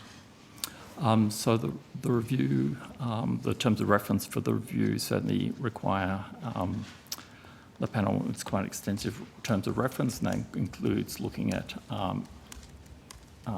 programs that are associated with Tier 2, which is like information linkages and capacity building, but also mainstream interfaces and interactions with other systems and policies, including states and territories. So in that sense, yeah, in terms of what's commonly described as Tier 2, fits with, is something the review can cover. Does the review look at examining the rollout process of the NIIS? NIIS? Sister program yes. recommended in the 2011 Productivity Commission review. Yeah, so it is a review of the National Disability Insurance Scheme, and as you say, the PC also proposed a National Injury Insurance Scheme, which has always been seen as distinct from the NDIS. Okay. While the review doesn't, the terms of reference don't formally refer to the NIIS, they do require the panel to think about sustainability and kind of spillovers effects, and in that context, the absence of an NIIS scheme has meant some people who would have been in that scheme have ended up in the NDIS. So potentially it is something the panel can give thought or consideration to. But that will be, they will have to make those choices about where they focus. Okay, fine. Are there particular documents that are being used to inform the review and any particular actuarial data and assumptions that will feed into the review? Senator, at this stage, we, since the numbers we have are basically those that are provided by the scheme actuary and that have informed the recent budget estimates. So we've seen, or I've seen a draft of those, but DSS and the NDA would be better to speak to them. We do have the capacity, and it's my expectation that we will employ independent actuarial advice to, in a sense, dig into those numbers and make sure we understand what really lies below them. Okay, fine. Thanks. Senator King. Thank you. I have some more questions around the Cabinet Handbook. I'm sorry. I should have... Sorry. The Cabinet Handbook. I should have done these earlier. Sorry. I just want to clarify from my own understanding, Ms McGregor, if there is a new Cabinet Handbook that's being developed at the moment but hasn't been approved yet, are Cabinet Ministers using the processes in the old handbook, or what are they using? What are they referring to? Sorry, Senator, I've lost my name tag. I remember who you are. Yeah, I know. Very careless. Yeah, I know. A bad official. Whilst the new Cabinet Handbook is being developed, Cabinet Division has been promulgating guidance via circulars, Cabinet circulars, through our Cabinet Liaison Officer network across all departments, and including through meetings of all of the Cabinet Liaison Officers across the Commonwealth. Right. So there's a fair few cabinet ministers that have never been cabinet ministers before, so they're not entirely sure whether this is standard protocol or whether this is new or whether they're doing it properly. Well, we work very closely with DLOs in ministers' offices around cabinet and the processes, including through, there's been quite a lot of intensive familiarisation with the cabinet system over the last kind of 6 months. So, okay. Are they referring to the old handbook at all? So they're working with the procedures as we've agreed them between the Cabinet Secretary and ourselves. Right, okay. So, all right, well, can you just walk me through the process that happens from, where a submission sort of goes from being an idea in somebody's head, whether it be a minister's head or whether it be somebody in a department's head, to a cabinet submission that's then considered by cabinet? So that... Just step by step. That process doesn't really change. I can give you a very high-level description because it will vary, but generally cabinet submissions are developed in the cabinet system, which is a secure system. Our team will obviously work with departments around when various versions are complete and the time frames around which those are expected. And once it's been agreed for circulation, we will circulate that submission to relevant ministers. So do you still use exposure draft and then coordination, comment draft and then... Those features rarely change, Senator. They remain the same. Are there any other that I've missed there? No. So who gives the final authority now that a submission is ready to move from one stage to the next stage, that a submission is ready? So that can happen, so that generally is, as I think I said earlier, agreement between ourselves and the Cabinet Secretary's office around when a submission is okay to take from one kind of, from exposure draft, for example, to be a further draft or a final draft. Right, so it's your department that does that? It's our division that will manage that. When are the submissions made available to the political advisors in the Prime Minister's office? At what point of the process? Oh, I'd have to take that on notice, Senator. That's like that would be dependent on the office.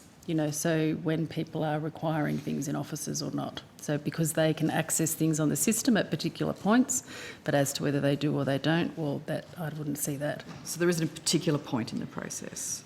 Nothing specific. So it could be when the exposure draft is lodged? Not generally, I wouldn't think. Is it at the co-ord that stage? Generally kind of happens in departments, but if the minister was drafting the submission, obviously their office would have access to it at earlier points in the process. So is it generally then more at the co-ord stage that it would go to the political advisors in the Prime Minister's office? Well, it goes to a minister. Well, I'm asking about the Prime Minister. Yeah, but submissions are provided to ministers. So at what point of the process, so I know I'm asking this, I seem to be asking this the same question again, but at what point does it go to the political advisors in the Prime Minister's office? Is it then only at the final stage that you know it's going there? I wouldn't have visibility of that, Senator. That would be up to the Prime Minister's office.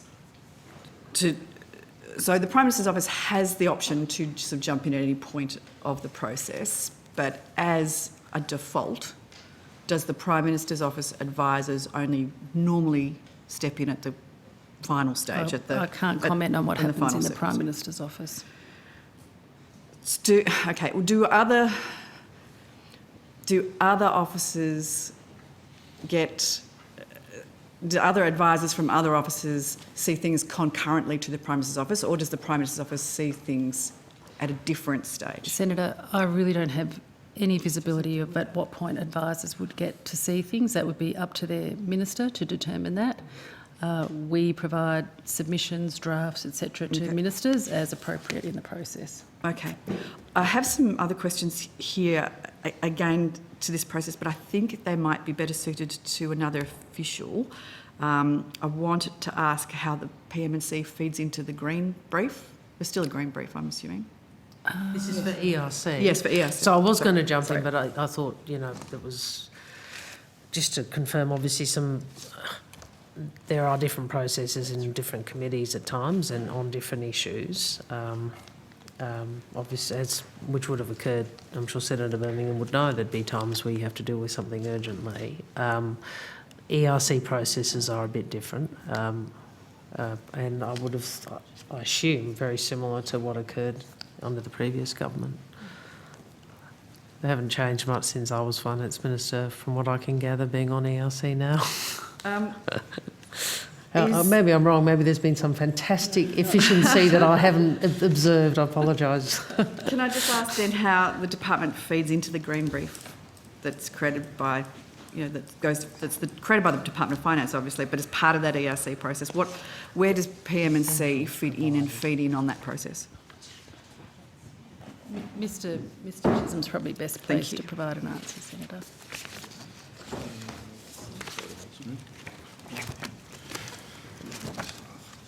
Senator, the comments, the evidence given by Ms Holloway is correct, and the Minister, the process is very similar to previous governments in terms of ERC, green briefs,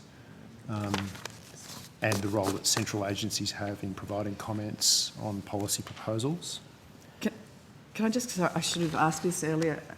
In fact, maybe Senator Birmingham already has. Did you answer how many ERC meetings they've had already, or you were going to take that on notice as to whether you could answer? He hasn't asked that. Sorry. We'll take it on notice. Okay, good, thank you. I interrupted you, Mr Chisholm. Yeah, so I'm really just affirming the evidence given by the Minister that the process is very similar to previous governments with green briefs and the role that central agencies play in providing comments on policy proposals to be considered by ERC. So, when a line agency department submission is the subject of the green, does PM&C have a different process about when Finance and Treasury, for instance, are the subject of the green, or when? Yeah. No. So how much did they have a club? That's what. Is there a central agencies club? I reckon Senator Birmingham might be able to answer that better than I. Well, I look at all of this. There's a nervous laughter here. It is it's conventional, Senator, that if, for example, the proposal is from a central agency, then no, we do not get to green in support of our own proposal. It would be Treasury and Finance. Right, okay. Well, I was going to ask when it's PM&C, for instance. So, if you assume, say, that the National Indigenous Australians Agency or the department itself is the subject of the green, you don't get to then feed into the process. NIAA, I don't think so, no. We wouldn't do that. Right, so you would never get to a stage where the National Indigenous Australians Agency recommended something and then PM&C commented and disagreed. No, that's right. No. So Okay. And likewise with Department of Finance. We're in the hypothetical here. Yeah. Well, no, it's just a process thing. It's just I have let this go because I don't. I think it's reasonably well known, but we're not going to get into details of specific proposals, obviously. But the broad question you're saying, how do you manage the potential conflict of interest within central agencies when there's an NPP from them or one of their entities? That's right. As a general rule, I found that Treasury and Finance quite enjoyed the opportunity to comment on one another's proposals. I don't know, I always found that they coordinated pretty well, actually. Senator, can I just clarify, we do comment on NIAA proposals. Oh, you do? Yes, we do. But they are part of PM&C? They're within the cluster. They're a separate agency, though, and we do green on their proposals. Right, okay. They're not part of PM&C as they used to be before I was in the Commonwealth. They were part of PM&C proper. They are now a separate agency. Who else sort of falls into that category? All the number of the agencies. O&I, right, okay. So you would comment on O&I, for instance, yeah. That's right. Yeah. Okay, all right. And does PM&C prepare a separate brief in addition to the green for the Prime Minister or a PM&C portfolio to support them during... Is this in relation generally to every General, ERC? just general. No, sorry, let me finish. because I just want to be, if I can assist, I will. Are you talking in relation to every ERC proposal or in relation to a Prime Minister and Cabinet portfolio proposal? No, Prime Minister and Cabinet proposal. Portfolio? Yep. Presumably you would. Yep. Yes, yes. As the portfolio minister, you would yes. be... So you do a separate brief to the Prime Minister. Yes. Has it got a name? Has it got? It's got a colour? Has it got a? You know. Oh, it's a brief to the Prime Minister in relation to the items to be considered. So it doesn't have a. It's not on a particular colour paper, or you know. No, it's not a colour yellow paper. or Not a particular colour. You know, puce or whatever. Nope. No. No, Okay. it's white. I'm running out of colours. I don't even know what that is. No. Yeah. What is that? Okay, so it doesn't have a nickname. No. Okay. No particular name. All right.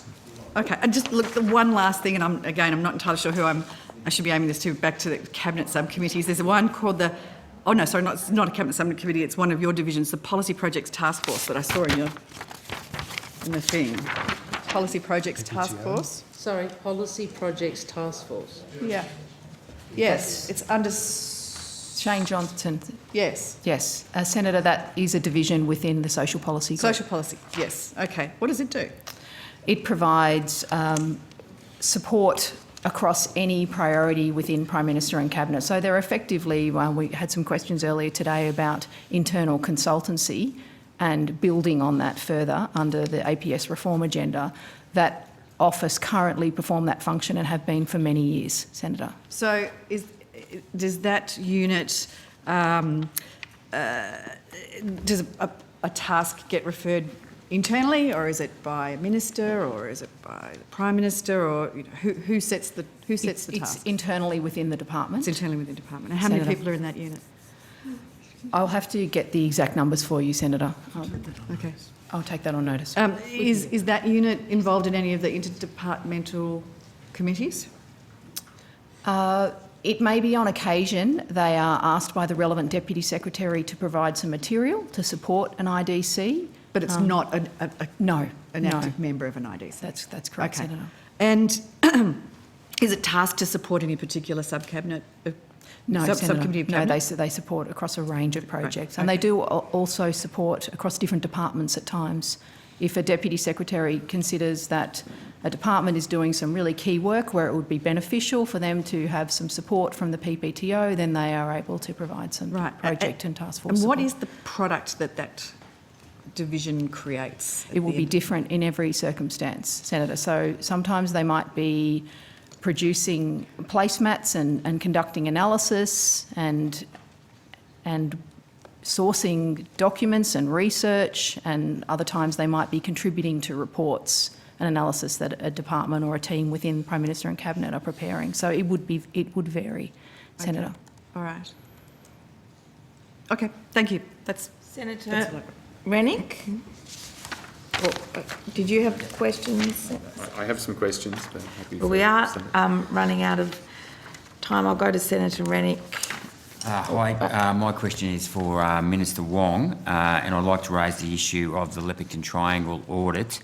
As you know, the Auditor-General ended up with egg on his face for claiming that the land was worth $3 million when it was worth $30 million. Now, I've asked the Auditor-General previously in estimates for copies of the work papers in regards to that audit, and you remember that well because you spent 2 hours interrogating the Infrastructure Department in ARAT one morning. I think you probably think my memory is better than it actually is, Senator Rennick, but that's fine. That's fine. My concern is that the Auditor-General won't release the work papers from that audit, and given that he was so far out and failed to apply the proper accounting standards, I'd like to know what the Prime Minister will do about that in the name of transparency, number one. And number two is I'd like to know whether or not the Prime Minister has ever had a relationship with the Auditor-General, given that they were both Labor staffers going back to the late 80s.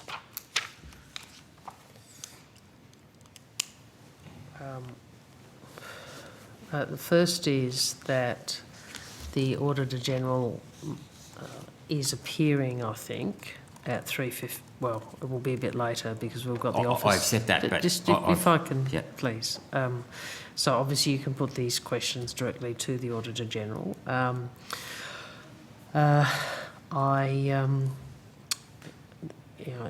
You've made a number of assertions. I didn't know if I don't know if they're true about the Auditor General's history. Well, he's ex-Labor staff from the late 80s. I don't know that. Yeah. Well, he is.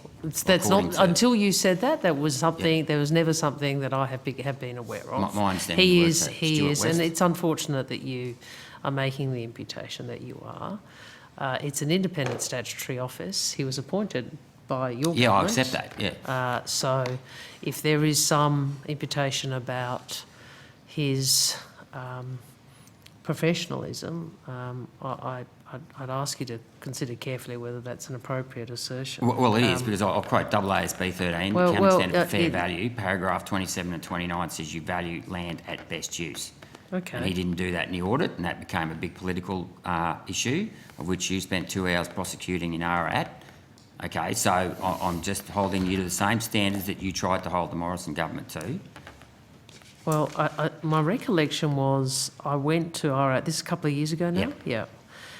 I've asked a lot of questions over the Yeah, no, I years. accept that. And asked questions about a purchase, which I think from memory the Secretary himself agreed there were concerns about. You're now talking about the Auditor General's report. Yeah, I've issues around the professionalism. Yeah, sure. Well, standards, if proper I'm not in a standards. position to have an argument with you about an accounting standard, but I'm sure that's something you could put to the audit office. I have. Right. But And my what's issue what's now my is, what's the well, question my to issue me? is that he won't release the work papers around that audit, and I want to know why he got the zoning wrong and why he valued it wrong. He's an And I think- independent. Yeah, he's an independent officer.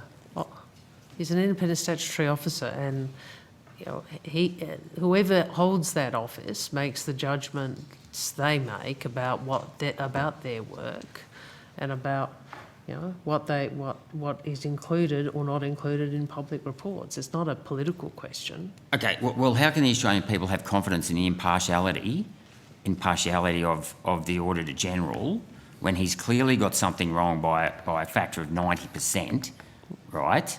He fails to disclose work papers. Okay, in my view that they're an independent statutory body, that means who are they accountable to? My understanding of is these guys are ultimately reportable to the Prime Minister's office, and in the name of transparency... Did you just assert them that they were Well, they're appointed by... No, Yeah. they're appointed by the government of the day, which was Yeah. your Yeah, government. yeah, I accept One. that. Yeah. Secondly, they are accountable to the Parliament. Right, okay. Right, Well, and there that's is, what I'm doing. from memory, is there not a committee that deals, a joint committee that has oversight, or to whom the Auditor General, with whom the Auditor General engages? But I think you made an assertion that is Yeah. appointed by the Prime Minister's office. You ought withdraw that. That's not Yeah, I'll correct. withdraw it. Yeah, Thank I you. meant as in that's something that the Prime Minister's office, and it was our office, but going forward, it's something that needs to be raised. Yeah, I'm concerned about. Yeah. Public accounts and audit. Thank you, Senator Yeah. Burke. Yeah. Yeah. I mean, the problem is I have difficulty getting committees up because we don't have the numbers. Okay, so this is the only means I've got to try and hold the Auditor General to account, right? Sure. So I could try and move a motion to get an inquiry into this, but I doubt that you would vote for it. You didn't vote for that. Senator Rennick, Senator Wong. you have a right as an elected senator to come to these estimates and ask questions, Yeah. just as I have, Sure. as the minister, I can respond. You have a right to come and ask the Auditor General about the issues which you raise. I don't, I just make the point. These are independent statutory office, reports to the Parliament, Auditor Generals, reports have been at times difficult for governments of both political persuasions. Yep. I've had to deal with difficult Auditor General reports. I'm sure Senator Birmingham had to. So, sometimes, but that's the role in the polity that this office plays. Okay. Okay, so if you don't agree with the work he's done, well, I think you are entitled to put that to him. I assume you've done that in previous estimates. Yeah, but- and he rejects it, and I disagree. Well, he obviously doesn't agree And he with your doesn't want to assertions. disclose the work papers, and I don't think that's right in the interests of public disclosure. So if I was to move a motion to have an inquiry into this, would the Labor Party support an This is- inquiry into the role of the Auditor General and Lepington Triangle. You're asking me whether or not... we don't have the numbers. Mate, well, hang on. I don't think you get your other. colleagues to support you. Yeah. Unless Senator Birmingham's going to tell you that. Would I agree with an inquiry into an independent statutory body, an officer, who already is subject to oversight by the Parliament because you disagree with him? Probably not, Senator. Well, it's because he won't disclose the work papers. Well, I mean, it became a big political issue of the day. Sure. Well, it was a political issue, but what you're saying is, should the executive direct a statutory officer as to what they should provide to the Senate? A bit difficult. No, that's actually not what I'm saying. What I'm saying Sorry, is, I think... sorry, Senator Rennick, I thought... No, I'm not trying to have a go at you, Penny. No. And look, it's. But I thought that's what you are saying. You're saying, can you direct him, or can you make sure he gives us his working papers? So I thought that was the phrase. Well, okay. I want the Parliament to support that the Auditor General releases those working papers. Okay, and the Coalition doesn't have the numbers by themselves to get up an inquiry into this, right? So I can have my colleagues support me, but they supported me Inquiry in the yesterday. Oversight Committee. I need to give the call back to Senator Birmingham briefly before we break for afternoon tea in just a moment. Yep. Oh, well, I'm happy for you to come and ask questions when he appears. Yeah, and they won't disclose work papers. Well, so we don't have any it might be transparency. useful for him to explain why. Let's just be clear. We've given the Coalition a whole Okay. hour that's fine. of That's fine. time I'll in stop time, talking. I was trying to... which means we have not allocated the Coalition very much time for the ANAO this afternoon as a result. So if you want to explore those, allow some I'll time. come back. I won't get anywhere, but anyway, thanks. Senator We're also Birmingham. looking to skip afternoon tea, which is common practice here, and go through to 5 o'clock. When was that common? No. No. I was a very benevolent Starting chair. later, yes, to finish a line of questioning, but We're going not to finish skip. at 5 o'clock. All right, so- Senator Birmingham, stop wasting our I've got tea coffee break. coming. Senator McGrath and Senator Wong. Sorry. Okay, I will attempt a little bit of speed questioning across two topics if I possibly can. Right. I'm not sure we'll have time for that. We I'll did try to have make an them agreement. quick, depending on how we go. Did the Prime Minister meet with Shaq in his capacity as Prime Minister or as a local MP? Senator, we're just getting Ms Quilty to come to the table. Mr. Shaquille O'Neil. Okay, sorry, Senator Hume. I'm not sure that the Prime Minister used the full title at any time, so... Senator Genevieve Quilty, First Assistant Secretary, Social Policy Division. I'm not aware in what capacity, whether or not it was in his capacity as Prime Minister or his capacity as the member. The meeting took place and the media conference took place in the Commonwealth Parliamentary offices in Sydney, in the Senator, Prime Minister's we're office there, not in his electorate, though. Yes, so we're aware that the meeting took place, Senator. Yep, and a media alert was distributed from the Prime Minister's office under the heading of the Prime Minister. That's correct, isn't it? I believe so, Senator. Yes.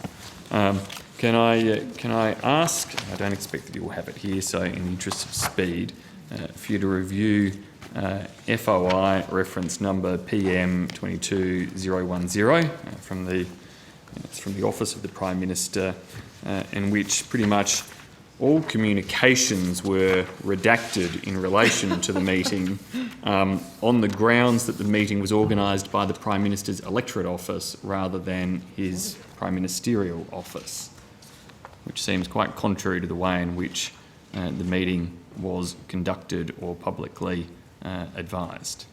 Yes, I'm aware of that FOI, Senator. You are aware of the FOI? Yes. Do you think the findings of the FOI are in keeping with the requirements of the FOI Act? That's an opinion. You're asking her for an opinion. Is there a reason beyond claiming some sort of electorate office immunity as to why this information can't be made public? Senator, if I may, that FOI, I think, was an FOI directed and responded to by the Prime Minister's office rather than the department. Is that that's correct? correct. So the department doesn't have any role in making those FOI decisions. We don't have a role in responding to those requests, but for providing administrative assistance to the Prime Minister's office. Obviously, there are review rights available to individuals in relation to those decisions where the Prime Minister's office would stand as the respondent. In relation to Shaq, was PM&C engaged in providing him with a gift at all? Could you just repeat that last part, Was Senator? Sorry. PM&C engaged at all in the provision of a gift from the Prime Minister to Shaq? No, PM&C was not. No, PM&C was not. I'll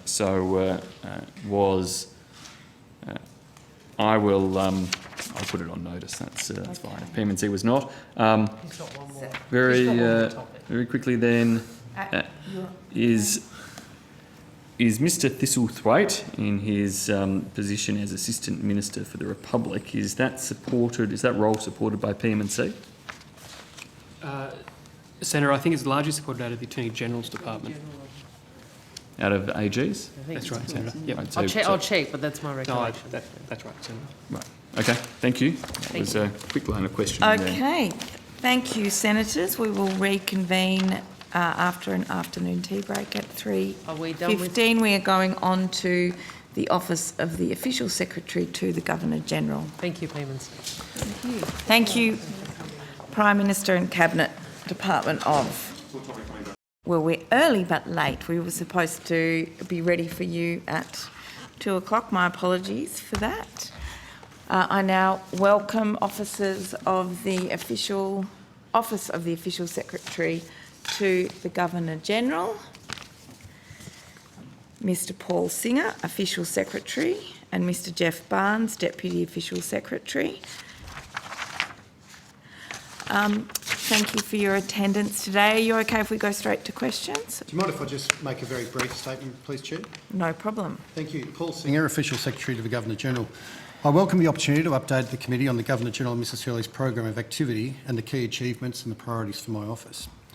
I would like... Sorry, Mr Singh, may I just ask how long your statement is? We have about 65 minutes worth of questions and about 50 minutes to do it in. Right. So... Okay, well, I'd like, if I could, just to take 2 minutes. 2 minutes, Chair. And you're also very welcome to table the whole statement. I'm sure we'll be very interested and pleased to review it. Thanks, Chair. I welcome the opportunity to update the Committee on the Governor-General and Mrs Hurley's program of activity and key achievements and priorities of my office. I would like, at the outset, to acknowledge the passing of Her Majesty the Queen in September. The tributes and outpouring that followed spoke to Her Majesty's example, legacy and lifetime of service. And I take this opportunity to put on the record my appreciation to the staff of the office for the role that they played in our national response. The Committee will appreciate that the need to respond to news from the United Kingdom was known to be inevitable, yet I'd hope never to receive it. It was a duty that we took very seriously. From facilitating the initial announcement to the proclamation of His Majesty the King, supporting the Governor-General and Mrs Hurley to represent Australians in London, to opening up Government House to visitors seeking to pay tribute, I am proud of how my staff responded to this historic moment. I'm similarly proud of how my officers continue to support the Governor-General and Mrs Hurley to engage with the Australian community. And this engagement, of course, takes many forms, from celebrating achievement and service through an increasingly diverse Order of Australia. This year, 46% of awards were to women, an increase of 31% from 4 years ago. Done. To offering comfort to those impacted by fires, floods and other natural disasters, including in just the last week, the Governor-General and Mrs Hurley's visits to flood-affected communities in Tasmania, Victoria and New South Wales. And of course, to being active patrons and supporters to 239 different community organisations and much more. Now, much of this work is undertaken out of the spotlight of media attention, but across more than 2,400 official engagements, Their Excellencies have supported our community, given hope to those in their hour of need, and highlighted and celebrated the individuals and organisations who contribute so much to our nation. Finally, I wish to provide advice to the Committee with regard to the Senate order for production of documents related to unanswered questions on notice. There was 1 question taken on notice by the office during the budget estimates, and 6 written questions on notice were received after the last hearing. Responses to all questions were sent to the Senate committee by the nominated due date. And Chair, finally, I apologise. I lost my voice yesterday and I've been a struggle against time to regain it before this appearance, so I apologise if that creates any disruption for the committee You are this doing afternoon. very well. Thank you for Thank you, those Chair. very fitting opening remarks, and thank you to your office for all the work that it's done with the passing of Queen Elizabeth and all of the constitutional and arrangements and the ceremonies that have been conducted on the nation's behalf. We're very grateful for that. Thank you, Chair. I'm now going to give the call to Senator Sheldon. Good afternoon, gentlemen. Mr Singh, I'd like to return to a matter that was raised during the last Senate's estimates hearing, the Australian Future Leaders Foundation. You were asked then by the committee whether you or the Governor-General had a pre-existing relationship with Mr Hartley, and you referred to the Governor-General having briefly met Mr Hartley at a rowing regatta in 2019. I noted an answer to question on notice 83, which we can table. I'm aware of that You're aware. response. Thank you. You provided additional information about your relationship with Mr Hartley, namely that you had known him since you attended a Commonwealth Study Conferences program in 2015. How would you describe your relationship with Mr Hartley? Well, as I said in that response to the question on notice, my personal relationship with Mr Hartley commenced in 2015 when I was selected to attend the Commonwealth Studies Conference Leaders course in the United Kingdom. Whilst I didn't meet Mr Hartley at that time, I'm aware that he was involved in the organisation and running of that particular course. And since then, there was, in 2020, Mr Hartley met with me to discuss an idea for the Australian Future Leaders program. Thank you. Do you speak regularly, or do you send texts, emails to each other's messages? Do you have dinner together? Have you visited each other's homes? Well, we've never visited each other's homes, and we've exchanged correspondence regularly over the last 2 years in the context of the design and development of the Australian Future Leaders program. When did you first become aware of Mr Hartley's proposed project, whether it was known then as the Australian Future Leaders Foundation or by some other name?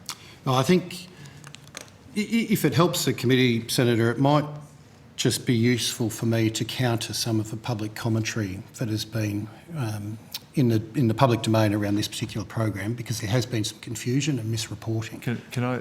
It would be helpful, Mr Singh. I've got a list of questions, so you'll be able to explain through those. Sure. I'm not, certainly, if there's time. Well, if I can help delineate, the Australian helpful Future as well. Leaders Foundation is the entity. Yes. And the Australian Future Leaders program was the proposed program to be run by the foundation.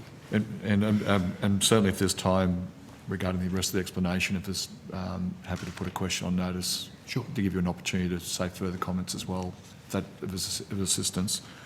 When did you first become aware of the Australian Future Leaders Foundation, or by some other name? Well, the idea was first raised in July 2020. Thank you. In that question on notice, the transcript shows that you told this committee previously in April 2022 that, I quote, the Governor-General had a knowledge of Chris Hartley before this proposal for this program was made approximately 2 years ago. Can we take it from the comment that you were aware of Mr Hartley's project at least as early as 2020? Is that from the date you just gave me? Well, the idea was first raised with the office in July 2020. Oh, right, thank you. And that was the first point in time you were aware of it, was it? Just so I'm clear in my head. Yeah, so Senator, to be perfectly clear, the idea was first raised with the office in July 2020.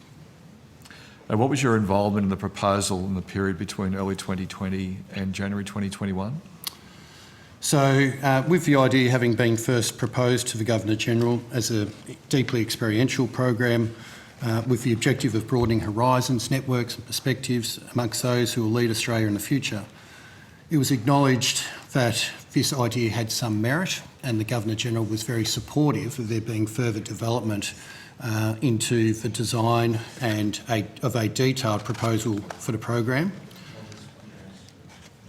Thank you. How many times has the Governor-General met with Mr Hartley in that period since, and did you attend those meetings? Were they formal minutes taken of these meetings? And if there were, could you provide copies of minutes? So the occasions of which Mr Hartley met with the Governor-General are a matter of the public record and reflected in the Governor-General's diary on his website. I don't have at hand how many times that's been since July 2020 through until now. I've been present for a number of those meetings, not all of them, and on each occasion there were no specific minutes taken. Thank you. I table is an ABC report from the 7th of April 2022, which reports that Mr Hartley boasted that he was secured federal support more than a year before it was publicly announced. Do you recall Mr Hartley making such comments, seeing such comments reflected in emails or other communications, or having such comments relayed to you by third parties? I'm aware of the public commentary, but I'm not aware of any formal proposal having been approved at that time, other than there having been interest expressed by the government in the idea. But at that stage, there'd been nothing formalised. Was it your understanding that Mr Hartley has secured federal funding in early 2021? And if so, what informed that view?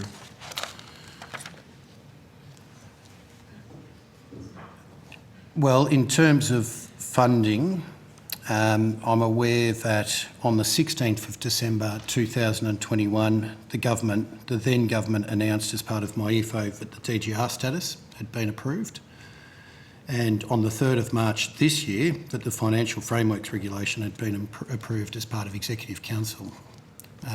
That's the only formal involvement that my office has had as part of the funding arrangements. And I should make very, very clear here, Senator, that the funding arrangements for this particular program have always been at arm's length from my office and from the Governor-General. They've been a matter for Prime Minister and Cabinet to work through those arrangements and the modalities and the mechanisms for any funding directly with the Foundation. And my office, and indeed the Governor-General, has always recognised that any financial decisions are a matter for the government of the day. Thank you, Mr Singer. Another quote from the ABC article, promotional brochures published early 2021, claimed Vice-Regal and government endorsement of the program. Do you recall seeing this promotional material? And do you recall Mr Hartley making such comments, seeing such comments reflected in emails or other communications, or having those comments relayed to you by third parties? Well, I can't speak for the Foundation, Senator, but what I can say is that from the moment that the idea was proposed to the Governor-General, and with the extensive development that went into the design of the program over the subsequent 2 years, that the Governor-General himself was willing to lend his patronage to the program on the basis that it attracted bipartisan support. Another quote, an email seen by the ABC was sent by Mr Hartley, declared the Prime Minister was supportive of the project and the Prime Minister's office would own the project. Do you recall Mr Hartley making such comments, seeing such comments reflected in emails or other communications, or having those comments relayed to you by third parties? No. Was it your understanding that the Prime Minister's office would own the project? That's not a way that I would characterise my understanding of the then Prime Minister's interest in the project.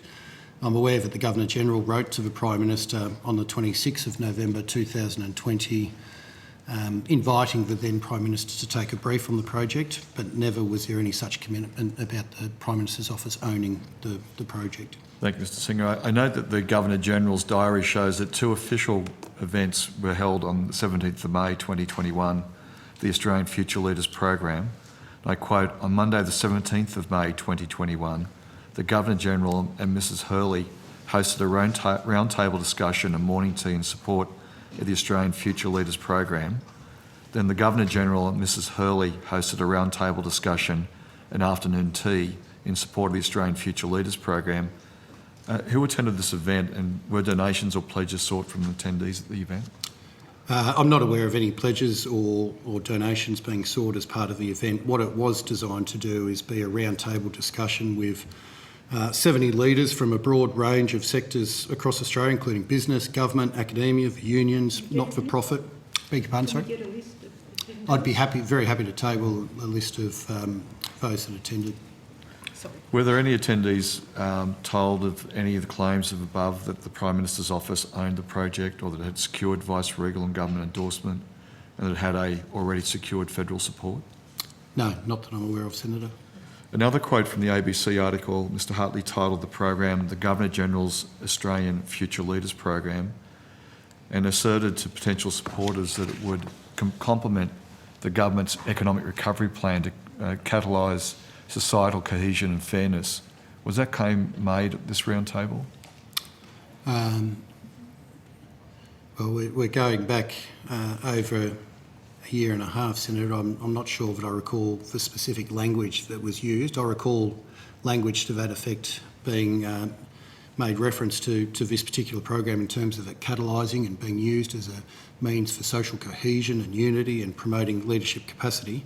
But to the specific language that you quote, I wouldn't be able to comment on, Senator. Thank you. To assist the committee, can you please provide copies of invitations and printed material provided to attendees, any run sheets for the event, any speaking remarks by either yourself, the Governor-General or Mr Hartley? Yes, I can provide that on notice, Senator. Thank you, Mr Singer. Incidentally, were there expenses associated with the event? No more than the usual expenses for hospitality hosted by the Governor-General. And just so I'm clear, so who paid for them? My office paid for them as part of the Governor-General's official hospitality program of official hospitality.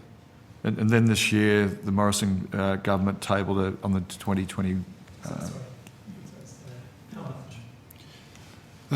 Senator, it was... I'd be happy to... Well, in fact, I don't know that I'd have specifics because it was a simple morning tea and a simple afternoon tea. So we're talking a matter of a few dollars per head. Provide on notice how much? I would be happy to provide an indication of how much. It may not be specifically how much for that individual event. Thanks. And then this year, the Morrison government tabled a piece of delegated legislation titled Financial Framework Supplementary Powers Amendment, Prime Minister and Cabinet Portfolio Numbers 2, Regulation 2022. That was the $18 million, correct? Yes, so the Financial Frameworks Regulation approved on the 3rd of March. And did you speak to anyone in the Morrison government about this funding? And if so, who and what action do you believe they took as a result of your conversation? Sorry, Senator, I just missed the start of your question. Did you speak to anyone in the Morrison government about this funding?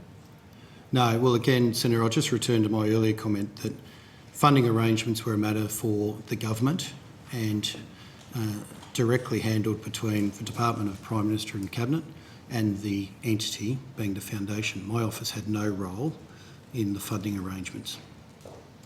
And just so I'm clear, do you have involvement with the Australian Future Leaders Foundation today, Mr Singer? There's no direct involvement other than the fact that, as has always been the case, that if the program were to run in the original intent that it had been proposed, that the Governor-General would be interested in lending his patronage to it. Thank you, Mr Singer. Back to you. Senator Shoebridge. Thanks, Chair. And Mr Singer and Mr Bunce, thank you for coming today. The round table that was hosted by the Governor-General, did you say was the 17th of May 2021? That's correct. There were two round tables on the 17th of May, one in the morning and one in the afternoon. All right. And you agreed to give details of who was attended. That's for both round tables? Yes. And costing for both round tables? As I said, Senator, happy to provide an indication of costings. I wouldn't be able to specify per event, but it'll be an indication. I reckon you don't do $2 a head morning teas at the Governor-General's place, do you? Well, I recall both events pretty clearly, Senator, and it was a fairly modest morning tea because the focus was on the round table. Do you recall when the invitations went out for the round table?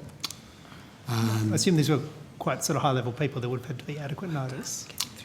Again, I would be happy to take that on notice in terms of a specific date, but it would have been in the weeks leading up to the 17th of May. I'm just trying to work out how that was pulled together so rapidly, because the organisation was only registered on the 13th of April 2021. There must have been some frantic activity in your office to get it together. Was that the case? Well, I think, Senator, it would be helpful for me to, again, put on the public record just how much work was done between the time that the idea was put to the Governor-General in July 2020 and indeed the round tables that you referred to on the 17th of May 2021. because there's been a lot of public commentary about the program not having an office, not having a website, not having staff.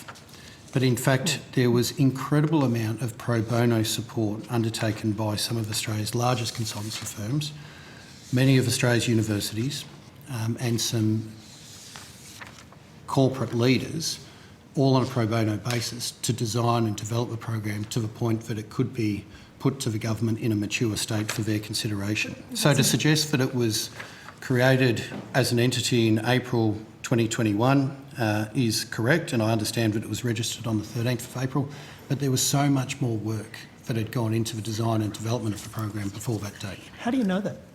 How do I know that? Because the Governor-General was supportive of that work being undertaken, and as is a matter of public record, Mr Hartley met with the Governor-General on numerous occasions during that period and updated him on the progress to date, and that enabled those round tables, which were a key part of the design and development of the program, to harness that sort of brainpower before a proposal could be put to government. The Governor-General's patronage of an organisation is extremely valuable to that organisation because it allows them to leverage additional funding and prestige. That's true, isn't it? Well, I'm reminded of the remarks made in an interview on the 8th of September by the eminent academic Professor Anne Toomey, where she said there's nothing unusual about a Governor-General lending support to a worthwhile charity or a cause. But And normally talking they're registered. Well, sorry, Senator. And talking to the government about the value of that work. And there is nothing different in this case other than the fact that perhaps the Governor-General was proactively involved in supporting the design and development of that program before it being put to government for consideration. So if there's nothing unusual, are there other conversations that you're aware of that the Governor-General was having with the Prime Minister, the former Prime Minister, seeking funding for other programs? You say it's nothing unusual. It seems unusual to me. So can you give other examples? Well, I think what would not be disputed, Senator, is that Governors-General speak to Prime Ministers regularly about the good work that's happening in the community, and particularly those organisations that are doing good things to uplift, encourage and support Australians, and acknowledging, as has the Governor-General in relation to this particular program, that any funding support, any funding decisions are very much a matter for the government of the day. Well, I think in answer to a media request for the Saturday paper, when you were asked about the involvement of the Governor-General in the funding decision, the quote you gave was, the Governor-General had no involvement in deciding the mechanism, and prior to it being brought forward at a Federal Executive Council, was not aware of the mechanism chosen by the government. Accepting the Governor-General wasn't aware of the mechanism, what was the Governor-General aware of? The quantum? No, in fact, thank you, Senator, because it gives me an opportunity to absolutely dispute the fact that the Governor-General was aware of the mechanism, the quantum, the modalities of how funding would be transferred. The Governor-General had no involvement whatsoever in relation to the funding arrangements, and nor did my office. Well, it's just, you chose your words very carefully about deciding the mechanism. What did you mean when you gave that quote, deciding the mechanism? That the arrangements for any funding agreement, whether the then government or current government choose to support a program or not, are a matter for that government, and that the Governor-General and my office had no involvement in those arrangements. Right. Since the grant has been cancelled, has the Governor-General had further meetings with Mr Hartley? Senator, I think in terms of timing, the grant, the Prime Minister informed the Governor-General that the program wouldn't be receiving funding on the 7th of September, and since that time I'm not aware of there having been a meeting between the Governor-General and Mr Hartley. Well, could you check? I'd Provide be an answer happy on to- notice? Yes. I think you've clarified the fact that the Governor-General is still willing to be associated with and lend his patronage to the program, is that right? I think there's a number of criteria that would still need to be satisfied in terms of the program satisfying the original intent, it being a model that the Governor-General remained agreeable to in terms of its format and delivery, and of course there would need to be a question around viability, with or without public funding. When did you first meet with Mr Hartley? Senator, I'm not sure if you heard, you may not have been here when I answered this question to Senator Sheldon, but I first met Mr Hartley in 2015 Yep. on an unrelated matter. That was in relation to a course I attended in CSC Leaders. Yep. But in relation to this particular That's the idea, Commonwealth Study Conference. That's correct. But in relation to this specific issue, and when the idea was first raised, that was July 2020. All right. And the Governor-General first met Mr Hartley in 2019 at a rowing regatta, is that right? Senator, it's entirely plausible that the Governor-General, as Governor, or in fact as CDF, may have attended events with Chris Hartley in the years prior. Well, are you aware of any occasions where, not that they were just simply at the same event, but where they met prior to the 2019 King's Cup rowing regatta? Senator, I can only speak for the Governor-General's diary in this term. I'm not privy to what he did before becoming Governor-General in July 2019. And in terms of other events that the Governor-General may have attended or meetings with Mr Hartley between July 2019 and July 2020, I can't recall any. Did you introduce the Governor-General to Mr Hartley? Well, I think they will have met through things such as the rowing regatta or other events in Sydney without an introduction from me, Senator. Or did you bring them together for the purpose of discussing the leadership? Yes. proposal? The idea was put to me by Mr Hartley with a view to having a discussion with the Governor-General, and that took place in July 2020. All right. And did Mr Hartley say that he wanted the Governor-General to lobby the government for funding? Well, I don't have a recollection, and I would not accept that characterisation of the term lobbying. I wouldn't accept that the Governor-General ever lobbied the government. He simply provided some support to an idea that he thought had merit in terms of it being developed more fulsomely to a point where it could be put to government for their consideration.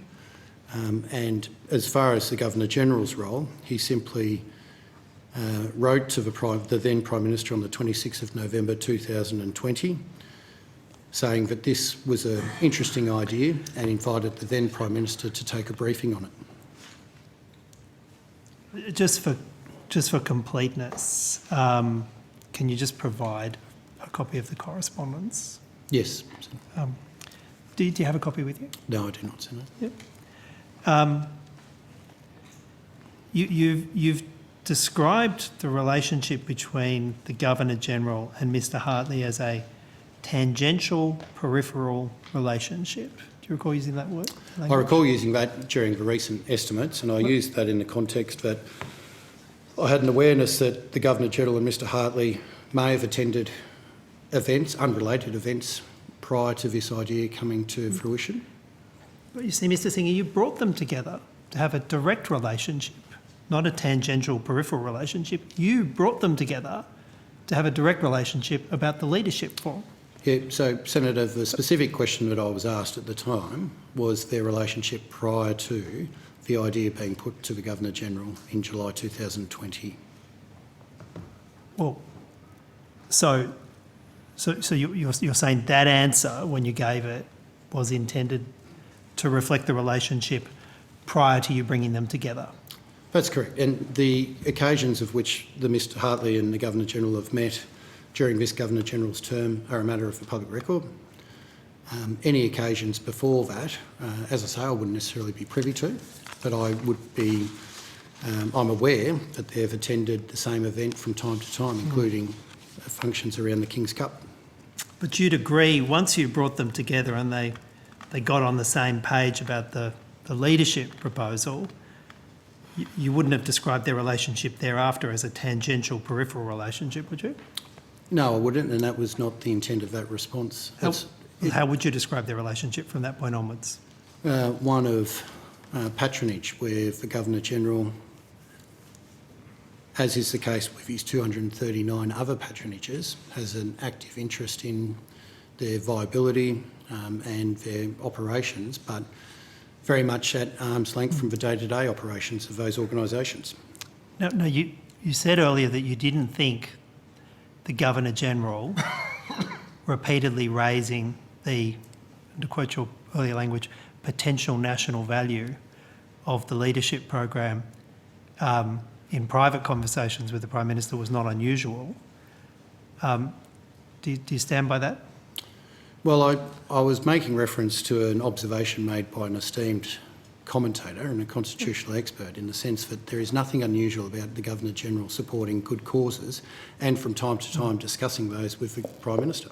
So I'm asking you, in your experience, is the Governor-General having on multiple occasions raising privately with the Prime Minister the potential national value of in this case, the leadership program, do you say that's unusual or not unusual for the Governor-General?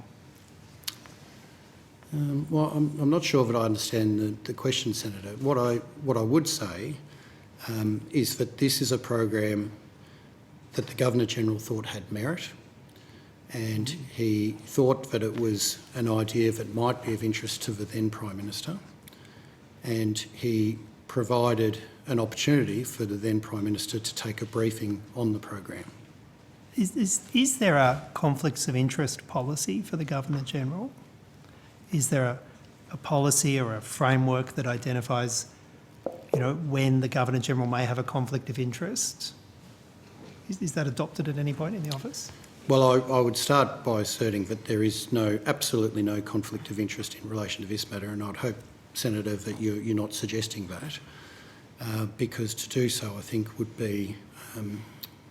Perhaps if you address the question, though, is there a policy about conflicts of interest? Well, in relation to the Governor-General's activities, he relies on the advice of the government of the day, and there's not a prescribed conflict of interest policy. And do you have a role in providing advice to the Governor-General about whether or not certain activities are appropriate or inappropriate for the Governor-General? And we'll be quite clear.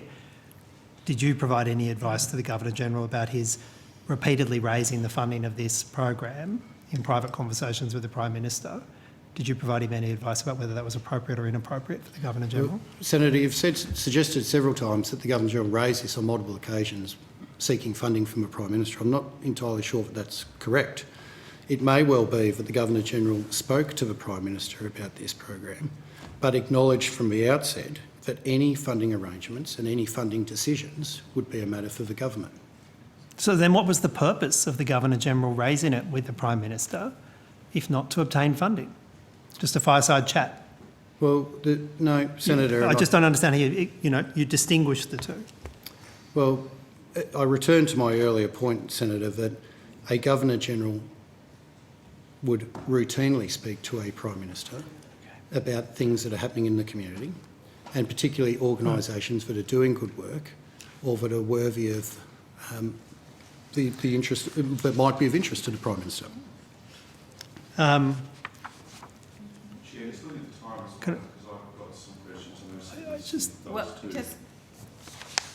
Thank you, Senator McGrath. You're entitled to call yourself to my attention. Senator Shoebridge had very clearly indicated to me that he had around half an hour's worth of questions. I also have about 10 minutes worth of questions. I know that you also have some, Senator McGrath and Senator Smith. If we go through till about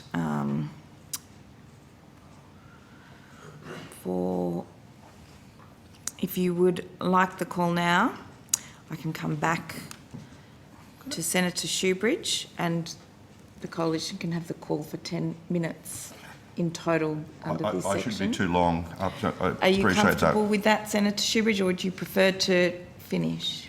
Well, I'm in your hands, Chair, however you think it would. You've been watching the day's rhythm more than me, however you think it would work. Sometimes people like a break in their train of thought. I'm comfortable either way, however you'd most like to run. Okay, Senator McGrath. Thank you. If possible, Mr Singh, I'd like to go to the administration of honours and awards.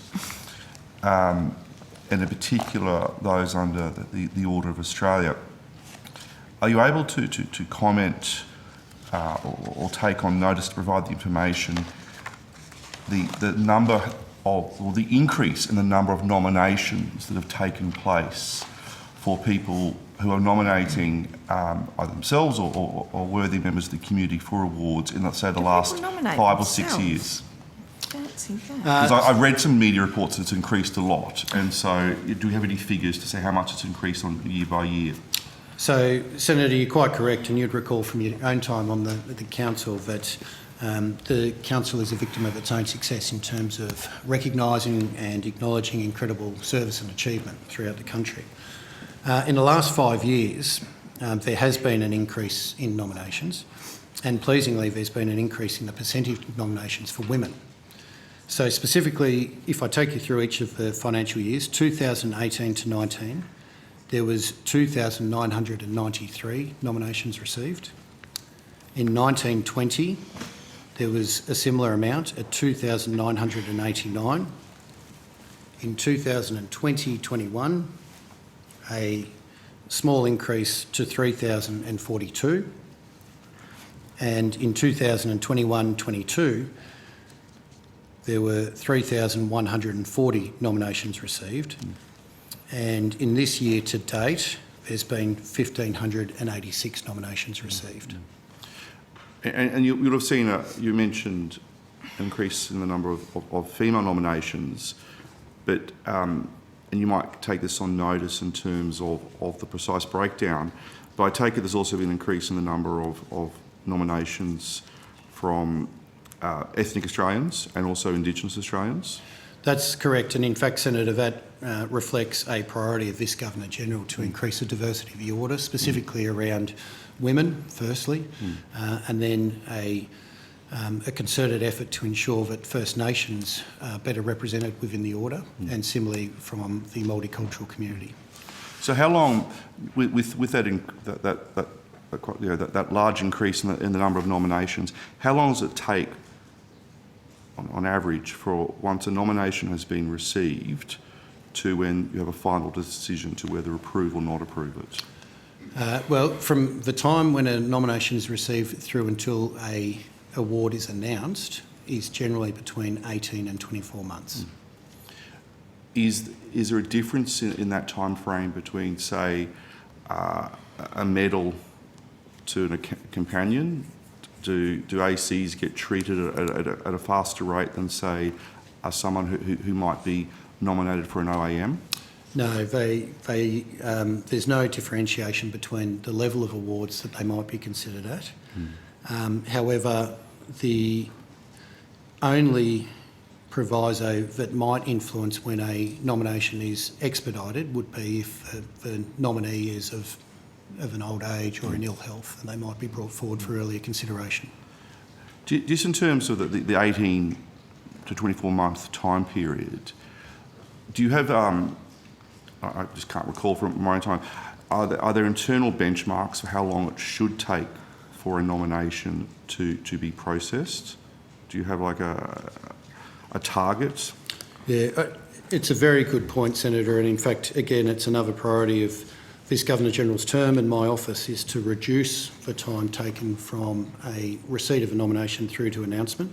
And ideally, we would like to reduce that to 12 to 18 months rather than 18 to 24 months.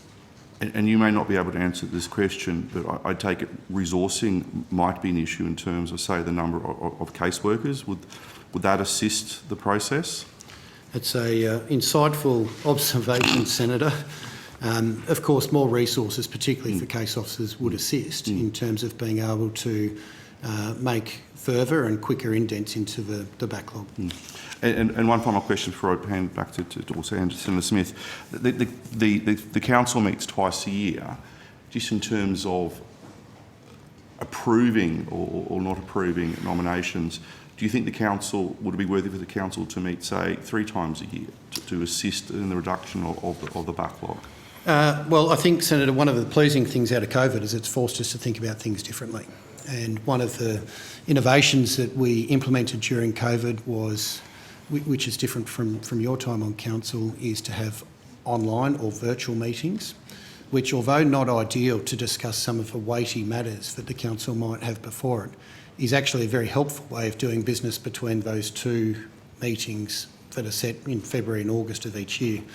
What that enables us to potentially do is consider some of those nominations that might have greater consensus amongst council members in a virtual setting, rather than those types of considerations taking up time at the council meetings. So, to answer your question, we are continually exploring and working with the council about how best to meet their needs, whilst also looking to reduce the backlog. Nice up. Thank you, Mr. Singer. Senator Smith. Thank you very much, Chair. I think it's just important that we acknowledge the death in August of Sir David Smith, KCVO AO, who served in your role with distinction from 1973 to 1990 and supported 5 Governors-General. Has Government House been involved in any discussions regarding the effigy of the Sovereign on Australian legal tender? And by that I mean coinage and notes? No, Senator. When did the Governor-General become aware that Mr Thistlethwaite was going to assume the role, a new role, of Assistant Minister for the Republic? It will have been at the time that the Prime Minister proposed his ministry to the Governor-General, which will have been shortly after the federal election and before the swearing in on the 1st of June. Right, and before the media statement was issued detailing the new ministry? Yeah, it's convention, Senator, as you'll appreciate, that the Governor-General is informed of the ministry before it's publicly announced. Sometimes that can be moments, sometimes that can be hours. Was the Governor-General surprised, impressed, disappointed by the addition of a Assistant Minister for the Republic? It's not his job to have an opinion, surely. I don't think I Senator can Smith. comment on the Governor-General's opinions. Reaction. And nor would There's the a reaction. Governor-General wish to disclose one. Surely it would be a private matter. Did your, I can assure you, Senator, that the Governor-General is not on Twitter. Did your office find it necessary to make any inquiries about the suitability of having an Assistant Minister for the Republic? In relation to these matters, Senator, it is entirely appropriate for the Governor-General to act on the advice of the Prime Minister. Without question? Once without inquiry, without curiosity? Well, I can't speak for what conversations might or might not take place between the Prime Minister and the Governor-General, but when the advice was provided in relation to recommending the appointment, the Governor-General accepted that advice. Has Mr Thistlethwaite attended any meetings of the Executive Council? I would have to take that on notice. I recall seeing him along with other members of the ministry on the timetable. I'm just not sure that he's attended a meeting yet. Right. Did he attend the meeting of the Accession Council? Is that what we call it here? There was a special executive council, and whilst we are here, Senator, I'll just ask one of my team to confirm whether he attended or not. My recollection is that he didn't. He didn't? Yeah, that's my recollection, but one of my staff will correct me if I'm wrong. To be fair to Mr Thistlethwaite, I think a number of members of the Executive Council may not have attended. That's correct, That's yeah. right. No, I think you're quite right, Senator, to point that out. When can we expect a new official, an official portrait of the King, and is it expected that he will be planned that he'll be wearing Australian honours? It's a very good question that I too would like an answer to, Senator, and not one that I've received yet. But the question has been asked. Great. When was the question asked? When I accompanied the Governor-General to London for the funeral, I met with my counterparts in the palace and I said it would be a very good thing if such things such as a portrait could be resolved quite quickly. Right. And it's unresolved at the moment? That's correct. Right. What are the protocols around the removal of the Queen's portrait and the replacement with the King's portrait? Senator, I don't think I can provide definitive advice on that. What might be helpful is to share what my current views are in relation to the portraits at Government House. Mm-hmm. And of course, in the absence of a portrait of the new King, the decision is made that much easier for the time being. But we, out of respect for both the Queen and His Royal Highness the Duke of Edinburgh, retaining those portraits at the entrance to Government House. And when the new portrait of both the Queen Consort and the King become available, we'll look to change those over, which may be at a time to coincide with the coronation. But that would be subject to the portraits being provided. Have any instructions been issued in regards to the disposal of portraits of the Queen? No. Not in Government House, but more generally in public buildings? And No, Senator, not that I'm aware Would you of. like one, Senator Smith? I know you're a good I'm one. proud to say I have many. Very proud to say I have many. Finally, were there any deletions, additions or enhancements to the program of events that were held following the Queen's death in Australia made after the 23rd of May? Not that I'm aware of, Senator. Would you like to take that on notice? Well, in terms of the Commonwealth observances, that's a matter for Prime Minister and Cabinet, and specifically the Ceremonial and Hospitality or Protocol and International Visits Division. In relation to Government House's observances, they were as planned, but the national observances are coordinated by the Department of the Prime Minister and Cabinet. Were any proposals for additions, deletions or enhancements shared with Government House by the government after the 23rd of May? Not that I'm aware of, Senator. Okay, thank you very much. Thanks. Senator One technical question. Sure. You referenced the role of the Accession Council in relation to whether or not Mr Thistlethwaite attended. My observations were that the UK equivalent comprised members of the current government, or the then current government of the UK, as well as other office holders across their equivalent from previous governments. Is there any reason why in Australia the Accession Council process is or was limited to only serving members of the Executive Council? The simple answer is no, Senator, and I would wish to just confirm that it was not an accession council, it was a federal executive council and treated as such and therefore open to current members of the executive council. Okay, so that was its construct in that sense. Yes. Senator Thank you. Shoebridge. Thanks, Chair. And sorry, Senator, it's just a useful time for me to clarify a couple of things. The Assistant Minister for the Republic did not attend that Executive Council, so I can confirm that. And Senator Shoebridge, before I may have made an inference that the Governor-General attended a regatta with Mr Hartley, that's not the case. He did not attend the regatta. There was a meeting both before and after that regatta that Mr Hartley met with the Governor-General, but the Governor-General didn't attend the regatta itself. So it was the pre and post regatta Correct. meetings. Okay. And again, is it your understanding that the leadership program was raised at the pre and post regatta meetings? No, and I've not suggested that, and if there's been any confusion about that, I just want to be very clear again, Senator, that the idea was first raised with the Governor-General in July 2020. All right. And did you say the correspondence, the Governor-General sent correspondence? I'm having trouble reading my handwriting about the date. Can you just clarify the date of the correspondence? The correspondence between the Governor-General and the Prime Minister? Correct. That was the 26th of November, 2020.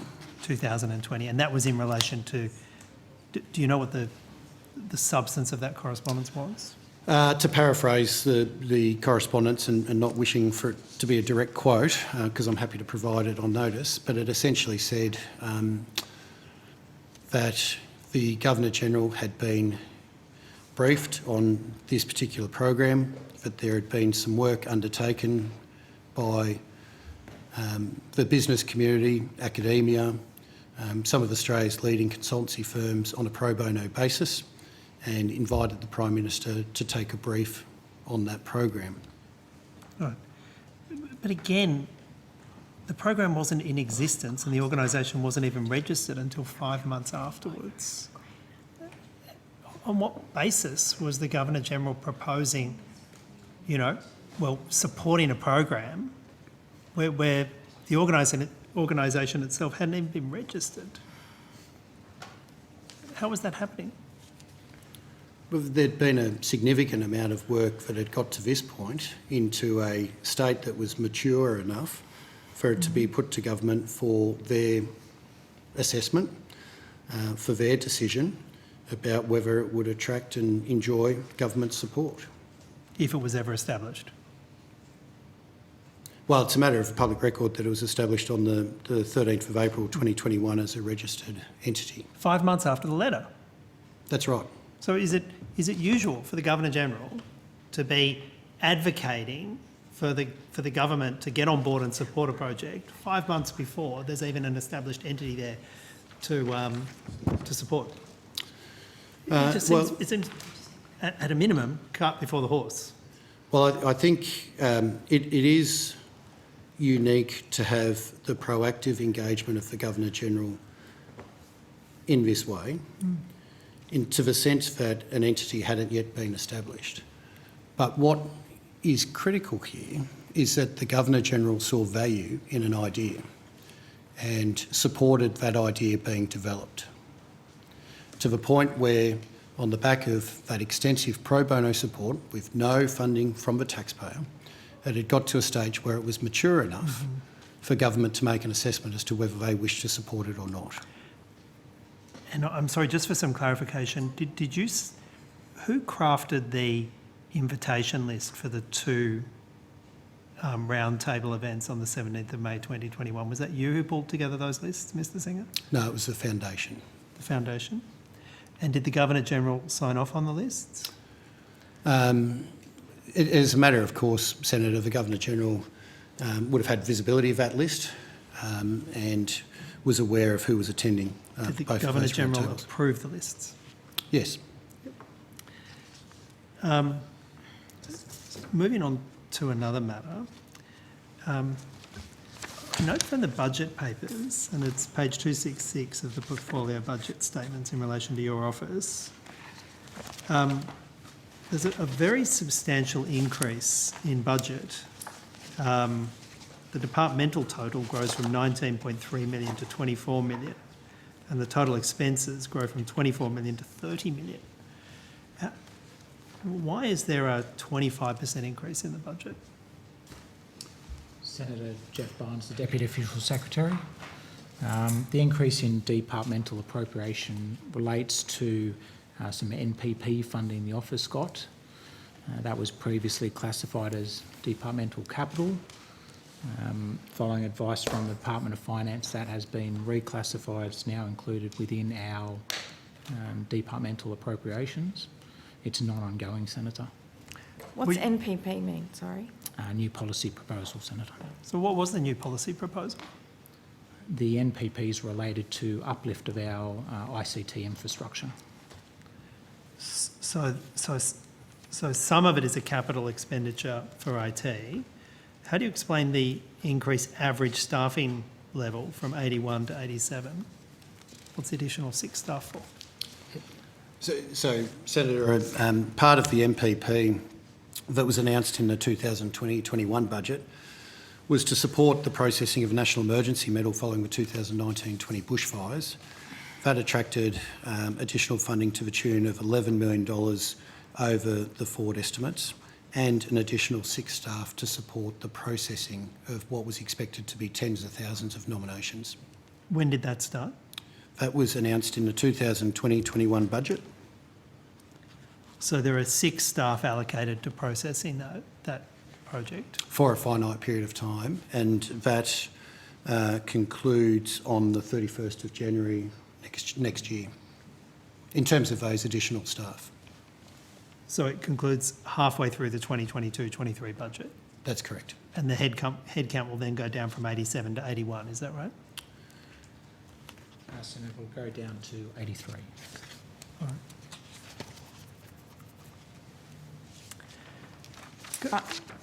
Do you mind if I... If you're on that point. I'm on the general line of questioning, and if I'll park your time and do...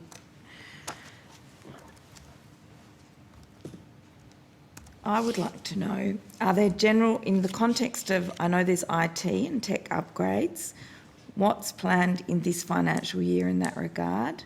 And what other general refurbishments or upgrades are planned at Government House or Admiralty House this financial year?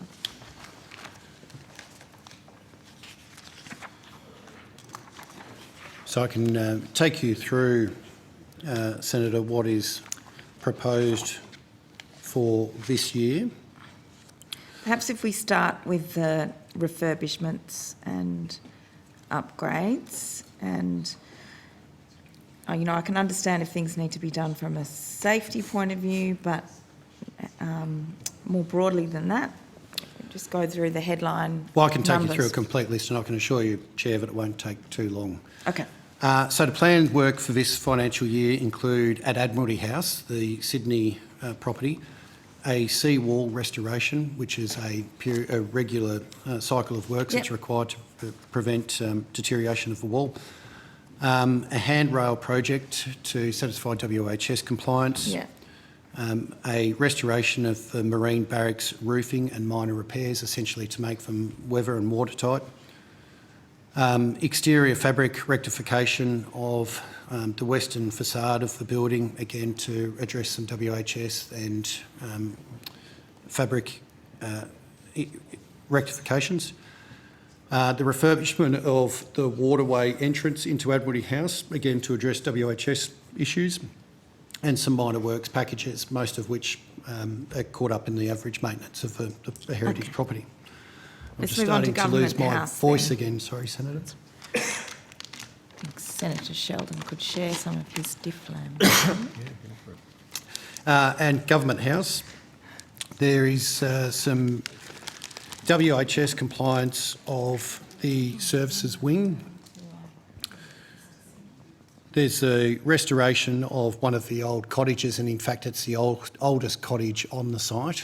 For what purpose? Will it be for an accommodation purpose or...? It's actually for office accommodation. Mm-hmm. Some security upgrades, including access enhancement for selected points of entry, some irrigation works, and again, some minor works packages. So, and by irrigation works, that's garden, to upgrade the gardens, or what's wrong with the... On a 54 hectare site, Chair, there is, of which 40% is under manicured irrigation. It's a matter of ensuring that those irrigation mains are working as they should be and that they're not leaking. Are there any other significant financial expenses expected this financial year? In terms of events or guests, international guests being housed at Government House or Admiralty House this year? Nothing outside of the normal context of the Governor-General's program, Chair, and thank you for the cough lolly. It's very kind You of you. can thank Senator Sheldon for that. Well, Thank you. what is contained in the general context and what is outside the general context? So you because may- of course, when you're the Governor-General, it's your official residence, so you have family there, but you also have, you know, your official duties. So I'm keen to know what large events, small events and guests might be staying and visiting. Well, that, you'll appreciate, Senator, is a feature of the Governor-General's program in terms of making both properties accessible to the Australian people and to the many thousands of guests that visit each year. You made mention to official guests that might stay. We don't yet have an indication of which visiting heads of state might be coming over the next 12 months. It's usual that if a visiting head of state comes, that they'll of course call on the Governor-General and that the Governor-General would host some hospitality at either Government House or Admiralty House. But it's rare that that head of state would stay at Government House. Yes, indeed. Any events planned for the commemoration of Queen Elizabeth II or the succession of King Charles this year, or will they all, I think it was covered that they're more likely to associate in timeline with the coronation period? Yeah, I think that's right, Senator, and we haven't yet turned our mind specifically to what coronation observances might look like, and of course we look forward to doing so. In relation to the Queen Elizabeth, I think I may have mentioned it to this committee previously and also in this year's annual report that we are looking to restore one of the gardens at Government House, and in fact the garden that the late Majesty last planted a tree during her last visit to Australia in 2011, and renamed that garden, excuse me, the Queen Elizabeth II Garden. That's lovely. I'll return the call to Senator Shoebridge. We are way over time, noting we've got to get 2 agencies done now by 5 o'clock. Senator Rennick has questions of the ANAO, and Senator Roberts also has questions of the ANAO. Senator Shoebridge. Thanks, Chair. I've got some questions about the Governor-General's program. I note that the Governor-General's program, the sort of daily, it's effectively a daily diary of what the Governor-General has been up to, is that right? So you're referring to his program on the website, Senator? Correct. Yeah, so the program that's listed on the website is a list of those engagements either attended or hosted by the Governor-General. And the Governor-General's partner, for example, for yesterday, one of the entries is Ms Hurley as guest of Ms Cran attended the Alchemy Chorus sing-along. That's correct. Yeah, it's it's a fairly low threshold to get into the program. Would you agree? Well, not to the Alchemy Group, Senator. It was an important event for them, and any event either attended or hosted by the Governor-General or Mrs Hurley would be reflected in their program. So something like attending a sing-along gets in? Something like attending a sing-along gets in? It reflects their official engagements. So I'm curious why on the 14th of March 2020, when the Governor-General did a very significant action, which was appoint the then Prime Minister to be the Health Minister, that very significant action, much more than a sing-along, wasn't included in the program? Well, as I've just said, Senator, the Governor-General's program on the website is a reflection of official engagements, not the contents of his in-tray. But it includes if the Governor-General awards a sash to a sheepdog, because that happened on the day after the ministry was the former Prime Minister was appointed to the Health Minister, the day after the Governor-General presented the Duke of Gloucester sash at the 2020 National Sheepdog Trials. So I can't work out why awarding a sheepdog is included, but awarding a ministry isn't in the program. Can you explain that? Well, there's a couple of nuances there that I think warrant clarification. So again, the contents of the Governor-General's program on his website reflects the official engagements either attended or hosted by the Governor-General, Mrs Hurley. Well, it's pretty official, making a new minister. It's a pretty Senator, official thing. Please, if you just let me finish, because this is an important thing that's been commented on in the public, and it's an important opportunity for me to clarify. I don't think there was any... The program that's reflected on the Governor-General's website lists the official engagements that he and Mrs Hurley either attend or host.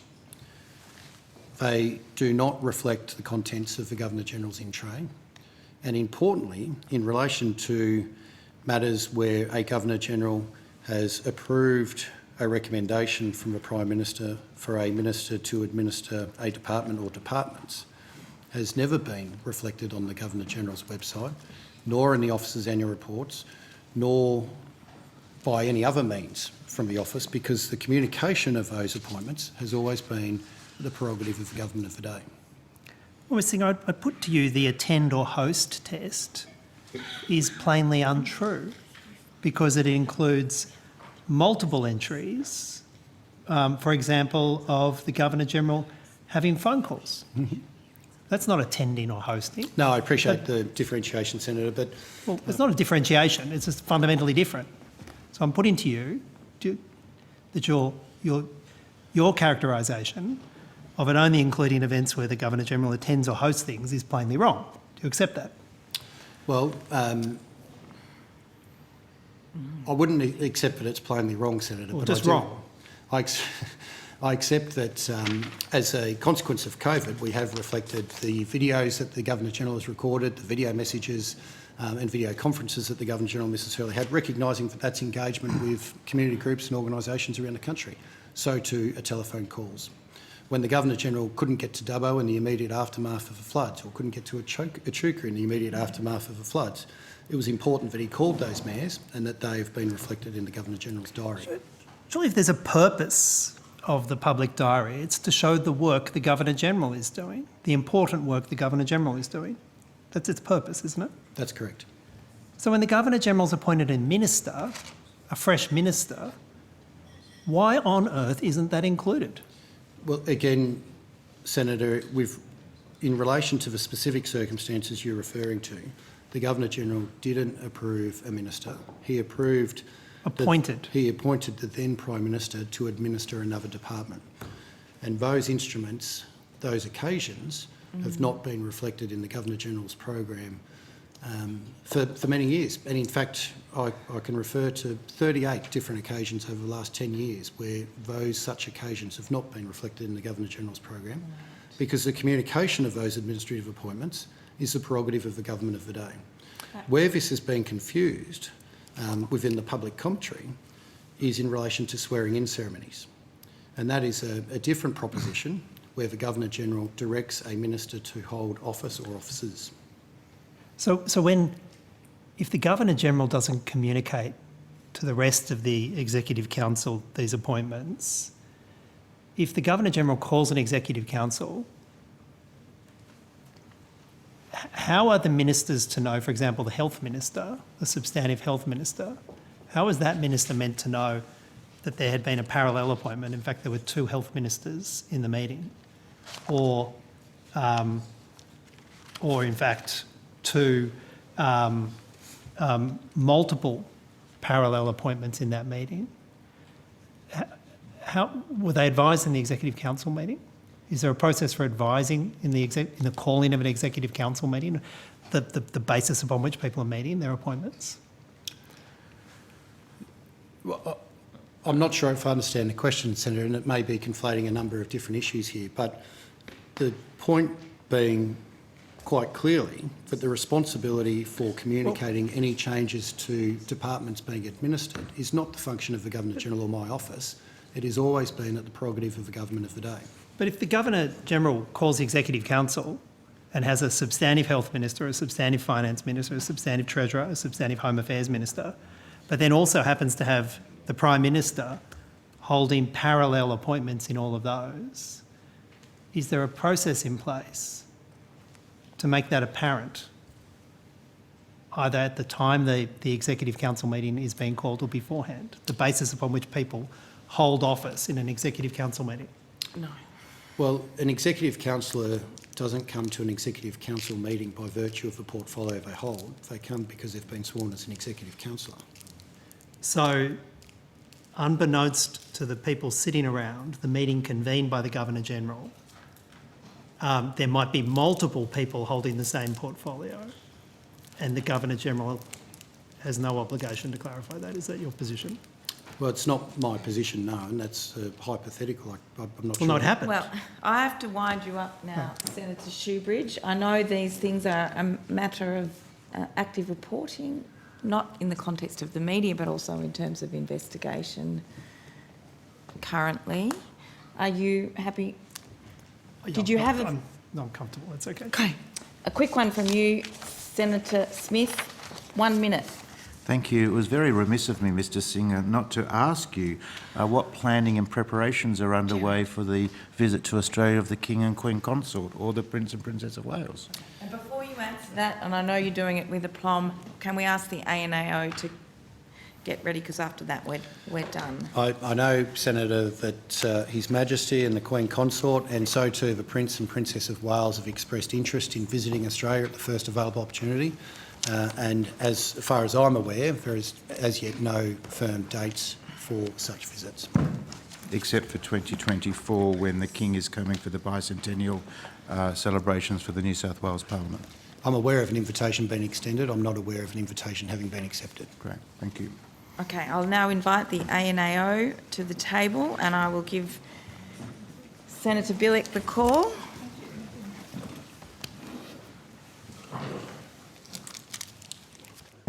I believe that Senator Roberts is, we're also expecting him up here.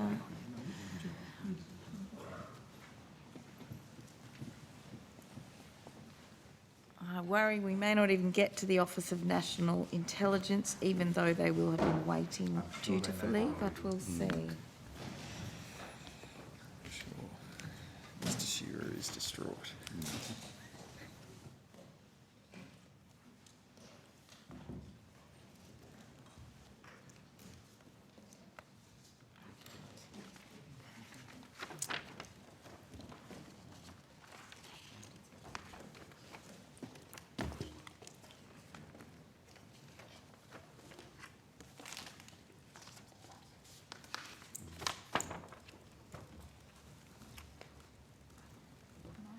Senator Billick. Thank you.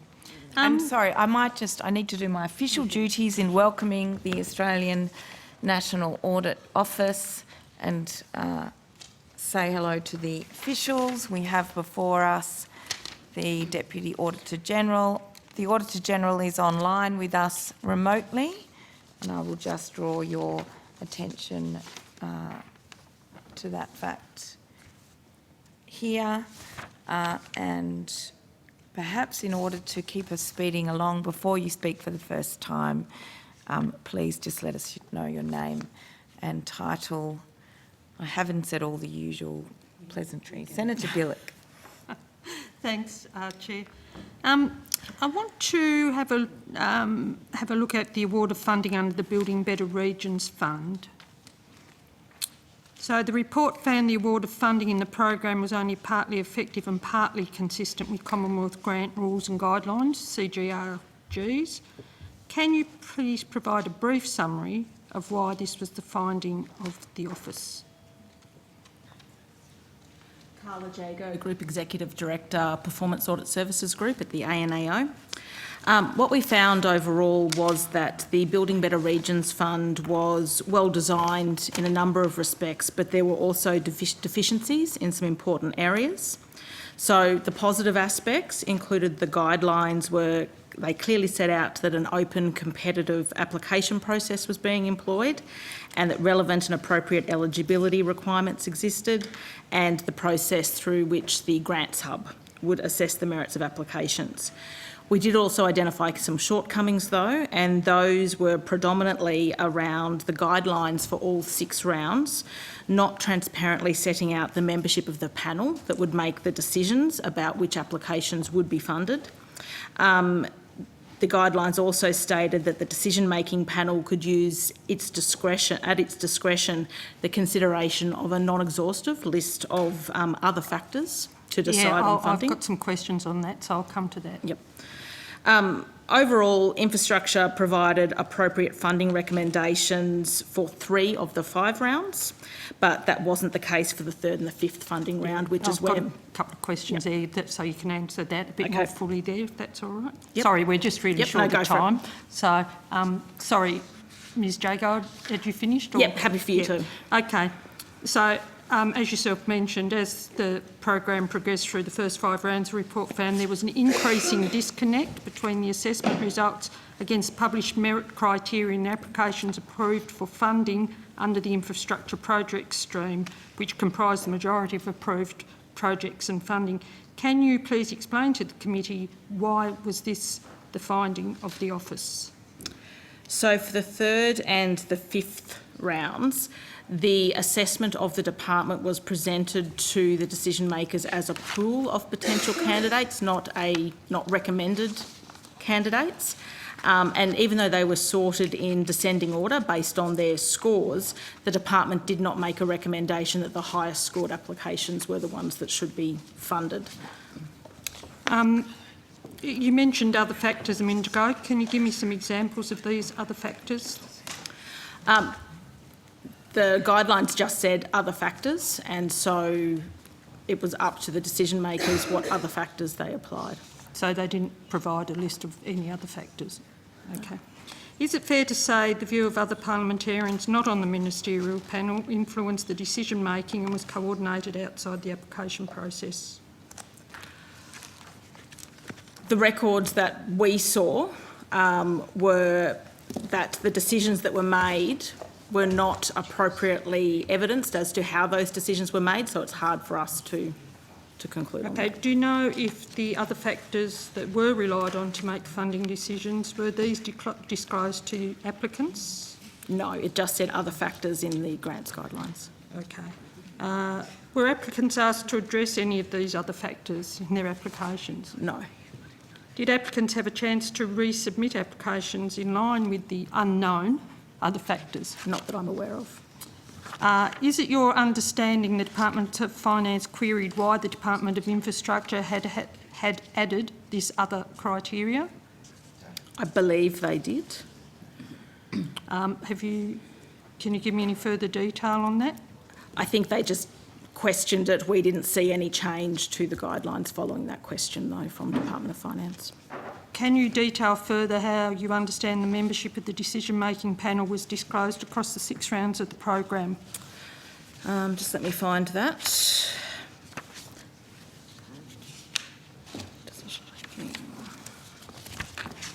Senator Roberts, I'll just alert you to the fact that when Senator Bilyk is finished, I'll come to you, and then the Coalition can have the remaining time. Sorry, just finding the paragraph. So basically I want to know who was on the ministerial panel in the different rounds and when did the ministerial panel meet? So we set that out in Appendix 3. We actually set out the membership of the panel for each of the rounds. So Appendix 3 to the report. Can you table that? It's in the tabled report. Is it? Okay. Yes. So it's easy to page find? 96, Appendix 3. 96, Appendix 3. Yes. Thanks. And does that tell me when the ministerial panel met? No, it doesn't. It just gives you the membership for the panel. Okay, including the changes? Yes, there is a timeline of the decision-making processes, though, in Appendix 6, which is also in the tabled report at page 100. Page 100, thank you. Can you confirm the ministerial panel provided appropriate funding recommendations based on merit assessment results for only 3 of the 5 rounds of this program that were completed? So our finding was that there wasn't sufficient documentation of the reasons for the funding decisions for those 2 rounds that we mentioned. So am I right in understanding that rounds 1, 2 and 4 were okay? Were reasonable. Yeah. But 3 and 5 were not, is that correct? Correct. So in the 3rd and 5th funding round, rather than clearly identifying which application should be successful up to the limit of the available funding, the Department of Infrastructure recommended the panel select from a pool of projects. Are you aware of how this arrangement came to be? Was it requested by the Minister's office? Or No, I'm not aware. You wouldn't know? Or No. I think that's would a question anybody for the else know? Question for the department. Question for the department, thank you. In your professional opinion, what does a best practice look like to consider merit assessments? So under the Commonwealth Grants Rules and Guidelines, it sets out the process that should be undertaken.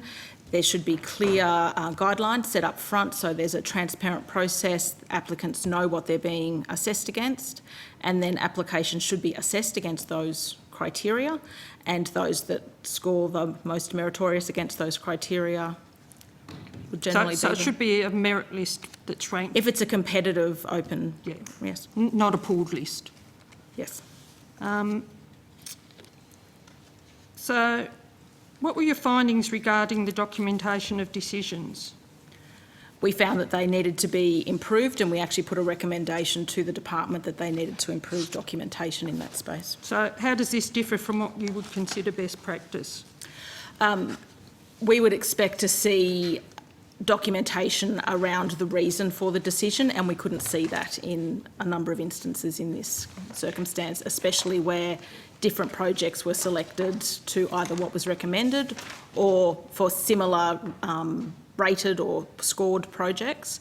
There wasn't a decision written down that explained why one was chosen over another. What proportion of infrastructure project stream applications approved for funding were not those assessed as being the most meritorious in the departmental assessment process? I'll have to check that. I think it's in appendix, one of the appendices. I may need to take that one on notice and come back to you. Okay, because I think the report found 65% of the infrastructure project streams not to be those assessed as best meeting the published criteria. So, are you able to find it? Yes, paragraph 29 of the report, yes, 65% of the IP stream applications were not those assessed as being the most meritorious. For the first round, 75% of applications funded had been scored highly and recommended by infrastructure for funding, whereas in subsequent rounds, highly scored applications were approved at a lesser rate of between 13 and 55%. Okay. Did the office come across any specific examples of projects where this was the case? I believe we did give one or two examples in the report. Chapter 5.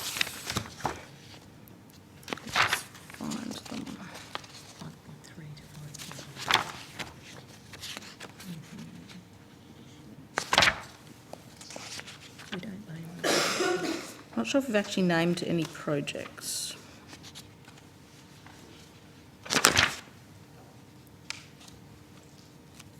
No, I don't think we name any projects. in the Okay, report. just to be sure, can you just take that on notice and check yes. for me? What were the officer's findings in regards to the distribution of the program funding across electorates? So that is what we set out in Appendix 11. That shows the average funding and the number of grants awarded per electorate.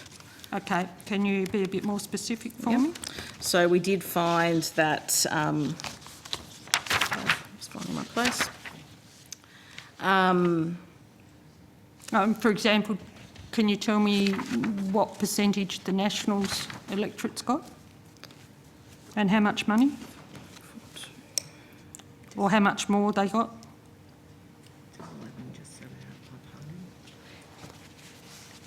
Across the 5 rounds? Across the 5 rounds, the National Party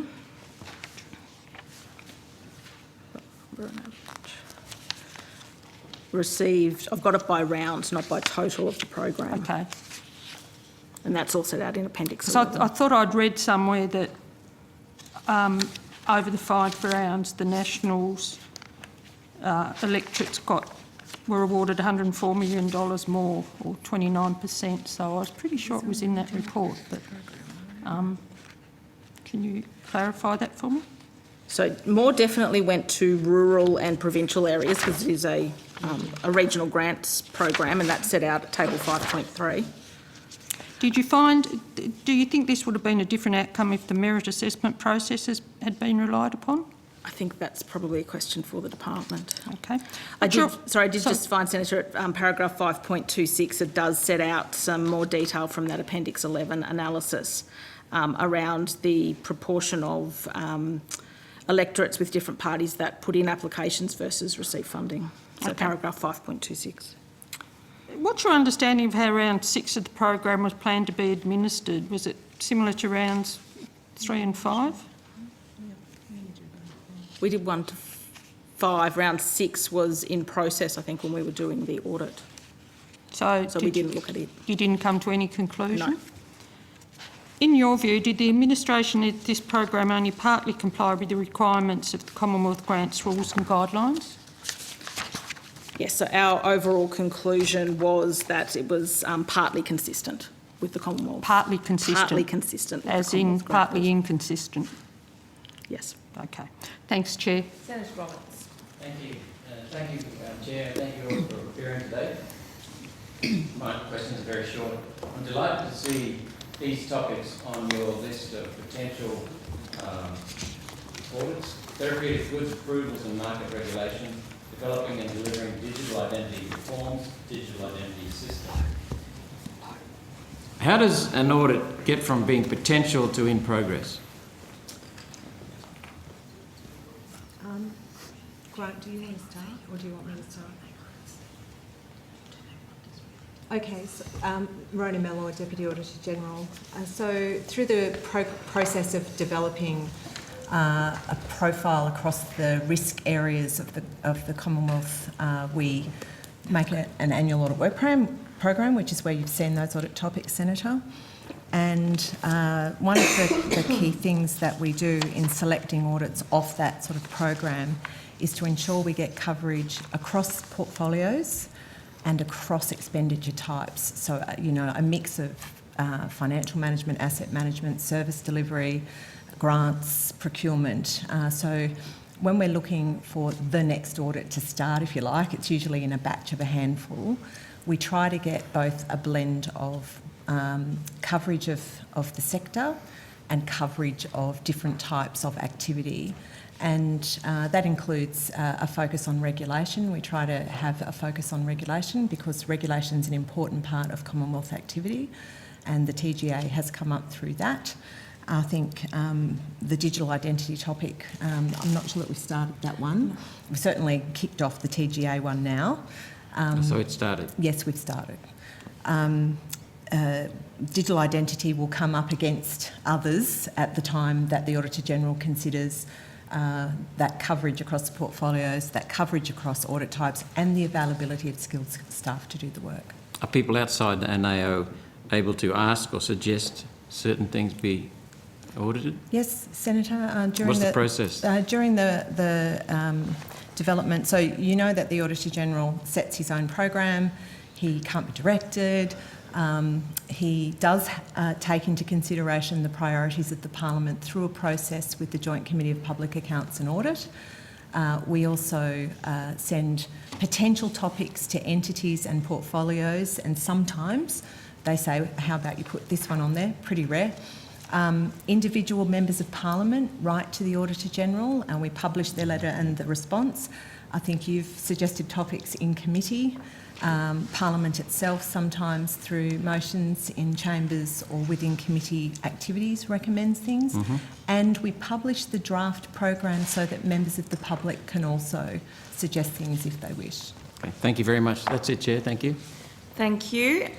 I will give the call now to the Coalition, but before I do, I want to ask them, do you want to give any of your time to our last agents on the Office of National Intelligence, or shall I let them go now? Have you left the questions on notice? Okay. My apologies to ONI. We have a deep interest in your work, but it's just a little bit late in the day to get to you. I will give the call now back to the Coalition. Thank you, Chair. I've just got some questions on audit process. I did study audit once. I never became an auditor, but I didn't really get beyond the green ticks. So when the ANAO undertakes an audit, is there a predetermined outcome that it looks for, or is it more a process of looking at the facts beforehand, before in front of it, and then determining the result based on the evidence that it reviews? We present in different audit types. So, oh, sorry, Grant's going to speak. Thank you. Grant Hare, Auditor General. Yes, thank you, Mr. Hare. We haven't had anyone online today, but you're more than welcome to be there online. And so sorry if we've kind of missed you and talked over you without acknowledging your presence. So thank you, Mr. Hare. You haven't done that, and thank you for me to be online.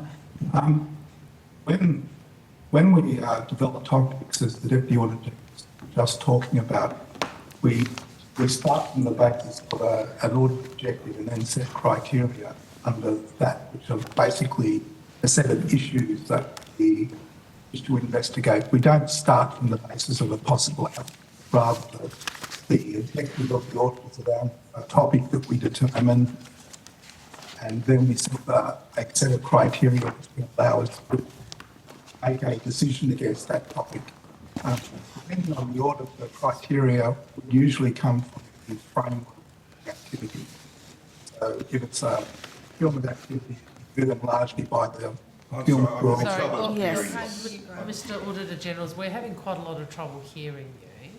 Uh, I don't know if perhaps you could slow down a little. Perhaps also and- if they mute us, it'll stop us knocking out his sound on the other side. Thank you. Please continue. Can you hear me okay now?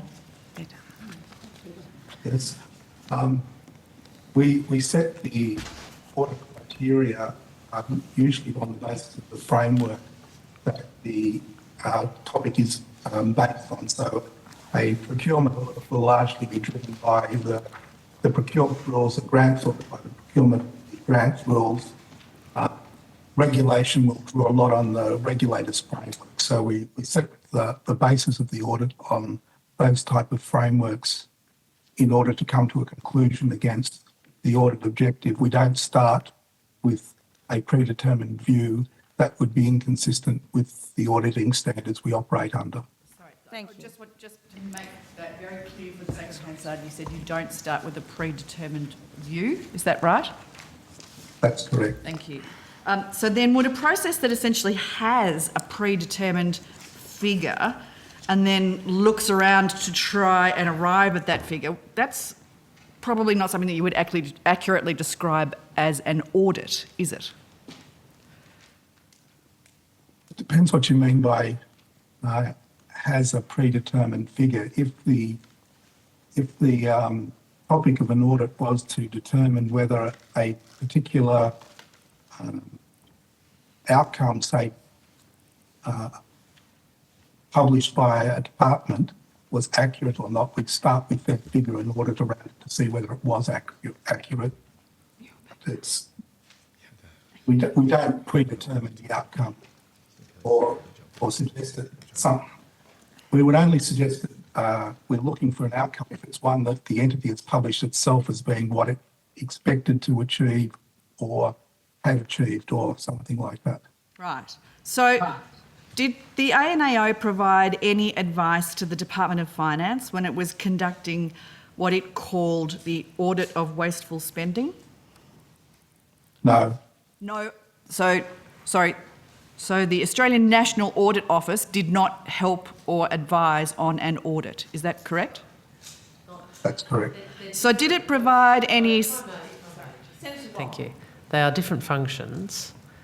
The word or not everything that is an audit is going to be done by the ANAO. The audit process that you described, that you referenced, is part of the budget process. So it is entirely normal and a reflection of the different functions that the Department of Finance would do such an audit of expenditure. You've had them under your government, we did them in government. This is part of a deliberative process to feed into the budget. It's not an ex post review, which is the auditing, I suppose, framework or auditing role that the Auditor General and his or her office would undertake. Right, so you weren't asked to do the audit of wasteful spending, though that had nothing to do with the Australian National Audit Office? No, nor would we expect to have such a role. So, Ms Hare, in that sense, Senator Wong is correct. Our role may be to undertake an audit of that activity, and if we decided to do something like that in the future, if we provided advice on its establishment, it would question our independence with respect to undertaking that activity. So we're always quite careful not to undertake activities which could be considered providing advice to things in relation to actions which we may subsequently audit.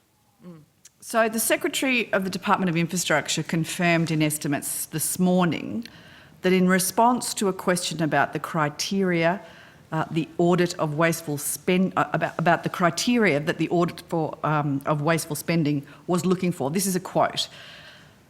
The Secretary said, "We were given an aggregate figure and it was tied explicitly to the government's commitment around the reduction of wasteful expenditure on consultants, legal expenditure and travel. And it was left to us to determine how those reductions would be found, but with obviously a pretty clear direction about what the government would like us to economise on. Would you characterise that process as an audit? It's not an audit in the context of how the Audit Office undertakes activity. I think, as the Minister said, the department has established a framework under which it did things. An audit that we would undertake, audit in the context of audit officers generally refers to activities undertaken in the standards-based framework, and in our case, it's largely the standards established by the Australian Auditing and Standards Board. So it's not something that you would describe as an audit, and by the sounds of things, it's not something that any professional auditor would describe as an audit. How would you characterise that process? I don't know the details of the process, so it's hard for me to characterise. Well, that was the process that I described. Given an aggregate figure that was tied explicitly to the government's commitment around the reduction in wasteful expenditure on consultants, legal expenditure and travel, and it was left to us to determine how those reductions would be found, but with obviously a pretty clear direction about what the government would like us to economise on. Would you describe that process as less of an audit and more as an efficiency dividend, or even better, a cut? I don't think it's the place of the Audit Office to define words that others are using. We're pretty clear about how we define what an audit is, and we set that out in the standards and methodology by which we use. Thank you, Mr. Heer. Thank you, Mr. It's not your job to apply those audit standards and your own way of doing things I don't think he'd be so loose with bodies. his words.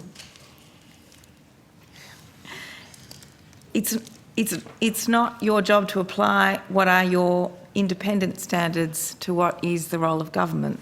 No, Chair, that's so the is government's job to hold up those standards.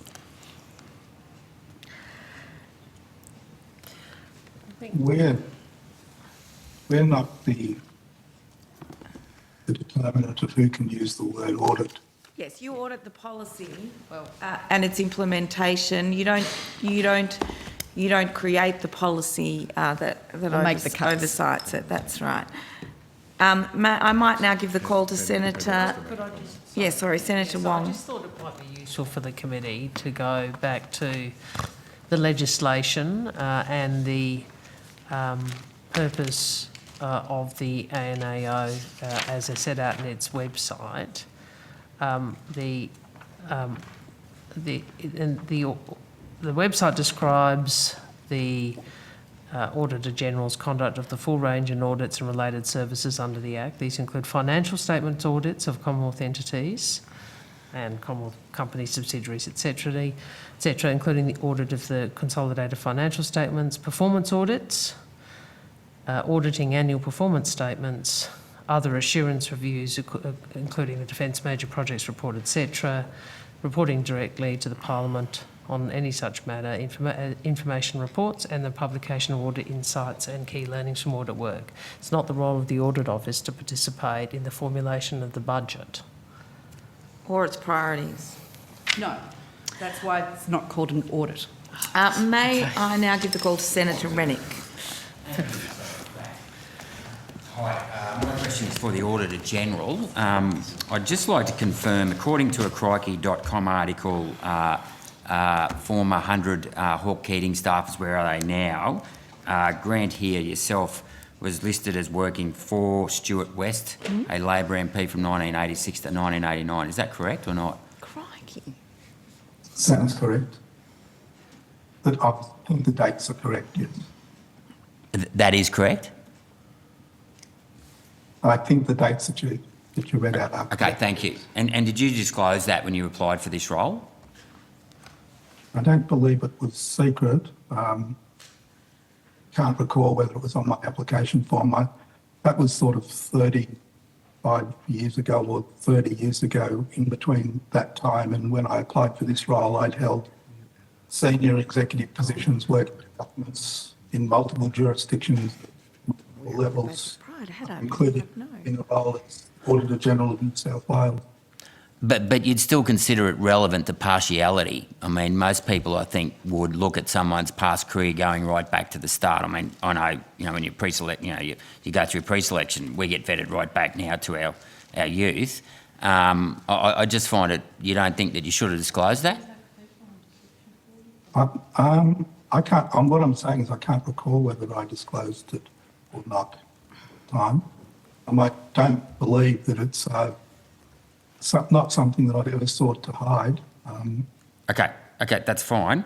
We're talking about seeking to hide things. I asked for the work papers in regards to the Leppington Triangle. The Auditor General, the Audit Office has declined to disclose those working papers. As Minister Wong herself said earlier on, the Parliament is the supreme authority in terms of accountability. Can you please explain why you don't think it's appropriate in order for you to disclose those working papers around your determination of the value of the land at Leppington Triangle? Maybe we should start with that later point. As you're aware, we never did any valuation to determine the value of the Leppington Triangle. The valuations that were referred to in the report were carried out largely by the department, not by the Audit Office. So we didn't do a valuation. We reported on other people's valuations, which is, of course, the appropriate thing to do, because, as you ought to be aware, under auditing standards, it's not appropriate to audit your own work. So it's not an activity that we undertook. So I'll start from there.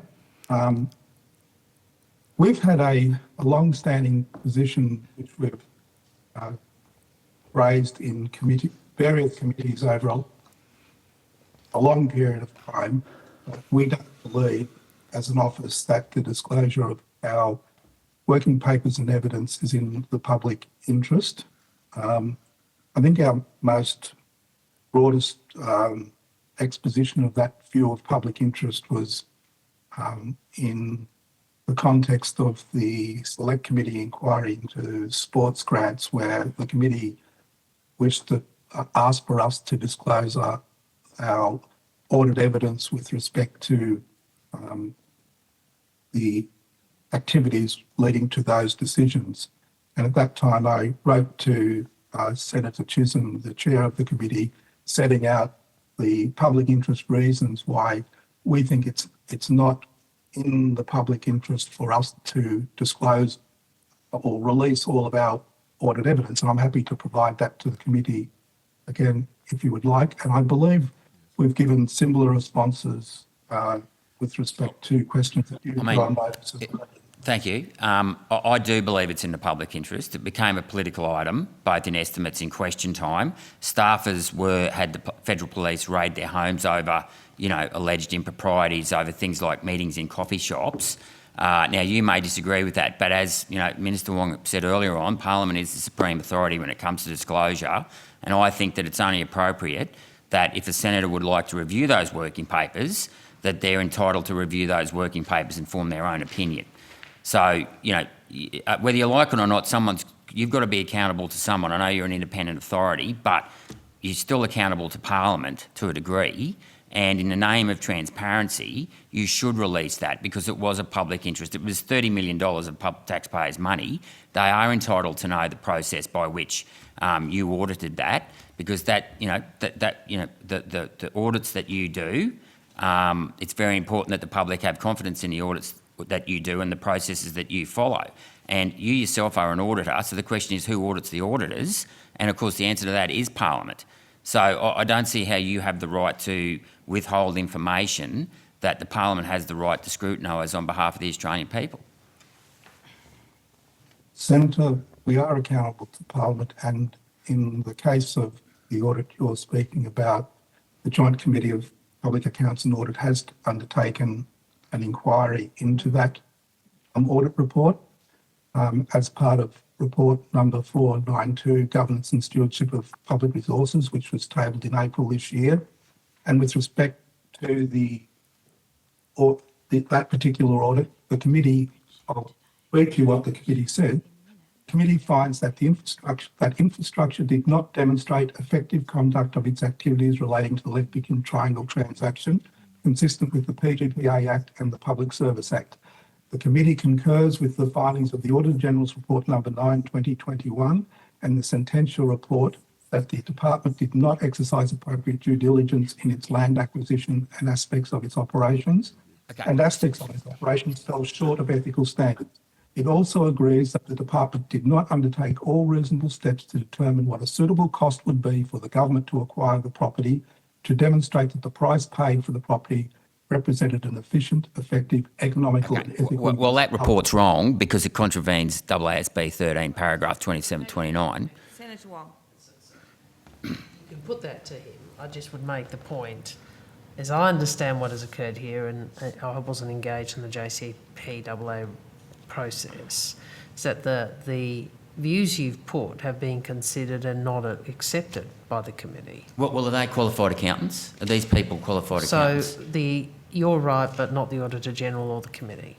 Well, I'm referring to the accounting standard. Okay. Best use is best use. I mean, it's there in black and white. Well, You don't need maybe to be a rocket if you wish to scientist. put the... But the yet account- again... If you want to put the accounting standard to the Auditor General, you're entitled to it, and he'll answer Exactly, as he sees fit. and those procedures weren't applied. It's also valuation standards as well, and it also comes to, sending federal police around to staff who had done nothing wrong. But can I say yet again that you're now referring to your opinion in that work, right? Did this committee look at your work papers or not? All of your work papers. Did they have unfettered access to all of your work papers?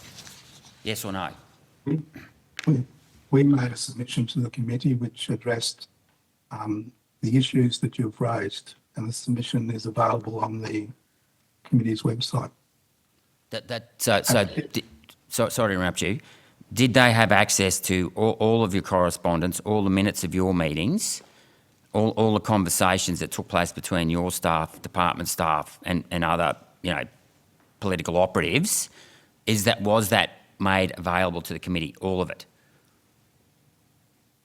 The committee didn't request those things, and if they had have requested our audit evidence, our position would have been similar to the same one we've presented in the past.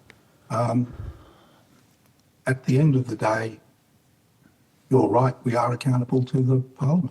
That's right, and as you just said, you haven't provided all of the work papers to the Parliament. I'm now asking for all work papers so that I can review all the work papers to look at what processes were followed. So I don't see why I don't have a right as an elected representative to get access to that data. As I've said at the beginning of this, it's my view that providing the totality of audit evidence isn't in the public interest, and I've expressed that view to Parliament on a number of occasions and to committees who have been undertaking inquiries, and that's generally been accepted by those committees. Well, I accept it's generally been accepted, but in this case it hasn't been. I'm expressing that view again now. So yeah, but that's your view. So no one's auditing your view. In someone else's view, which is myself, an elected representative, would like to see further data so that we can assess that information based on the fact that, whoever came up with this conclusion didn't pay appropriate price, clearly didn't follow We're about to AASB. close. Okay, So. just one more question, please. Now, there was another report recently released after the election where you've criticised the Morrison government for not rolling out the vaccines fast enough. Did you have anyone, a biochemist or anyone that was specialised in vaccine management to form that opinion? What that audit report says is that the Department of Health did not, in the rollout of the vaccines, did not meet the performance targets that the government has asked it to meet. Thank you, Auditor General. Right, okay. That concludes today's hearing. Thank you to all witnesses who appeared, to Hansard and Broadcasting for their assistance, and the committee will resume on Monday the 7th of November, and I declare this meeting of the Senate Finance and Public Admin Legislation Committee adjourned.